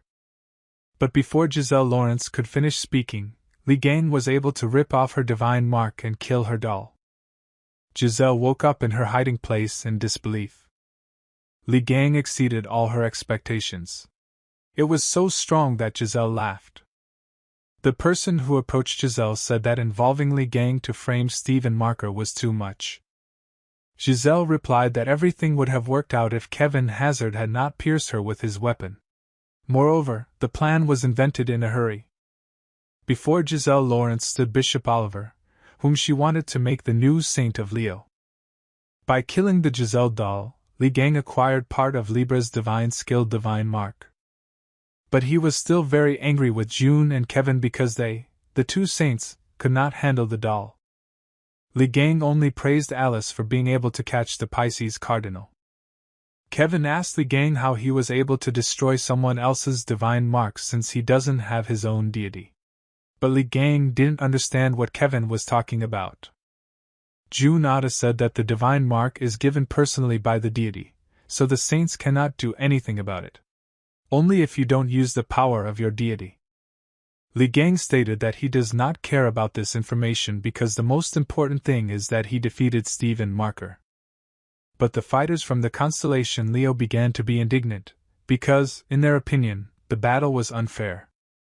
But when Li Gang looked at them, they were very scared. They decided that when Bishop Oliver disappeared somewhere, then let Alice herself decide who won the arena, because she is the cardinal of the constellation Leo. Without thinking twice, Alice decided to award the victory to Li Gang. People were happy because most of them bet all their money on Li Gang to win.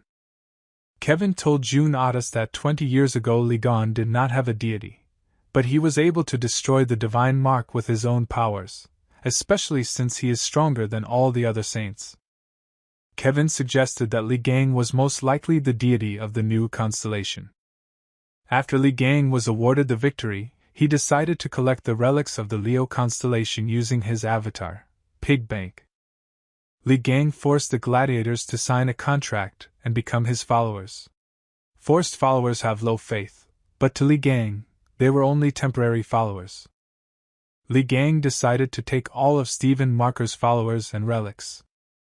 June asked Kevin why he thought Li Gang was the new deity when there was no evidence. Li Gang saw June and Kevin start to fight, arguing over whether Li Gang was a deity or not. Li Gang realized that Giselle Lawrence knew how and where he was stabbed with a dagger. This means that she knows or saw who imprisoned him in the demonic tower. Li Gang received a message that he can now name his followers. Followers who receive this name will receive a unique skill. Li Gang told June to get ready because they were going to visit Maria and Chai Wan at the hospital. And at the same time, Li Gang wanted to see Dream to give her a new name. Headquarters of the Scorpio faction. Canada. Haley watched as Li Gang defeated Lion in the arena.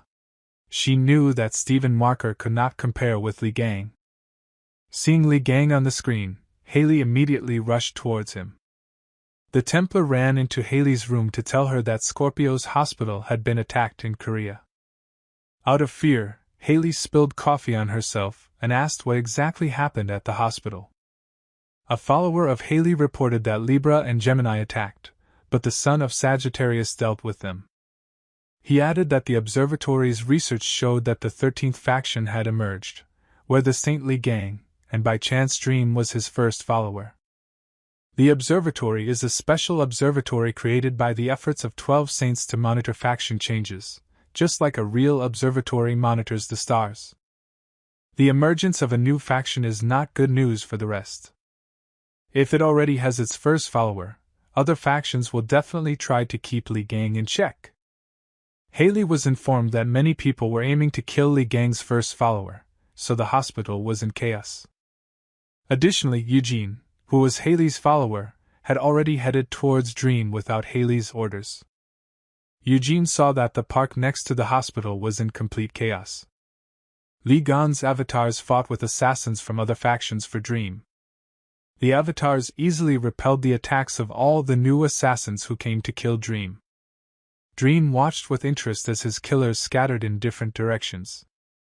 The Spirit King praised Dream for being able to turn the avatars against the assassins because he was in danger of running out of mana again during the battle. The avatars did not like Dream because they believed that he had to prove that he was worthy of serving their master Li Gang. Dream was sure that his mother was being taken care of by members of Sagittarius' squad, so he simply planned to escape from the battlefield. When Dream wanted to leave, Eugene stopped him. Dream got scared out of surprise and dropped the coin that Li Gang gave him. Suddenly, magical energy began to emanate from the coin, and June Otis teleported out of it. Eugene greeted Saint Sagittarius. Dream told his father that many killers were chasing him because he became Li Gang's first follower, and Eugene is one of them. Eugene said that he didn't do anything to Dream, but June Otis didn't believe him. Suddenly, the Sagittarius divine essence appeared and declared that it would personally burn the boy. Eugene did not understand why the sacred essence appeared here, and said that Dream himself aggravated the situation and should not blame him. The sacred entity decided to act and, opening the Sagittarius Bible, wrote that the morning sun sent its gracious light, and people were blessed by it. But Eugene was able to rewrite the Bible, writing that the blessed light disappeared with the onset of night, so people could not receive its blessing. June Otis and Dream were shocked because the divine essence was missing. June Otis, furious, asked Eugene what he did to make the sacred essence disappear. Eugene was the archivist of the Virgo constellation and replied that the sun could not shine at night. Eugene read the original text from the Sagittarius Holy Bible. He wanted to change one more thing about her. He wrote in the Sagittarius Bible that when the avatars knelt before the darkness, everyone laughed at him. June Otis knew that the lines that Eugene had just read were from the sacred Sagittarius Bible, which only the sacred entity could read. June was puzzled by how Eugene was able to read the Bible. The Bible is a divine scripture containing information about the activities and achievements of the faction. Events recorded in the Bible themselves become legends and myths, and this letter becomes the strength of the faction. The only people who can read and change the Bible are archivists. However, archivists no longer exist in this world, because the saints, with the support of the gods, slaughtered all the people who had such power. It is logical that the sacred entities could not stand archivists, because these people could deal with them very easily. Eugene laughed from June Otis' horrified face. Suddenly, Li Gang fell on him, pinning him to the ground. Li Gang told June Otis that he should have already checked out the hospital and returned to him. Once upon a time, saints, on the orders of the sacred entities, killed all the archivists, as well as all those who dared to downplay the authority of the sacred entities. The last surviving archivist was a small boy hiding behind the ruins of a house. Haley decided to save him and bring him to her holy estate. This boy was Eugene. He woke up in the basement, bound in slime and muttering Haley's name to himself.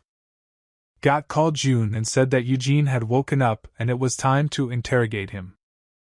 But June Otis, seeing his wife Maria, immediately rushed into her arms. Watching June's meeting with Maria, almost everyone cried. Li Gang approached Eugene and said that he had an interesting ability that he needed. Eugene denied everything and said that he did not understand what Li Gang was talking about. But Li Gang, using the Eye of God skill, declared that he knew everything about him and had nothing to hide from him. Eugene realized that he had been discovered and, using the scorpion's shadow movement skill, tried to escape. Eugene wanted to use Maria as a hostage to escape from Li Gang. But Li Gang, taking Maria in his arms, easily dodged all of Eugene's attacks. While Eugene was chasing Li Gang, Maria was laughing in his arms. Chai Won noticed that Maria was having fun because she was also a big fan of Li Gang. Dream and June Otis were shocked by this news. June Otis began to get jealous, and yell at Li Gang to put his wife on the ground. June Otis, with tears in his eyes, asked Eugene why he was fighting if he could easily escape. But Eugene replied that his pride does not allow him to escape, and he must hit Li Gang at least once. Maria asked June to let her stay with Li Gang a little longer because when will she have another chance to sit in Li Gang's arms? Hearing Maria's words, June lost consciousness and started bleeding from his mouth. Li Gang didn't understand how anyone could be jealous in such a situation. Eugene couldn't keep up with Li Gang and tried to read his Bible. But imagine Eugene's surprise when he could not read the Bible, because the deity was new and was not in the register of archivists. Suddenly, Eugene was caught by one of Li Gang's avatars. Li Gang was faced with the task of finding an archivist to record Ophiuchus' achievement. Li Gang noticed that Eugene was Scorpion's archivist and was the target of his final test. Li Gang decided to get straight to the point and asked Eugene to become his archivist. Eugene did not listen to Li Gang and showed him the middle finger. Li Gang said that he had no other choice and ordered the avatar to impale Eugene. Suddenly, Avatar Scorpio's poison gland stopped Avatar Li Gang's sword. Saint Scorpio and his avatar appeared to save Eugene. Haley asked Eugene why he acted without her orders, because he could have died. Li Gang told Haley to answer all the questions if she didn't want to end up screaming. Seeing Li Gang, Haley began to worry and couldn't say a word, and her avatar advised Li Gang to watch his tongue. Haley was very embarrassed and turned away from Li Gang. Maria and Dream saw Haley's neck turn 180 degrees in a second. Haley fell to her knees and defended herself by saying that she just wanted to get on all fours. Haley didn't understand what Li Gang had forgotten here, because he was supposed to be in Lion territory. She decided to take a deep breath and turn to Li Gang. Looking at Li Gang, she was too fascinated by him to hear what he said. Haley was so confused by Li Gang's presence that she started making strange noises. Li Gang said that he already knows that she is avoiding him because she hates him. Li Gang wanted to ask Haley some questions and grabbed her shoulder, causing her to almost faint. Scorpio Avatar asked Li Gang to stop touching Haley as the situation was making her too horny. Li Gang couldn't believe that Haley hated him so much. At Li Gang's touch, Haley went completely crazy and steam began to emanate from her. Li Gang realized that there was no point in talking to Haley now, so he decided to dub Dream a follower first. Dream asked Li Gang that baptism is when you meet the sacred entity and become its follower. Li Gang said that these are meaningless formalities and a waste of time. But Dream was crazy with happiness. Before Dream had time to prepare himself mentally, he found himself in a world where there were no physical boundaries. Dream heard someone ask him if he was ready to become the first follower of Ophiuchus. Dream stated that he is loyal to Ophiuchus and is ready to become his follower. Turning around, Dream saw a great radiance and realized that a deity had appeared in front of him. Seeing the sacred essence, Dream thought that it looked a lot like Li Gang. Suddenly, a huge snake-like creature appeared and touched Dream. Large beams of energy were then sent towards Dream. Dream then woke up and Li Gang asked him how it went and what his feelings were. Dream became the protector of Ophiuchus. As a reward for being an early adopter, he gained some skills. Dream couldn't believe that Li Gang was the deity of Ophiuchus. Li Gang thought it was funny that Dream figured it out faster than June Otis and Kevin Hazard. Suddenly, Haley congratulated Li Gang for having his first follower. Li Gang received abilities from his first follower. His baptism level was increased, and his sense of the 13th skill was also increased. Li Gang immediately activated the Sense 13th skill and grabbed Haley's neck. Haley's avatar wanted to stop Li Gang, but Li Gang's avatars, on the contrary, stopped him. Li Gang asked Haley why she didn't dodge. Haley responded that she knew he wouldn't hurt her because he wanted to ask her something. Li Gang immediately asked why he felt the energy of the mystical civilization in its source of power. Everyone was shocked to learn that Haley might be a monster from a mystical civilization. Li Gang asked Haley if she had really deceived the entire world and especially her sacred essence. Avatar Haley started screaming at Li Gang, saying that if it weren't for her order, he would have crushed Li Gang long ago. Li Gang also noted that Haley's avatar is most likely also a monster because no avatar would be so polite towards a saint. Haley said that Li Gang's words were true and that the source of her powers was indeed the energy of the mystical civilization. Haley added that she still considers herself human and on Li Gang's side. To test Haley's words, Li Gang asked Slime to make him a piece of paper. Slime compiled a questionnaire with 2 questions, namely, "What do you think of Li Gang?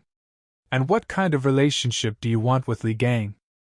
Taking the form, Haley said she didn't expect such simple questions. On the form, Haley replied that she only wanted a strategic partnership with Li Gang. Haley asked how Li Gang plans to find out her true intentions with these answers. Showing the relic, Li Gang said that with the help of the ancient automatic pen, which is unable to write lies, he plans to find out the true intentions. Seeing this pen, Haley wanted to fall into the ground in shame. The pen showed the answer to the first question. It was written there that Haley adores Li Gang very much because he is very charismatic and that is why she betrayed the mystical civilization. Li Gang couldn't understand what her answer meant, so he decided to move on to the second question. To the question, "What kind of relationship with Li Gang do you want?" Haley replied that she wanted a sexual relationship. Li Gang really didn't understand anything and thought that his truth pen was broken. When Dream heard Haley's answers, he was very confused. Dream quickly ran out of the building to find his sister and tell her what happened while she was gone. While Haley was burning with shame and Li Gang could not come to his senses, Haley's avatar told Li Gang that Haley had returned to her roots and chose people. Avatar added that Haley simply misspoke. Haley wanted to run away, but Li Gang stopped her and said that they had not finished talking yet. Haley fell to her knees in shame and asked what else Li Gang wanted to hear from her. Li Gang asked if she knew anything about the weapon of the mystical civilization, namely the blade with which he was pierced in the demon tower. After seeing the blade, Haley said that as expected, this blade is imbued with the power of a monarch. Monarch is the name of high-ranking persons in a mystical civilization. A weapon with the power of a monarch, so imbued with power that it can take on a god. Therefore, due to the danger of these weapons, Haley collected everything she found and sealed it. Now Li Gang understood why she kept all these weapons. God fearfully asked if there really was another leader of the mystical civilization, because he thought that Red Eyes was the only one. Haley replied that, unfortunately, there were at least 3 other creatures as powerful as the red-eyed monster. June Otis was very scared by this news, but Li Gang did not blink an eye and said that he would simply slaughter everyone in his path. Li Gang told Haley to give him the archivist, and then he would believe that she was truly on his side. Eugene started screaming so that Li Gang wouldn't even think about it because Haley would never do that to him. But Haley easily gave her archivist to Li Gang. Early the next morning, Li Gang was enjoying his coffee because there are very few quiet moments in his life. Meanwhile, Eugene became the archivist of Ophiuchus and wrote the Bible to Li Gang without rest. Li Gang told Eugene to hurry up because Scorpio sold it to him for free and now he must follow his orders. Eugene wanted Li Gang to regret forcing him to write the Bible for him in the future. Li Gang felt that he had completed the synchronization with his Bible. Having completed the Bible and having access to it, Eugene wanted to correct it to suit himself so that Li Gang would bow his head to him. But he immediately received Li Gang's signature blow for disobedience. Eugene was sure he had changed the Bible, but something didn't go according to plan. At the moment, the Libra constellation ranks first in the ranking of factions with more than 2 billion followers. Now even Li Gang would have a hard time resisting them. Moreover, the Libra saint, Giselle, is not just a representative of the deity. In terms of skills, she has succeeded so much that she herself can be called a deity. Confronting Giselle Lawrence is almost like confronting the Libra god. And in order to meet the deities or rulers of the mystical civilization, Li Gang desperately needs an archivist, for confirmation, prestige and, of course, power. Sitting in front of Li Gang's Bible was Maria, who also had the skills of an archivist. Eugene couldn't believe that there was someone besides him with the hidden talent of an archivist. After seeing Maria, Haley said that Li Gang probably also has a goddess of luck because he was very lucky. After receiving 2 archivists, Li Gang completed all the tests. Now he can use divinity again. The fighter's instinct skill is now available to Li Gang. The Libra estate and faction headquarters, Libra Castle. While taking a bath, Giselle asked her subordinates if it was true that Li Gang had met Scorpio. The subordinates replied that Sagittarius, Virgo, and Scorpio are now with Li Gang. Moreover, Li Gang even has an archivist. Giselle couldn't believe that Haley continued to love Li Gang for over 20 years. Giselle said that it doesn't matter how many people follow Li Gang because they are all just obsessive idiots. However, the archivist is something completely different. Giselle either wanted to keep them, but if they resist, she will get rid of them. Giselle's subordinate stated that he does not understand why some follow Li Gang, since they are already doomed. Haley said that people who have ever met Li Gang fall into 2 categories. Some follow him and others despise him. Getting up from the bath, Giselle asked which of her followers was currently closest to Li Gang. Giselle Lawrence was told that now the weakest of Yun Sherwoo's followers is closest to Li Gang. Giselle thought about Callie. Everything would be fine if she listened to her. Giselle had no choice and ordered Yun Shiv to kill or capture the archivist. Meanwhile, Li Gang suggested to June that his wife join his faction and become his archivist. June Otis could not allow the deities to know about Mary's abilities. He wanted his wife to hide and develop her skills in secret. Li Gang remembered June's words when he said that none of the energies of the 12 gods were suitable for Mary. So he was the only one left. Haley said that Maria would be better off in Li Gang's faction because he would end up fighting Libra. Li Gang promised June that he would treat her very well. June couldn't refuse Li Gang. Haley remembered and told June that she was checking Alice's hands. Haley managed to suppress a little of what was growing on her hands, but gradually they are approaching the limit, and it may be difficult to suppress them further. Li Gang didn't understand what Haley was talking about and asked June to explain it to him. Meanwhile, Mary was glad that she had finished writing her part of the Bible and asked Eugene if he needed help. Tired, Eugene told Maria to do whatever she wanted. Eugene didn't want to do anything because Li Gang forced him to join his faction, sign a slave contract, and also made a hole in his head. In addition, Li Gang left him a truth pen, which chose Eugene as its owner, swallowing the archivist's blood, and after which the pen regained consciousness. Yevgeny became very angry at the situation and threw the pen at the wall. The pen expressed its anger as the owner threw it away and flew back to his head. The holy son of Libra, on the orders of his mother, came to kill the archivist Li Gang. Yun Sherwoo could not understand what Giselle wanted from him, because even his brother lost to dream. Yun Sherwoo decided to think positively. Since he screwed up Blood Mist, he has no future. Therefore, he decided to complete the task so that his mother would praise him. Yun Sherwoo knew that Eugene was definitely strong since he was with Scorpio. Therefore, Yun Sherwoo planned to kill him.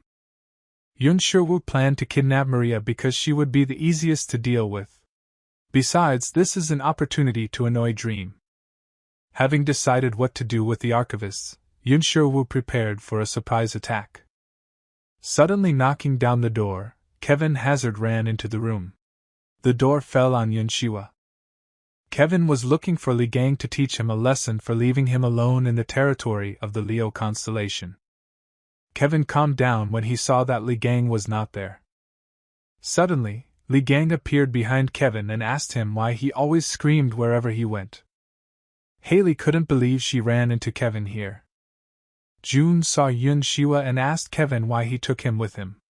But Kevin had no idea how he got there. Li Gang remembered that Yun Shiwu and his brother were the culprits behind the appearance of the blood mist 10 years ago. But he was amazed that they were the sons of the Holy Libra. Li Gang stepped on Yun Shiwu's head with a smile and told him that he was caught. June Otis became furious and asked Yun Shiwu why he came here. Haley said that Giselle Lawrence most likely sent him here after she learned that Li Gang had an archivist. Kevin Azar took out his sword because Yun Shiwu summoned blood mist and destroyed his estate. Kevin asked Li Gang where to start cutting Yun Shiwa. Looking at the reactions of June, Haley and Kevin, Li Gang laughed and said that he even felt a little sorry for Yun Shiwu. Yun Shiwu realized that it was better for him not to stay here, and with the help of the household god, he teleported home. June Otis wondered why Li Gang did not stop Yun Shiwu from escaping. Li Gang said that he deliberately let him go in order to catch the two brothers at the same time. Yun Taiwa's older brother was vacationing at a luxury resort in the Libra constellation in Hawaii. With him were the spirits of the household gods. They listened as Yun Taiwu planned to take revenge on Dream for losing the battle. Suddenly, his brother Yun Shiwu, who managed to escape from Li Gang, fell from the sky onto Yun Tua. Yun Taiwu yelled at his brother for failing to complete a simple task to kill the archivist. Yun Shiwu sat with his head in his hands and listened to his brother humiliate him. Yun Taiwu knew that Li Gang would soon come for them and open the jewelry cabinet. Taking out one of the stones, Yun Teva said that these were the cores of the invincible, and with their help he would make an equal exchange. Most likely, these jewels appeared during the Demon Tower raid. With their help, Yun Taiwu wanted to summon a super disaster class monster. Yun Shiwu was afraid that they would not be able to withstand such a call. But Yun Tua replied that they had nothing to worry about because they had the Rosary of the Scales. Yun Tua used the equal exchange skill, and in exchange for the cores of a group of invincible monsters, he wanted to get a catastrophe class creature that no one could cope with. People saw a large pillar of light flying out of the ground. An unknown creature appeared in front of them and was supposed to come here. Yun Shiwu managed to dodge, and Li Gang flew into Yun Tua's head. In his hands Li Gang held the household god, with the help of which Yun Shiwu managed to escape from him. This house god was trying to drag Li Gang somewhere, so Li decided to check who ordered him. This household god was supposed to bring a disaster class being that no one could handle, but instead brought Li Gang. Yun Shiwu admitted his mistakes and said that he was ready to go to the Sagittarius Manor to apologize to everyone. Suddenly, Li Gang summoned his weapon and told Yun Shiv that he was missing the most important detail, which was the value of his mistakes. Yun Shiwu was very scared and did not understand what to do, but suddenly he felt his brother's Libra rosary under his feet. Meanwhile, Yun Tua woke up and ordered Yun Shiwu to urgently give him the relic. Yun Shiwu didn't even think about obeying and, activating the equal exchange skill, put his brother on the scales. After activating equal exchange, Yun Tua began to transform into a monster. Li Gang laughed at this family because the deity confirmed the deal, and the younger brother sold the older one. Li Gang immediately deployed his Ophiuchus shrine. Yun Shiwu was confused because his connection with the Libra constellation was interrupted. Thanks to the tests passed, Li Gang's shelter increased and could be used as a barrier. Libra's power in the sanctuary does not work, and therefore Yun Tua's transformation stopped halfway. Li Gang mockingly told Yun Shiv that he went through so much to sell his brother, but all he got was a pile of ashes. With the help of Story 2 from the Ophiuchus Bible, Li Gang gained the abilities of Sagittarius. Li Gang immediately activated the all-seeing eye skill. Li Gang suggested that Yun Shiv, before his death, repent or admit that he did all this because of a wounded conscience. Li Gang advised him to think carefully because these would be his last words. Yun Shiwu began to scream at the top of his lungs in fear. Yun Shiwu asked Li Gang who he was and why he was so obsessed with torturing him. Yun Shiwu said that he was young when he summoned the blood mist. He was sure that in his youth everyone is given a couple of chances to make a mistake. Yun Shiwu continued to shout that he was forced to take control of the blood mist in Europe and the attack on the hospital under orders from above. Yun Shiwu shouted to Li Gang that he was the son of Giselle Lawrence, a Libra saint, and his mother would not just leave the situation if anything happened to him. Li Gang fell asleep while listening to Yun Shiwu, because he talks too much. Yun Shiwu asked Li Gang if he really didn't want to listen to him at all. Li Gang said that of course he heard him, and the whole world also heard his words. Li Gang made sure that everyone in this world could see and hear his words. It is estimated that 8 billion people saw everything. Sagittarius skill all-seeing eye, one of June Otis's long-range vision skills. Li Gang showed Yun Shiva live to the whole world. Meanwhile, at the Libra estate, Giselle's followers were trying to find Li Gang to stop all this. People began to gather near the Libra estate, and asked Giselle to get out of there. After all, they could not believe that the blood mist was released intentionally, and because of it, thousands of people died. Some girl watched all this from the side. This was Yun Shiwu's sister, and she already understood that there was no way out of this situation. Li Gang asked Yun Shiwu what it was like to be the person the whole world wants to kill. Li Gang wanted to hear Yun Shiwu's last words because he thought that the boy would rather apologize than make excuses. But Yun Shiwu threw his chance into the trash, and now neither Li Gang nor the people will give him a second chance. People's trust in Libra has dropped sharply. Faith in the faction has fallen. People expressed their dissatisfaction with Libra. Libra's reputation has deteriorated. People began to see Ophiuchus in a better light. Giselle Lawrence's followers told her they needed to mobilize elite troops to prevent her reputation from collapsing. Li Gang wanted to start beating Yun Shiwu like the people wanted, but suddenly a large beam of light appeared behind him. It was the image of Giselle Lawrence asking Li Gang to stop. Yun Shiwu was very happy to see his mother, and Li Gang said that he was waiting for her earlier. Giselle admitted that Li Gang dealt her a big blow. She never would have thought that he would do something so crazy and on such a scale. Giselle got straight to the point and asked for her son to be returned to her. She knew that Li Gang was provoking her.